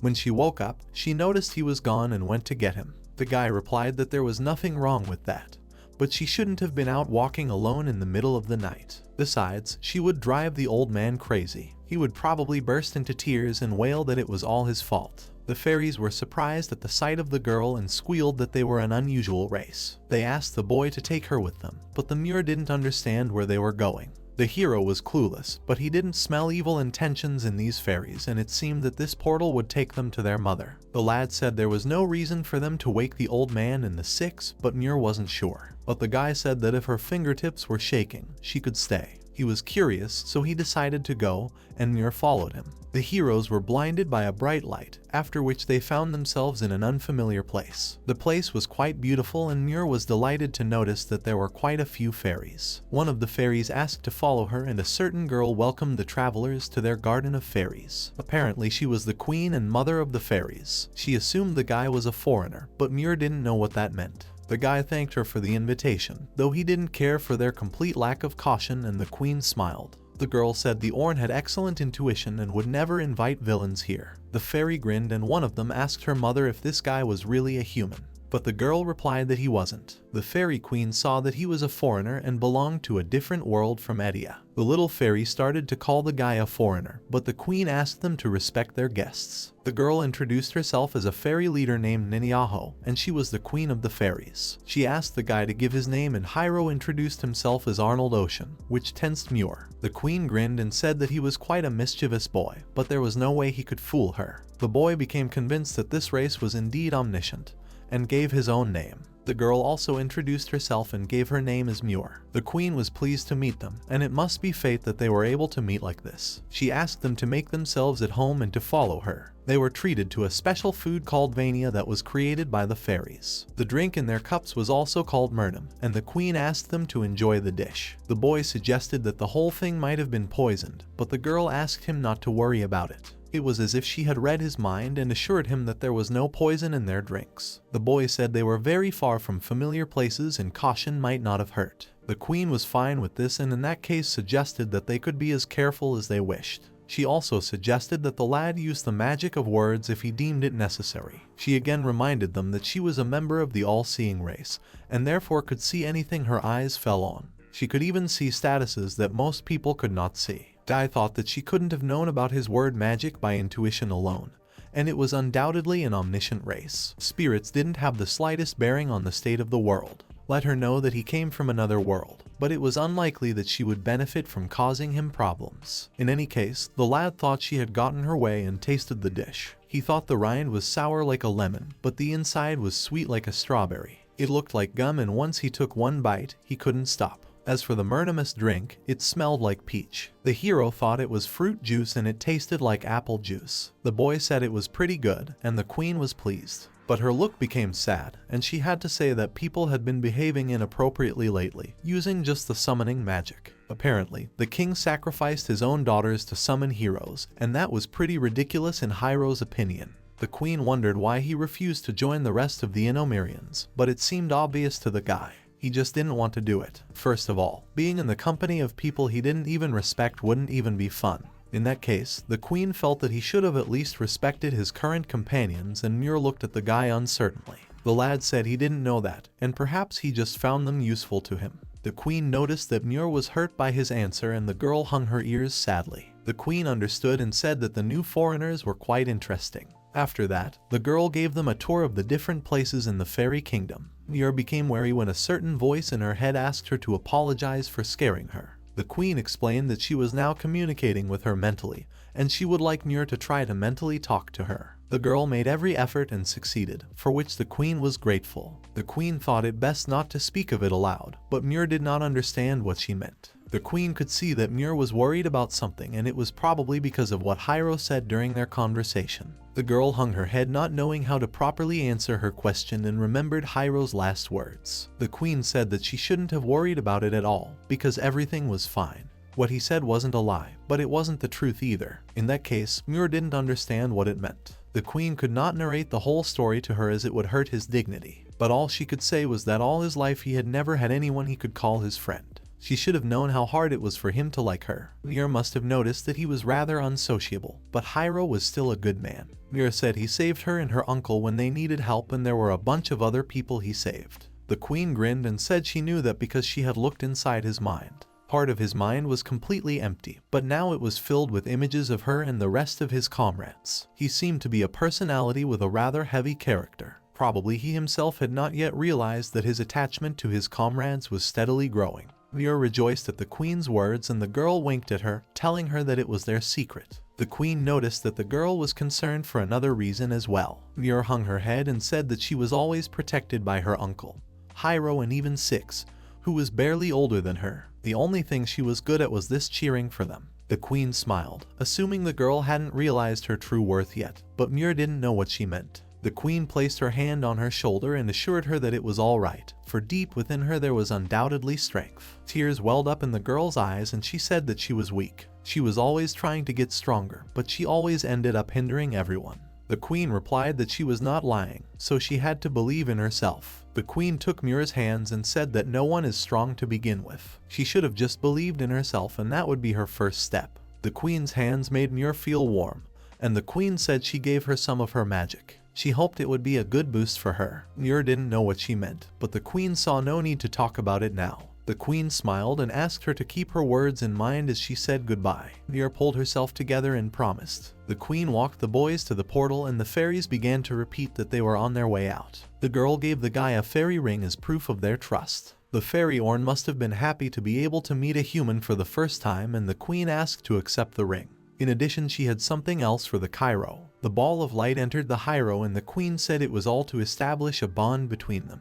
She smiled as she said goodbye and suggested that the boys meet again sometime. If they met the King of Spirits, the queen asked them to give him her best wishes. The boy asked her to stop, for he wanted an explanation. But in the end, Muir and Hiiro just happened to be outside the portal and noticed that it was already morning. As Arnold slept, he noticed that Hiiro looked rather strange. He had a rather tired look on his face. In addition, Muir also looked sleepy for some reason. The guy asked him to shut up, but Arnold was trying to figure out why they both looked like they had been up all night. He didn't understand what they were doing and Hiiro warned him that if he didn't shut up right now, he would slaughter him. Arnold lost his temper and yelled that he should have stabbed Hiiro if he wasn't saying what Arnold wanted to know. Arnold tried his best to get through to the hero, who pretended not to hear him. The protagonists have arrived in the nearest town to the beastmen kingdom of Pasian, Rightenbu. Arnold was shocked when he learned from a local shopkeeper that war awaited them. The man replied that this was true, and quite a few troops were expected to pull up to the border. Arnold had no idea that their kingdom would think they could compete with the demons. But the fact that the kingdom was gathering soldiers at the border was a fact. A very large number of volunteers were being sent there, and right now, other than praying that they would return home safely, they couldn't think of anything. The boy asked the old man what their plan would be, but the man decided that in spite of the war, they would still go to the Passion and that was his destination. In that case, the hero suggested that they find an inn, for he was hungry. Arnold could only envy his insensitivity. Hiiro knew that he had business in the Passion, but he didn't understand what that had to do with the honey and what he got in the dogam. After all, he probably got the honey for that very purpose. Arnold recalled that he hadn't told the Cairo about it yet. He was supposed to meet two individuals in the Passion, but one of them, he thought, desperately wanted honey. Muir would love to meet the person Arnold wanted to see so badly. Arnold was glad to hear this and admitted that he was meeting her for her sake, but Muir didn't understand what he meant. Arnold winked at the girl and suggested she guess for herself. Hiiro took one look at Arnold and decided it was just a cliché. Arnold completely forgot to ask before finding the inn to stop by the guild where he wanted to register them as a team. If they registered as a team, everyone would get the same amount of experience points when defeating enemies. Plus, they would be able to take high-level quests, and Muir recalled that everything was correct. Vi was disappointed when she remembered that they weren't even officially a team. Arnold said he had so much fun at the Serge festival that he completely forgot about it. The Cairo was also generally okay with it, and if you recall, the hero hasn't checked his guild card in a while. Arnold was shocked when he saw rank B on Cairo's map and couldn't understand when he had managed to rise to that rank. But if you think purely technically, he had single-handedly taken out that red spider. Besides, Arnold was out. Arnold looked angrily at the guy and apologized to him for that. Arnold thought that the hero was only happy to increase his rank due to his cheating magic. But the hero said there was nothing he could do about it and inquired about the old man's rank. Meanwhile, Muir marveled that Six actually has E's rank. The old man got embarrassed and admitted that he had TS rank. Hiiro looked at Arnold sarcastically and said that he should hurry up and register Mr. TS rank for their team. Arnold cursed the hero and furiously grinded his teeth against him. The next day, the protagonists traveled to the entrance of the cave called Gris. This cave was a shortcut to the Pasian that one could only dream of, but there was one problem. Here, there was a high chance of encountering rank B or higher monsters. The entrance was quite wide, but it was actually cramped inside, so they wouldn't be able to take the birds with them. Guy assumed that there were other suitable shortcuts and Arnold confirmed it. But they were all longer and the monsters there were also stronger, so considering all the risks, this path would be the most convenient for them. But the hero didn't see this path as a problem, and if Arnold was so eager to go to the Pasian, they just had to pass through here. The hero suggested TS rank to be grateful for agreeing to his plan, and Arnold asked him to stop. Besides, there was no need to give him any weird titles. Arnold smiled at the sad bird and said that this was the end of their paths. He thanked them for their help and asked them to give Max and the others his best wishes. Meanwhile, the boy asked Arnold to do something about the bird.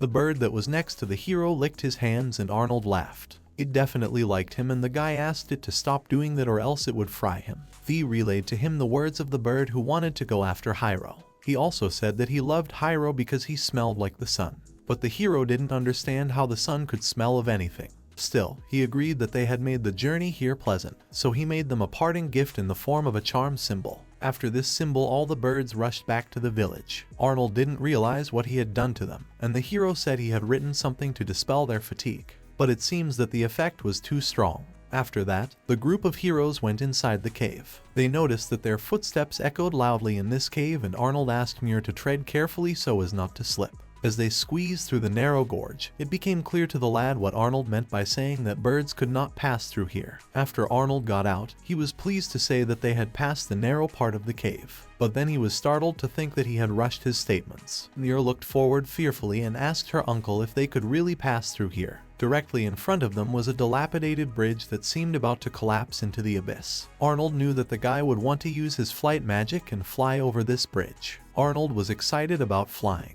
But the hero interrupted his dreams by saying that he would not use that magic on him. But the problem was that if the Cairo wrote the flight symbol on all of them, he wouldn't know what to do in case any of them fell. If the effect dissipated, he could write flight on himself again. But if the others fell, he had to put his symbols on them as they fell. And that was a bit tricky. On that basis, crossing the bridge would be safer. The hero used the connection symbol on the bridge and asked them to get ready to run. Arnold didn't understand what he meant, but Hiiro rushed forward and warned that the bridge would only be stable for a minute, so they had to cross it in time. Arnold thought he was mocking them and Six asked the winger to run with her. Swearing at the boy, Arnold asked Muir to hold his torch. The surprised girl took the torch in her hands, not realizing what it was for. Arnold grabbed the frightened Muir under her arms and ran screaming across the bridge, catching up with the Six. Eventually, when they got to the other side, Arnold fell to his knees for breath. Arnold thought about the fact that he just wanted to fly and didn't realize what was wrong with the hero. Hiiro suggested they move on and V admitted that she was fed up with this darkness. Arnold was in complete agreement with her and Hiiro asked Arnold to stand in front of him since he had a torch. But Arnold asked him to be quiet, for he was tired.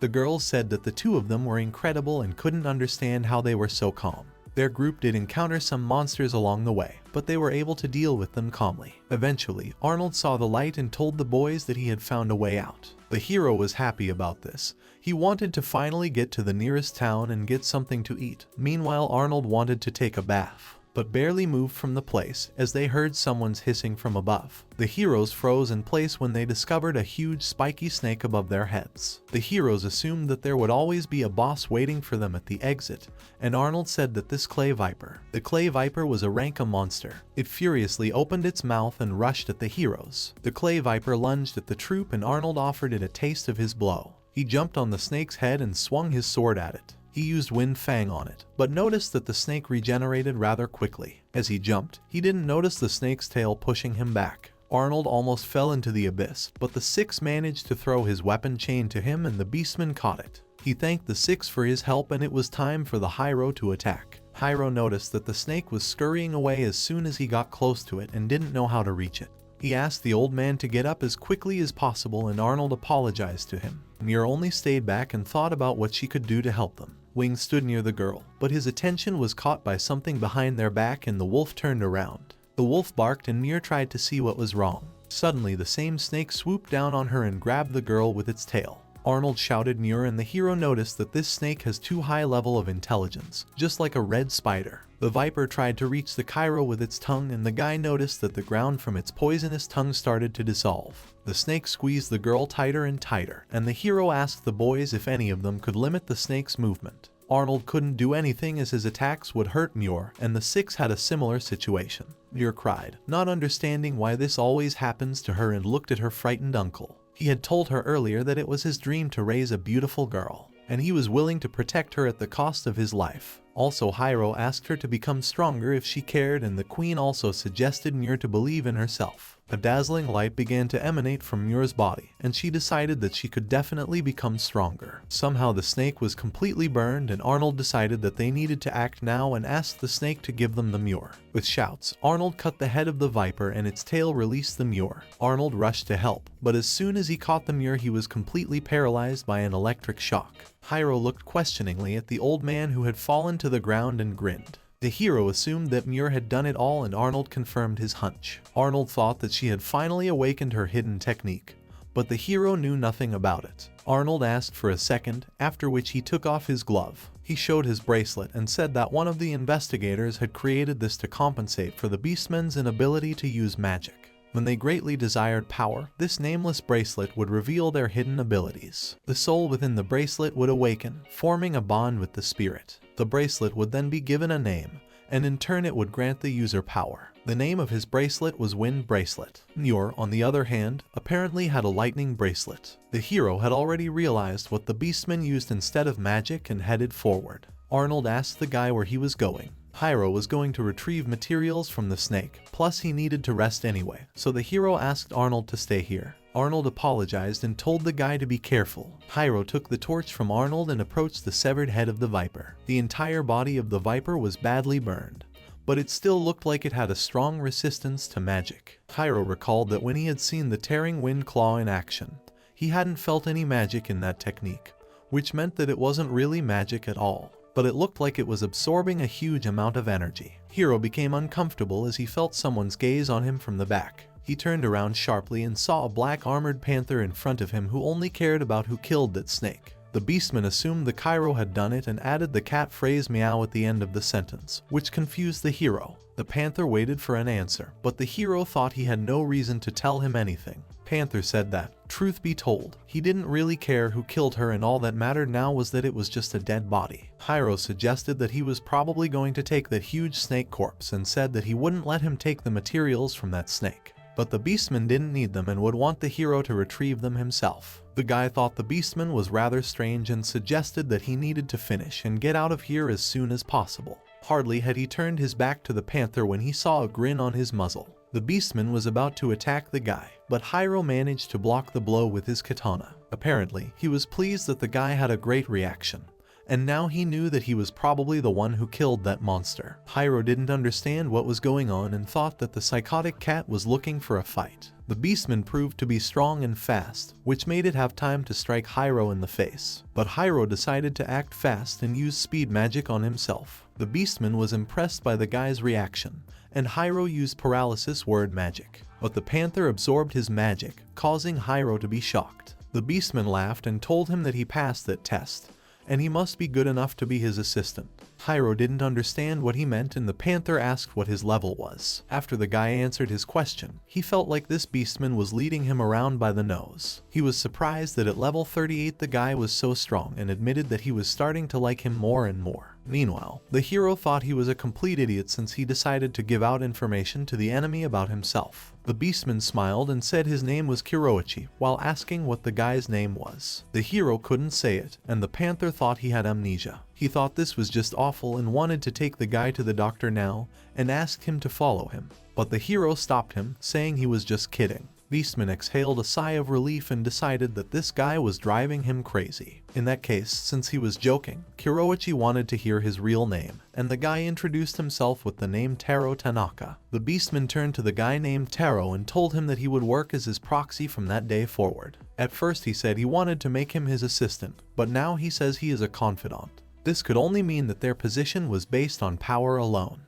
The hero thought that he was probably a soldier and going with him would get him nothing but trouble and decided he had no choice. Hiiro replied that he refused to submit to someone weaker than him, and if he was so eager to get him, he had to win first. The beastman thought that sounded like fun, but as he got a little closer to the hero, he stopped. He asked to wait for him for literally a second, but Hiiro didn't understand what was wrong. Hiroichi pulled a small vial from his pocket and told the guy that they would postpone their fight for later. He then walked over to the snake and placed it with magic into the item. Hiiro didn't understand how it could disappear and assumed that he had completely absorbed it. It was most likely the same way he had reflected his lightning, and it was probably his hidden technique. Beastman wanted to take the guy with him, but he was in a big hurry, but he was sure they would meet him again. Hiroichi also noticed that Hiiro must have moved to the passion if he went that way, but the hero chose not to talk about it, and the panther laughed. He admitted that he liked his boldness. He said goodbye to the taro boy and offered to meet again,